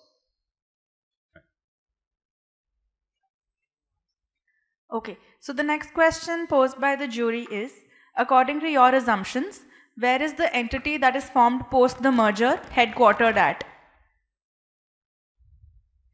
So basically, like we have the headquarter of the entity can be in a place where it is able to access more clients.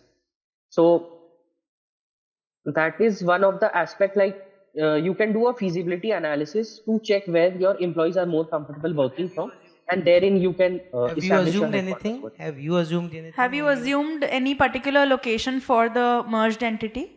For the entity that is Not formed? per se, like we have not arrived at any Okay. particular location. No worries. The second question posed by the jury is that you have mentioned some people matrices to analyze the value and evaluate the success of the merger. Can you also name certain non-people matrices? If you could just give the points of evaluation that non-people matrices you will be using. Some non-people metrics you're saying, right? To evaluate the success of the merger, yes. So basically, like if you are merging two companies, you'll be having a look at their P&L, you'll be having a look at their balance sheet. So these are some of the features which you can look at. But primarily because this was suggesting a merger based on the people side, so we have focused more on how employees can be well integrated into the merger entity. Okay. Thank you so much for that wonderful presentation. Thank you. With this, we wrap up the case study competition. I thank our jury members for taking out the time and taking such a keen interest in thoroughly evaluating each and every team, and the students for being so patient throughout the process. I would also thank everyone for contributing for today's event. The students are required to stay back while we take a short tea break for 10 minutes. Yeah. Welcome back, everyone, for the closing ceremony. We are fortunate to have with us Mr. Prem Singh, President, Group HR, JK Organizations, and National President, NHRDN, for the valedictory ceremony.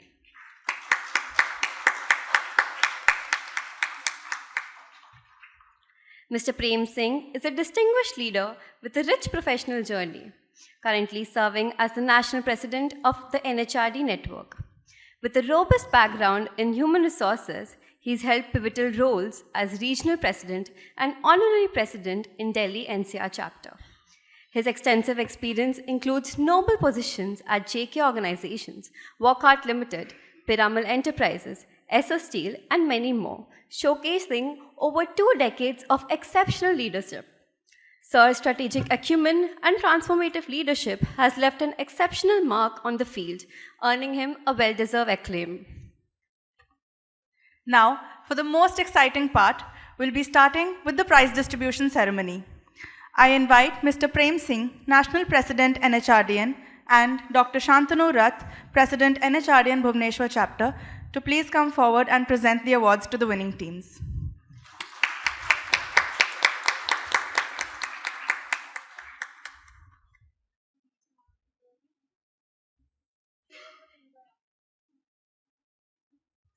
We are delighted to announce that we have 3 special prizes called the Bravos.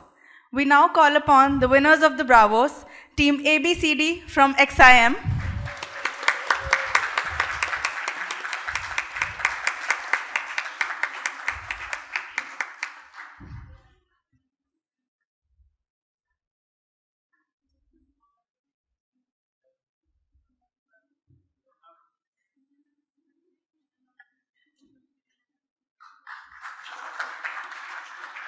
The members of the team are Akanksha Verma, Akhil Mathur, and Neha Shukla.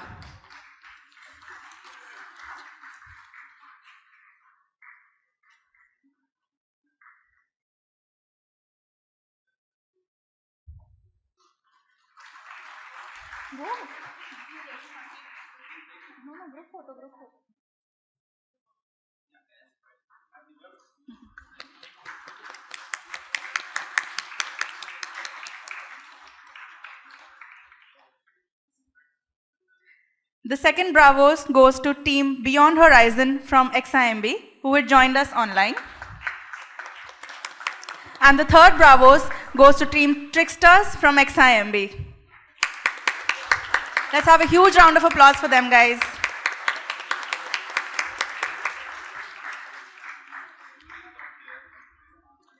The members of Team Trickster are I. Akash, Ananya Jaina, and Sovan Kumar Parida.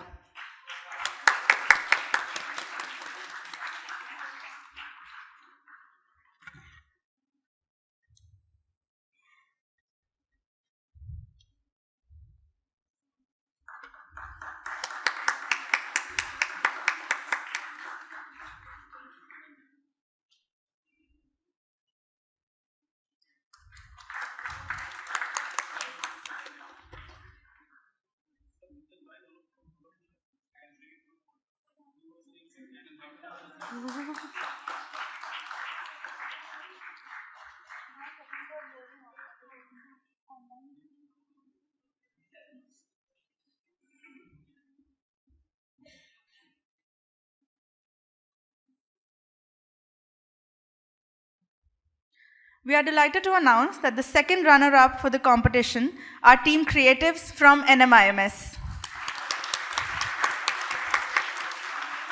Congratulations, team. We'll be sharing the certificates and the prize with you shortly. Next, we have the first runner-up for the event, which is Team Da Vinci from SIBM Pune.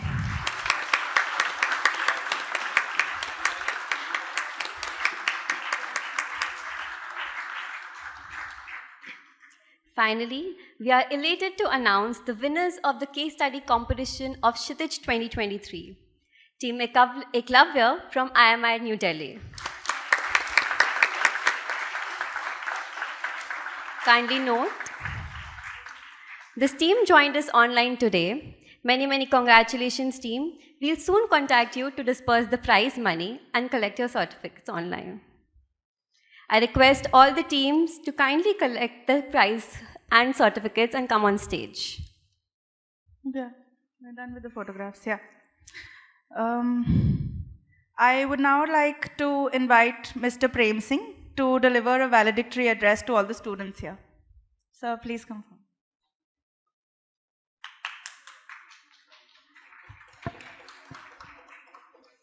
Good afternoon, everyone. Well, I can imagine the cold response. It's not your fault. You have been through the day, very tiring competition. But I expected a slightly more warm, slightly more Joshila response. After all, I'm in Odisha.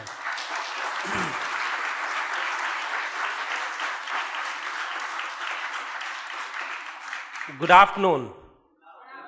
That's better. I think I have about 5-10 minutes, Doctor? Or 10 minutes, okay. So firstly, thank you very much for having me here in this event. My compliments to the organizing team, to all the volunteers, students, the planning team, particularly the National HRD Network team of Bhubaneswar chapter. Big compliments to all of you. And in fact, I was not aware that Bhubaneswar chapter has been doing such a phenomenal work for such a long period of time. I think they deserve a bigger round of applause. To all the winners, I would say congratulations, very well done, very well deserved. To those students who could not win, I would say don't lose heart. I would also say that those who have won the prizes today, they should say a big thank you to those who could not win the prizes, because agar wo na hote to aap bhi na hote.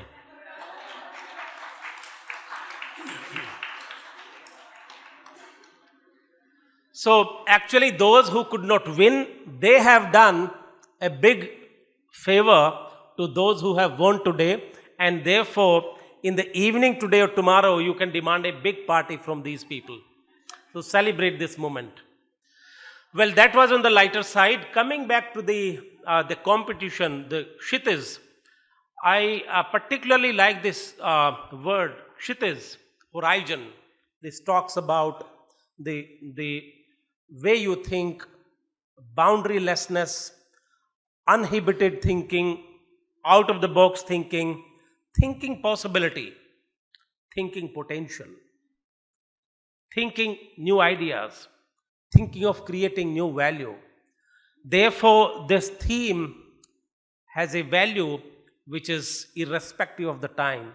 It is as relevant today as it would have been 5 years ago, and will continue to be so even after 5-10 years. So very happy. Compliments to the team who have conceptualized this particular theme. Very well done. With respect to why these things are important, because they bring an opportunity to each one to gain tremendous knowledge in a very short period of time. It's a process of learning. You don't learn only through yourself. You also learn through others. You learn by observing how others think, how others act, and therefore this whole experiential learning, the learning through observation is a very integral part of the learning process.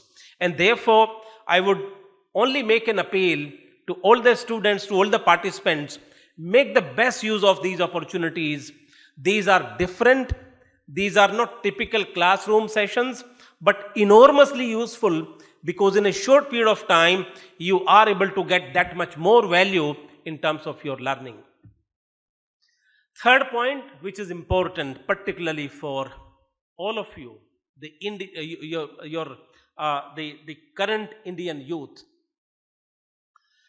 Just a while back, there is a big milestone India has accomplished, and this is the top 25 companies in America and outside America are now led by Indians or Indian Americans or Indian Europeans. Top 25 companies. If you put together the worth of these top 25 companies, that itself comes to something like $5 trillion, which is way beyond, way higher than the total GDP of India. Talk about the CEO of Google. CEO of Google is an Indian. Who is the CEO of Microsoft? Is an Indian. Who is the CEO of Adobe? Is an Indian. Who is the CEO of Channel? Is an Indian. Who is the CEO of World Bank? Is an Indian. Therefore, India today is in a very strong position. It's our moment. It's India's moment. The big advantage today we have as Indians, we are at 28.5 years in terms of our age. The median age of India as a country is 28.5 years. As a country, we are very young. All other countries, all other economies are aging. We have therefore a big advantage, and it is up to us to leverage that advantage, and that would happen only through 4 or 5 things, if you get those 4 or 5 things right.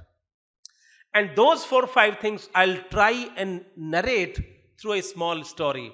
You like to hear a story? All of you have heard about this name, Michael Jordan. Michael Jordan. By the way, do you have that mic and mic? Ah, that's better. क्योंकि इससे ऐसा लग रहा कि there is something between me and you, which I don't feel very happy about. Yes, let me come closer. So Michael Jordan, my friends, had a very tough childhood. It was extremely difficult for Michael Jordan's father to make the 2 ends meet. One fine day, Michael Jordan's father, brings a shirt, very ugly looking shirt, and he says to Michael Jordan, Michael, can you sell this shirt for $1? Michael said, well, who will buy this shirt for $1? It's so ugly looking. Michael's father said, well, Michael, it is up to you. If you think you can, you will try and find ways and means of trying to make it happen. If you think you can't, either way you have decided, you will not do anyway. So Michael thought for a while, and as the luck would have it, he thought, let me give it a try. He washed the shirt, ironed it, wrapped it up very nicely in a paper, took it to a nearby municipal market, and after some haggling, after some time, he was able to sell the shirt for $1. The story does not end here. A few weeks later, Michael's father brings yet another shirt, and this time he says, Michael, can you sell this shirt for $20? Michael said, well, Dad, you are driving me crazy. How the hell it will happen? It was just $1 worth. He again repeated the same sentence. Michael, if you think you can, you will try to find out ways and means. If you think you can't, either way you have decided. Michael thought very hard, and he figured out that he has got a cousin sister who is a very good painter. He took the shirt to his cousin sister, and he got the painting of Mickey Mouse done on the shirt. He took the shirt to a place where there was a public school where the children of rich people used to come. And as soon as the school closed down, he held the shirt like this in front of the school. And as soon as the kids came out, every kid wanted to have that. I want to have that. I want to have that. The shirt went for $20 in no time. Friends, कहानी अभी और भी बाकी है. Few weeks later, Michael's father brings another shirt exactly similar, and this time the goal was much higher. Any idea? Any guess? 50? 100? One more guess? और थोड़ा आगे बढ़ो. $1,000. $1,000. She made the right guess. You can expect a recognition. So $1,000. So Michael's father said, $1,000. Can you sell this for $1,000? Michael said, Dad, you are driving me nuts. He again repeated the same sentence. If you think you can, you will try and find out ways and means. And friends, as the luck would have it, and as they say, कि अगर किसी चीज को शिद्दत से चाहो, किसी चीज को अगर शिद्दत से चाहो, तो कायनात भी आपको मिलाने में लग जाती है. You know, Michael started thinking very hard, and few weeks later, he realized that there was a newspaper notification talking about a very famous movie which was coming up for a premiere show. And the premiere show was happening in the town nearby where Michael used to live. And the premiere show was also being graced by the hero and heroine of the movie. He bought a ticket, went to the show, had the shirt with him, had a pen with him. And after the show was over, there was a press conference. Through the crowds, he made his way to the podium where the heroine was seated. He had a pen in his hands. He had a shirt in his hands. Guess what? He took an autograph on the shirt. In the management parlance, we call it as the language of value addition. With that value addition, the shirt went for $1,000 in no time. Coming back, same raw material, same person, exactly the same similar kind of a situation, but what was different? Since the goal was different, he acted differently. The point is, he did not limit his thinking to just $1. He did not limit his thinking to just to say that last time I sold it for $1, and therefore I can't sell it for higher value. He did not limit himself. He thought out of the box. He thought a possibility and he applied a solution which was contextual to the target that was set. Thought differently, expanded the horizon, did not limit himself, thought out of the box, deployed resources differently. Friends, many a times in life, what we achieve is dependent upon the kind of thinking that we have. My own personal learning has been, if you try and develop a skill of doing things, those which are difficult to do and those which are different, you distinguish yourself. Do things which are difficult to do and which are different. If you follow this mantra, you achieve excellence. Beauty is there is not a lot of competition there because very few people will do that. With this, once again, congratulations to all the winners. I wish you all the very best. Thank you.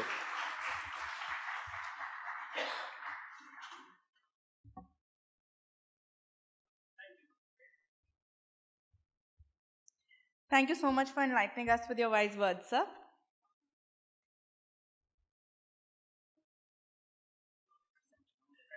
Sure. So there's a small announcement we have requested our national president to make, an offer which is very irresistible. I guess Prem will do that. The students. Sure. So friends, National HRD Network is the most credible and most innovative institution for HR in the country. It is at the forefront of HR movement in the country. It has had some very illustrious names like Dr. Uday Parikh, Dr. T.V. Rao. All the leading CHROs in the country have been at the helm of affairs. All of them are backing this institution. National HRD Network works very closely with the campuses, students, and all you need to do is to avail of all the value-added services which are in the form of mentoring, internships, coaching, developmental workshops, personality development workshops, skill building workshops, all kind of developmental initiatives. If you want to access those, all you need to do is just take memberships of an HRDN. It's not very expensive. For students, it is just 500 rupees. As a special waiver, I'm announcing a waiver of 20% straight away to everyone who avails of this, and you just take it.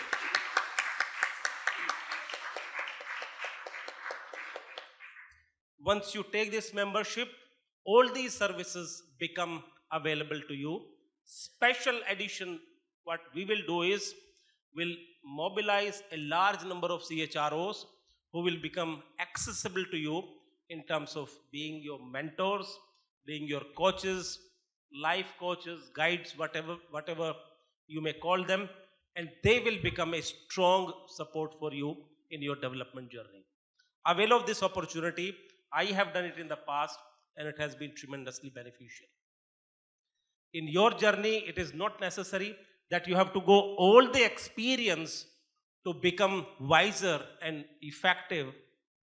You can also learn from the experiences of others, from the success of others, from the failure of others, and therefore that is where these relationships will help you.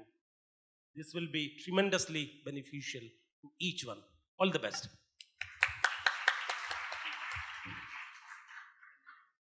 Thank you so much, sir, for presenting this wonderful opportunity to us. I now request Dr. Shubhra Patnaik and Dr. Kalpana Sahu to felicitate Mr. Singh with a small token of our appreciation.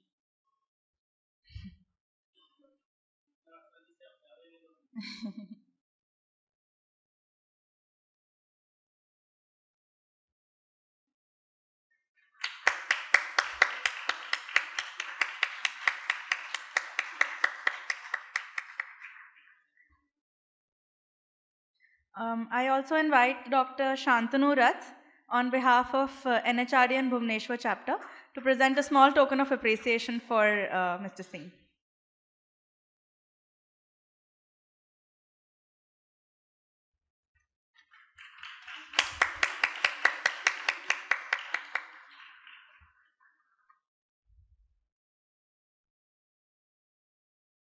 Thank you so much. We are now at the closure of Kshitij 2023. I invite Mr. Dwipayan Mishra, Coordinator, Zimar, the HR Association of the School of Human Resource Management, XIM University, to propose the vote of thanks. Over to you, Dwipayan.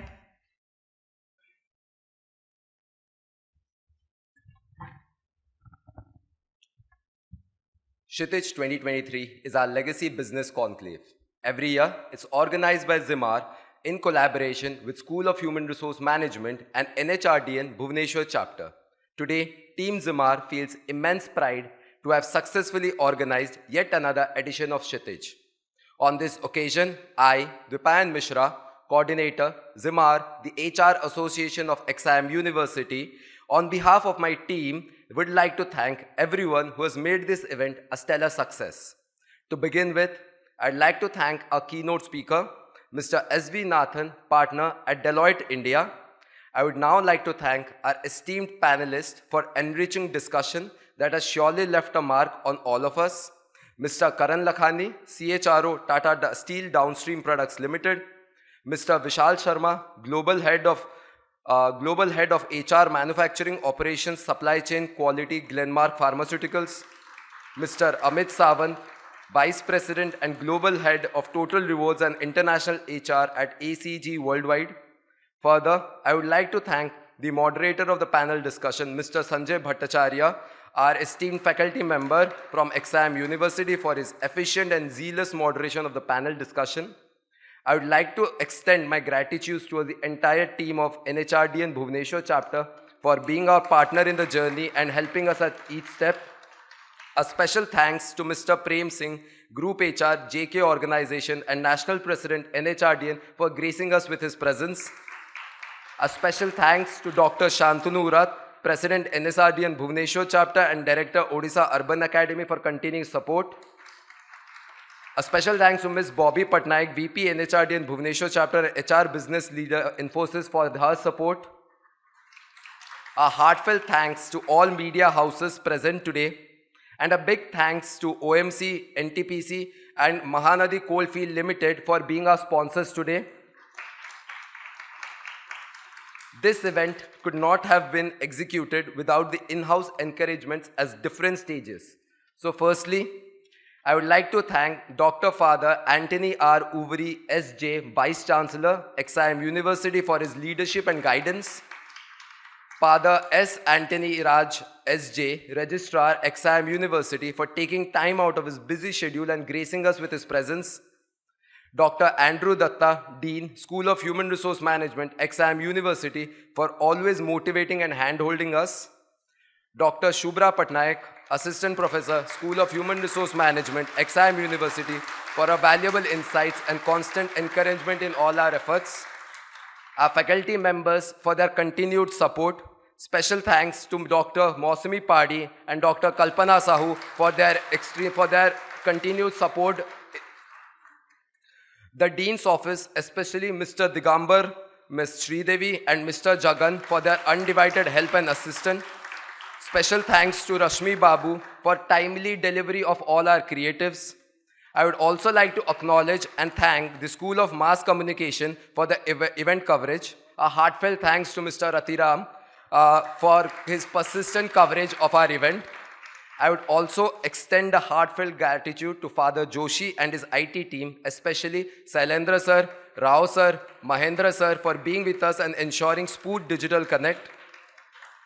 Bingraj sir and his team for infrastructure. A heartfelt thanks to Mr. Sanjay for supporting us in the event.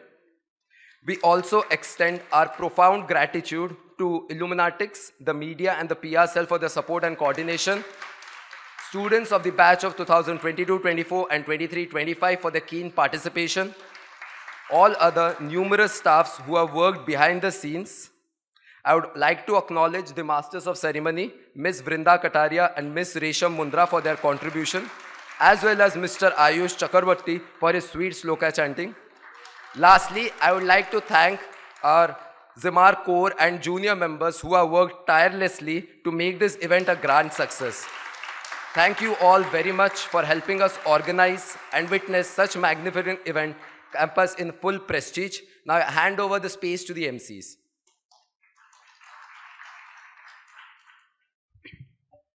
On behalf of Zimar, the HR Association of School of Human Resource Management, XIM University, I thank you all for being a part of Kshitij 2023. Your presence, enthusiasm, and positive energy helped us in making it a spectacular event. I thank you all for your cooperation, wishing you all a pleasant evening.